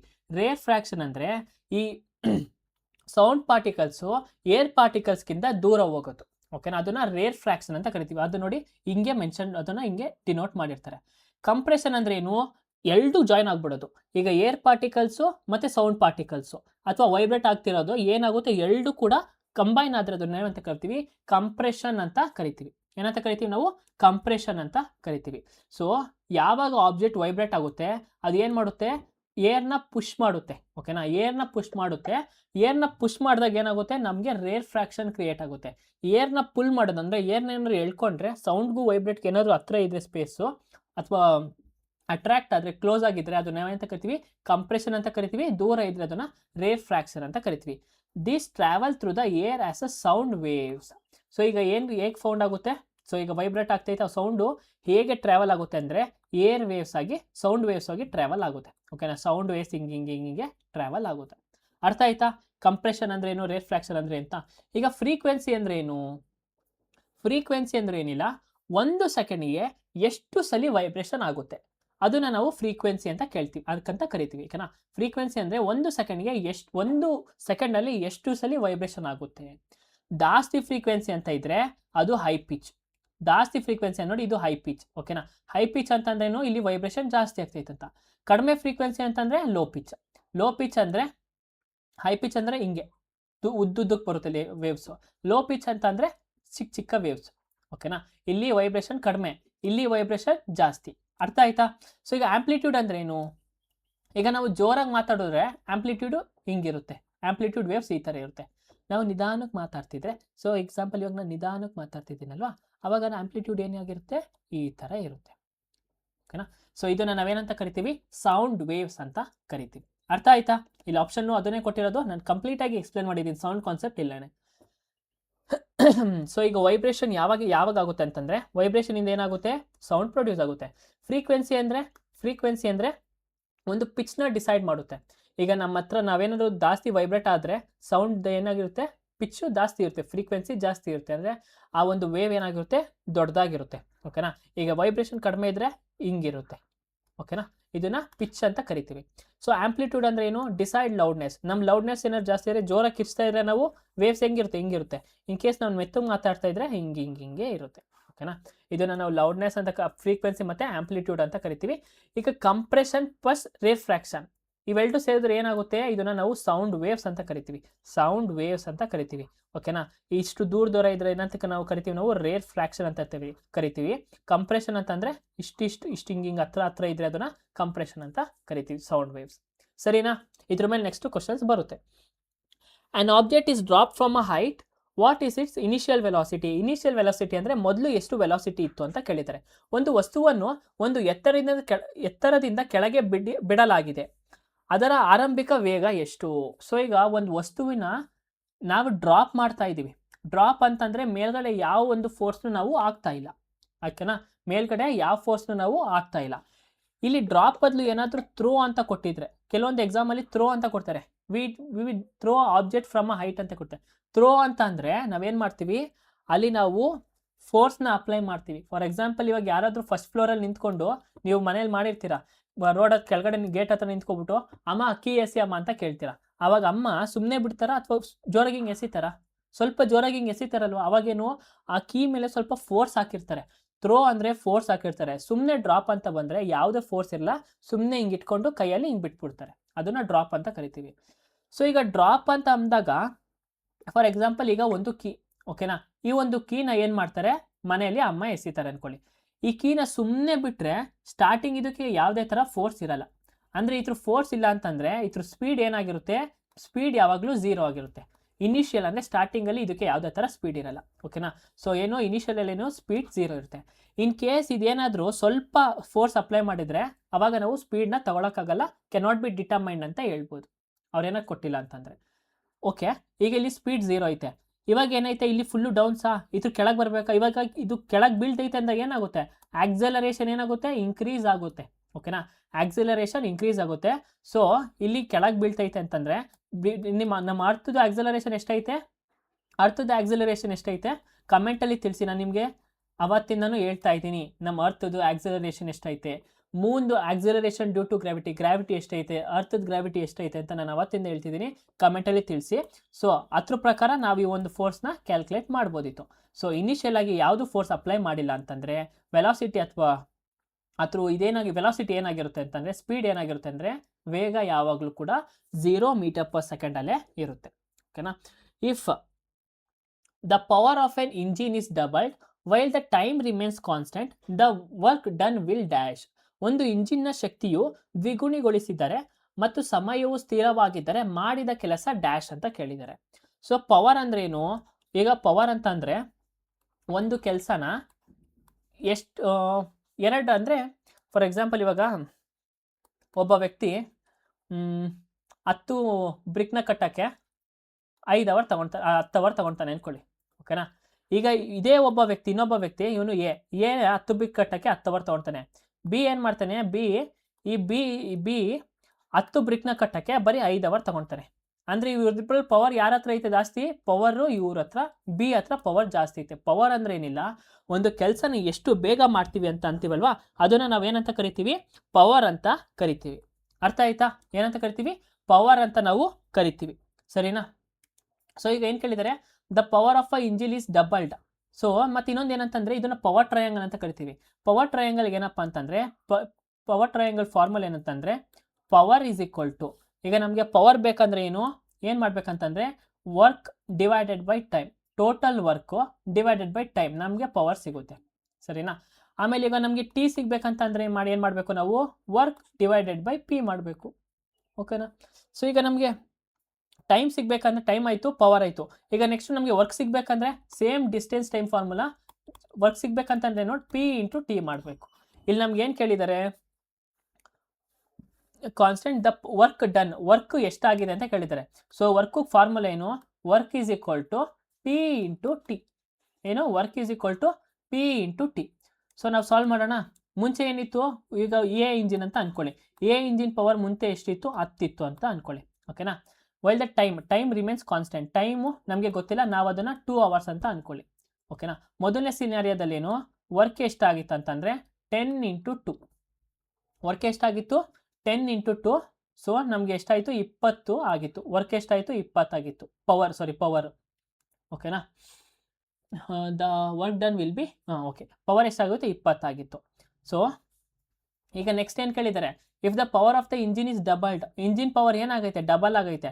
ಸೊ ಇಲ್ಲಿ ಪವರ್ ಅಲ್ವಾ ಇದು, ಎ ಅಂದರೆ ಇಂಜಿನ್ ಅಂತ ಕನ್ಸಿಡರ್ ಮಾಡಿದ್ವಿ. ಈಗ ಎರಡನೇ ಸಿನಾರಿಯೋದಲ್ಲಿ ನೋಡೋಣ. ಎರಡನೇ ಸಿನಾರಿಯೋದಲ್ಲಿ 10 20 ಆಗಿದ್ರೆ, ಅಂದರೆ ಡಬಲ್ ಅಂತಂದರೆ ಏನು, ಇಂಟು 2. 10 20 ಆಗಿದ್ರೆ ಟೈಮ್ ಕಾನ್ಸ್ಟೆಂಟಲ್ಲಿದ್ದರೆ 20 × 2 ಏನಾಯಿತು, 40 ಆಯಿತು. ಸೊ ಮೊದಲನೇದಾಗಿ ಇಂಜಿನ್ ಕೆಲಸ ಮಾಡ್ಬೇಕಾದ್ರೆ ಅದ್ರ ಪವರ್ ಎಷ್ಟಿತ್ತು, ವರ್ಕ್ 20 ಇತ್ತು. ನೆಕ್ಸ್ಟು ಪವರ್ ಏನಾಗಿ ಎಷ್ಟಪ್ಪ ಇತ್ತು ಅಂತಂದರೆ 40 ಇತ್ತು. ಓಕೆನಾ. ಸೊ ಈಗ ಏನಾಗೈತೆ, ಇದಕ್ಕಿಂತ ಇದು ಡಬಲ್ ಆಗೈತೆ. ಯಾಕೆ ಡಬಲ್ ಆಯಿತು, ಇಂಜಿನ್ನ ಪವರ್ ಡಬಲ್ ಆಗಿದ್ದಕ್ಕೆ ಕೆಲಸನೂ ಏನಾಯಿತು, ಈಗ ಡಬಲ್ ಆಯಿತು. ಸೊ ಆನ್ಸರ್ ಏನಾಗಿರುತ್ತೆ, ಕೆಲಸ ಕೂಡ double, it will be doubled ಅಂತ ಅಂದರೆ ದ್ವಿಗುಣವಾಗಿರುತ್ತದೆ ಅಂತ ಅರ್ಥ ಆಯಿತು. ಸೊ ಆಯ್ತಾ, ಇದನ್ನು ಪವರ್ ಟ್ರಯಾಂಗಲ್ ಅಂತ ನಾವು ಕರಿತೀವಿ. An object is placed at infinity in front of the convex lens. The image formed is. ಒಂದು ಉಬ್ಬ ಮಸೂರದ ಮುಂದೆ ವಸ್ತುವನ್ನು ಅನಂತ ದೂರದಲ್ಲಿ ಇರಿಸಿದಾಗ ರೂಪುಗೊಳ್ಳುವ ಪ್ರತಿಬಿಂಬ ಹೇಗಿರುತ್ತದೆ. ಸೊ ಇಲ್ಲಿ ಯಾತ್ರ ಬಗ್ಗೆ ಮಾತಾಡ್ತಿದ್ವಿ, ಕಾನ್ವೆಕ್ಸ್ ಮಿರರ್ ಬಗ್ಗೆ ಮಾತಾಡ್ತೀವಿ. ಕಾನ್ವೆಕ್ಸ್ ಅಂತಂದ್ರೇನು, ಹಿಂಗಿರುತ್ತೆ. ಈ ಪ್ಯಾರಲಲ್ ಲೈನ್ಸ್ ಏನಾದ್ರು ಇದ್ರೊಳಗೆ ಟ್ರಾವೆಲ್ ಆಗ್ತಿದ್ರೆ ಈ ಲೈಟ್ನೆಲ್ಲ ಏನು ಮಾಡುತ್ತೆ, ಇದು ಕನ್ವರ್ಜ್ ಬಂದರೆ ಇದು ಒಂದು ಕಡೆಗೆ ಹಿಂಗೆ ಮಾಡುತ್ತೆ. ಈ ಒಂದು ಪಾಯಿಂಟ್ ಏನಂತ ಕರಿತೀವಿ ನಾವು, ಫೋಕಸ್ ಅಂತ ಕರಿತೀವಿ. ಓಕೆನಾ. ಸೊ ಫೋಕಲ್ ಪಾಯಿಂಟ್ ಅಂತ ಕರಿತೀವಿ. ನೋಡಿ ಇಲ್ಲಿ ಬರ್ತಿರೋಂಥ ಒಂದು ಲೈಟ್ ರೇಸ್ ಏನು ಮಾಡುತ್ತೆ, ಇದೆಲ್ಲ ಏನು ಮಾಡುತ್ತೆ, ಕನ್ವರ್ಜ್ ಮಾಡುತ್ತೆ. ಎಲ್ಲ ಲೈಟ್ನು ಕನ್ವರ್ಜ್ ಮಾಡಿ ಮತ್ತೆ ಒಂದು ಇದಾಗಿ ಬೀಮ್ ಆಗಿ ಮತ್ತೆ ಡಿಸ್ಪರ್ಸ್ ಆಗುತ್ತೆ. ಆಯಿತಾ. ಇದನ್ನು ನಾವು ಕಾನ್ವೆಕ್ಸ್ ಲೆನ್ಸ್ ಅಂತ ಕರಿತೀವಿ. ಈ ಕಾನ್ವೆಕ್ಸ್ ಲೆನ್ಸು ಒಳಗಡೆ ಮಧ್ಯದಲ್ಲಿ ಏನಿರುತ್ತೆ, ತಿಕ್ಕಾಗಿರುತ್ತೆ, ಮತ್ತು ಎಡ್ಜಲ್ಲಿ ಏನಾಗಿರುತ್ತೆ, ತಿನ್ನಾಗಿ ಇರುತ್ತೆ. ಸೊ ಈಗ ಒಂದು ಆಬ್ಜೆಕ್ಟ್ನ ಇನ್ಫಿನಿಟಿಯಲ್ಲಿ ಇಕ್ಕಿದ್ದೀವಿ. ಇನ್ಫಿನಿಟಿ ಅಂದರೆ ಸಖತ್ತು ದೂರದಲ್ಲಿ ಇಕ್ಕಿದ್ದೀವಿ ಅಂತ ಹೇಳ್ತಿದ್ದಾರೆ. ಓಕೆನಾ. ಫಾರ್ ಎಕ್ಸಾಂಪಲ್ ಇವಾಗ ಸನ್ನು ಸ್ಟಾರು, ಅದು ಆ light come from this objects reaches this lens in the parallel rays. ಈಗ ಎಕ್ಸಾಂಪಲ್ ಈ ಒಂದು ಟೆಲಿಸ್ಕೋಪ್, ಇದೊಂದು ಏನು ಕಾನ್ವೆಕ್ಸ್ ಲೆನ್ಸ್ ಟೆಲಿಸ್ಕೋಪ್. ಓಕೆನಾ. ಈ ಕಾನ್ವೆಕ್ಸ್ ಲೆನ್ಸ್ ಟೆಲಿಸ್ಕೋಪಲ್ಲಿ ನಾವು ಸೂರ್ಯನ ನೋಡ್ತಾ ಇದ್ದೀವಿ. ಓಕೆನಾ. ಸೂರ್ಯನ ನೋಡ್ಬೇಕಾದ್ರೆ ಏನಾಗುತ್ತೆ, ಆ ಸೂರ್ಯನ ಬೆಳಕು ಏನಾಗಿರುತ್ತೆ, ಯಾವಾಗಲೂ ಪ್ಯಾರಲಲ್ ರೇಸ್ ಆಗಿ ಇರುತ್ತೆ. ಈ ಒಂದು ಮಿರರ್ಗೆ ಹೇಗೆ ಬರುತ್ತೆ ಅಂದರೆ ಪ್ಯಾರಲಲ್ ರೇಸ್ ಆಗಿ ಬರುತ್ತೆ. ಬಟ್ ಇದ್ರ ಒಳಗೆ ಹೋದಾದ್ಮೇಲೆ ಏನಾಗುತ್ತೆ, ಲೆನ್ಸ್ ಒಳಗೆ ಲೈಟ್ ಹೋದಾಗ ಏನಾಗುತ್ತೆ, ಬೆಂಡ್ ಆಗುತ್ತೆ. ಬೆಂಡ್ ಆಗಿ ಏನಾಗುತ್ತೆ, ಇಲ್ಲಿ ಒಂದು ಕನ್ವರ್ಜೆನ್ಸ್ ಫೋಕಲ್ ಪಾಯಿಂಟ್ ಆಗುತ್ತೆ, ಅದಾದ್ಮೇಲೆ ಮತ್ತೆ ಡಿಸ್ಪರ್ಸ್ ಆಗುತ್ತೆ. ಇದನ್ನು ನಾವು ಕಾನ್ವೆಕ್ಸ್ ಲೆನ್ಸಲ್ಲಿ ನೋಡ್ತೀವಿ. ಅರ್ಥ ಆಯ್ತಾ ಇಷ್ಟು. ಈಗ ಒಂದು ಆಬ್ಜೆಕ್ಟ್ ಏನಾದರೂ ಇನ್ಫಿನಿಟಿಯಲ್ಲಿದ್ದರೆ, ಅಂದರೆ ದೂರದಲ್ಲಿದ್ದರೆ, ಫಾರ್ ಎಕ್ಸಾಂಪಲ್ ಇವಾಗ ನಾವು ಸೂರ್ಯ ಇಲ್ಲವನೇ, ಈ ಸೂರ್ಯನ ನಾವು ನೋಡ್ತಿದ್ದೀವಿ ಅಂತ ಅನ್ಕೊಳ್ಳೋಣ. ಓಕೆನಾ. ಈ ದೂರದಲ್ಲಿದ್ದರೆ ಏನಾಗುತ್ತೆ, ಫಸ್ಟು ಪ್ಯಾರಲಲ್ ರೇಸ್ ಏನಾಗುತ್ತೆ, ಪ್ಯಾರಲಲ್ ಅಂದರೆ ಹಿಂಗಾದ್ರೂ ಇರ್ಬೋದು ಅಥವಾ ಹಿಂಗಾದ್ರೂ ಇರ್ಬೋದು. ಇದನ್ನೆಲ್ಲ ಪ್ಯಾರಲಲ್ ಅಂತ ನೋಡಿ. ಈ ಪ್ಯಾರಲಲ್ ರೇಸು ಎಂಟರ್ ಆಗ್ತೈತೆ. ಓಕೆನಾ. ಇಲ್ಲಿಂದ ಪ್ಯಾರಲಲ್ ರೇಸ್ ಬರ್ತೈತೆ. ಈ ಪ್ಯಾರಲಲ್ ರೇಸ್ ಬರುತ್ತೆ, ಆಮೇಲೆ ಎಲ್ಲಿ ಮೀಟ್ ಆಗುತ್ತೆ, ಅಲ್ಲಿ ಮೀಟ್ ಆಗುತ್ತೆ. ಓಕೆನಾ. ಅಟ್ ಫೋಕಸಲ್ಲಿ ಇದು ಮೀಟ್ ಆಗುತ್ತೆ. ಇದಿಷ್ಟು ಅರ್ಥ ಆಯ್ತಾ. All rays meet at one point. ಇಲ್ಲಿ ಎಲ್ಲ ಒಂದು ರೇಸು ಒಂದು ಪಾಯಿಂಟಲ್ಲಿ ಮೀಟ್ ಆಗುತ್ತೆ. ಇವಾಗ ಏನಾಗುತ್ತೆ ಅಂತಂದರೆ, ಈ ಒಂದು ಆಬ್ಜೆಕ್ಟ್ ಇರುತ್ತಲ್ವಾ, ಈ ಒಂದು ಆಬ್ಜೆಕ್ಟ್ ಇನ್ಫಿನಿಟಿಲಿ ಇರೋಂಥ ಒಂದು ಆಬ್ಜೆಕ್ಟ್ ಏನಾಗುತ್ತೆ, ಅದು ಚಿಕ್ಕದಾಗಿ ಕಾಣುತ್ತೆ. ಮೊದಲನೇದೇನು ಫುಲ್ಲು ಚಿಕ್ಕದಾಗಿ ಕಾಣುತ್ತೆ. ಸೆಕೆಂಡ್ ಏನಪ್ಪ ಅಂತಂದರೆ highly diminished to a point ಅಂತ ಕರಿತೀವಿ. ಇನ್ನೊಂದು ಇನ್ವರ್ಟೆಡ್ ಅಂತಂದರೆ ಉಲ್ಟಾ ಕಾಣುತ್ತೆ. ಯಾಕೆ, ಅದ್ರ ದೂರ ಜಾಸ್ತಿ ಐತೆ. ಇನ್ ಕೇಸ್ ಹತ್ರ ಇದ್ದಿದ್ರೆ ಅದು ನಾರ್ಮಲ್ ಅಂದರೆ ಅದ್ರ ಹೈಟ್ ನಮಗೆ ನೀಟಾಗಿ ಕಾಣಿಸ್ತಿತ್ತು. ಸರಿನಾ. ಮತ್ತು ಈ ಇಮೇಜ್ ಎಲ್ಲಿ ಫಾರ್ಮ್ ಆಗುತ್ತೆ, ಫೋಕಸಲ್ಲಿ ಫಾರ್ಮ್ ಆಗುತ್ತೆ. ಓಕೆನಾ. On the other side of ಲೆನ್ಸಲ್ಲಿ ಇದು ಫಾರ್ಮ್ ಆಗುತ್ತೆ. ಸೊ ಆಬ್ಜೆಕ್ಟ್ ಏನಾಗಿರುತ್ತಪ್ಪ ಅಂತಂದರೆ, ಒಂದು ರಿಯಲ್ ಆಗಿರುತ್ತೆ, ಒಂದು ಉಲ್ಟಾ ಅಂದರೆ ಇನ್ವರ್ಟೆಡ್ ಆಗಿರುತ್ತೆ, ಇನ್ನೊಂದು ಡಿಮಿನಿಷ್ಡ್ ಆಗಿರುತ್ತೆ. ಡಿಮಿನಿಷ್ಡ್ ಅಂದರೆ ಆ ಒಂದು ಸೈಜ್ ಫುಲ್ಲು ಚಿಕ್ಕ ಆಗೋಗಿರುತ್ತೆ ಯಾವಾಗ ದೂರದಲ್ಲಿ ಇಕ್ಕಿದ್ರೆ. ಇದನ್ನು ನಾವೇನಂತ ಯಾವ ಕರಿತೀವಿ, ಕಾನ್ವೆಕ್ಸ್ ಲೆನ್ಸಲ್ಲಿ ಇನ್ಫಿನಿಟಿ ಲೆನ್ಸ್ ಅಂತ ಹೇಳ್ತೀವಿ. ಓಕೆನಾ. So at the focal point highly diminished point size between F and 2F inverted, at infinity highly magnified, at 2F same size. So option ಏನಾಗಿರುತ್ತೆ, at focal point it is highly diminished. ನಾನು ಹೇಳಿದೆ ಅಲ್ವಾ, focal ಪಾಯಿಂಟಲ್ಲಿ ಏನಾಗಿರುತ್ತೆ, diminished to a point, and focal ಪಾಯಿಂಟಲ್ಲಿ ತುಂಬ diminished ಆಗಿರುತ್ತೆ. So thank you everyone. So ಇಲ್ಲಿಗೆ ನಾವು ಕಂಪ್ಲೀಟಾಗಿ ಒಂದು 25 ಕ್ವಶನ್ಸ್ ಮುಗಿಸಿದ್ದೀವಿ. ಅಂದಮೇಲೆ ಇನ್ನೊಂದು ಏನಂತಂದರೆ ನಾವು ಕಂಪ್ಲೀಟಾಗಿ ಎಷ್ಟು ಕ್ವಶನ್ಸ್ ಮುಗ್ತಿದ್ದೀವಿ, 100 ಕ್ವಶನ್ಸ್ನ ನಾವು ಸಾಲ್ವ್ ಮಾಡಿದ್ದೀವಿ. ಓಕೆನಾ. ಸೊ ಇವಾಗ ನಿಮ್ಗೊಂದು ಐಡಿಯಾ ಬಂದಿರುತ್ತೆ ಹೇಗೆ previous year questions pattern follow ಆಗ್ತಾ ಇರುತ್ತೆ ಅಂತ. ಡೆಫಿನೆಟ್ಲಿ ಅಲ್ವಾ, ನಾವು ಎಷ್ಟು ಕ್ವಶನ್ ರಿಪೀಟೆಡ್ ಕ್ವಶನ್ ನೋಡಿದ್ದೀವಿ ಹೇಳಿ ಪ್ರೀವಿಯಸ್ ಇಯರ್ ಕ್ವಶನಲ್ಲೇ. ಸೊ ಈ ಥರ ಒಂದು ಟಾಪಿಕ್ಸ್ ಮೇಲೆ ನೀವು ಏನು ಮಾಡಬೇಕು, ಜಾಸ್ತಿ ಫೋಕಸ್ ಮಾಡಬೇಕು. ಇವೆಲ್ಲ ನಾವು ಏನಂತ ಕರಿತೀವಿ, ಹಾಟ್ ಟಾಪಿಕ್ಸ್ ಅಂತ ಕರಿತೀವಿ. ಏನು ಟಾಪಿಕ್ಸು, ಹಾಟ್ ಟಾಪಿಕ್ಸ್ ಅಂತ ನಾವು ಇದನ್ನು ಕರಿತೀವಿ. ಓಕೆನಾ. ಸೊ ಇನ್ನು ಯಾರು ನಮ್ಮ ಚಾನಲ್ಗೆ ಸಬ್ಸ್ಕ್ರೈಬ್ ಮಾಡಿಲ್ಲ ದಯವಿಟ್ಟು ಸಬ್ಸ್ಕ್ರೈಬ್ ಮಾಡಿ. ಮತ್ತು ಕ್ಲಾಸಸ್ ಯಾರು ಇನ್ನೂ ಬೇಸಿಕ್ಕಿಂದ ಸ್ಟಾರ್ಟ್ ಮಾಡಿಲ್ಲ, ಕೆಮಿಸ್ಟ್ರಿ ಕ್ಲಾಸಸ್ ಮಾಡ್ತಿದ್ದೀನಿ, ನೀವು ಆರಾಮಾಗಿ ನೋಡ್ಕೋಬೋದು. ಓಕೆನಾ. So until then take care, ಬಾಯ್.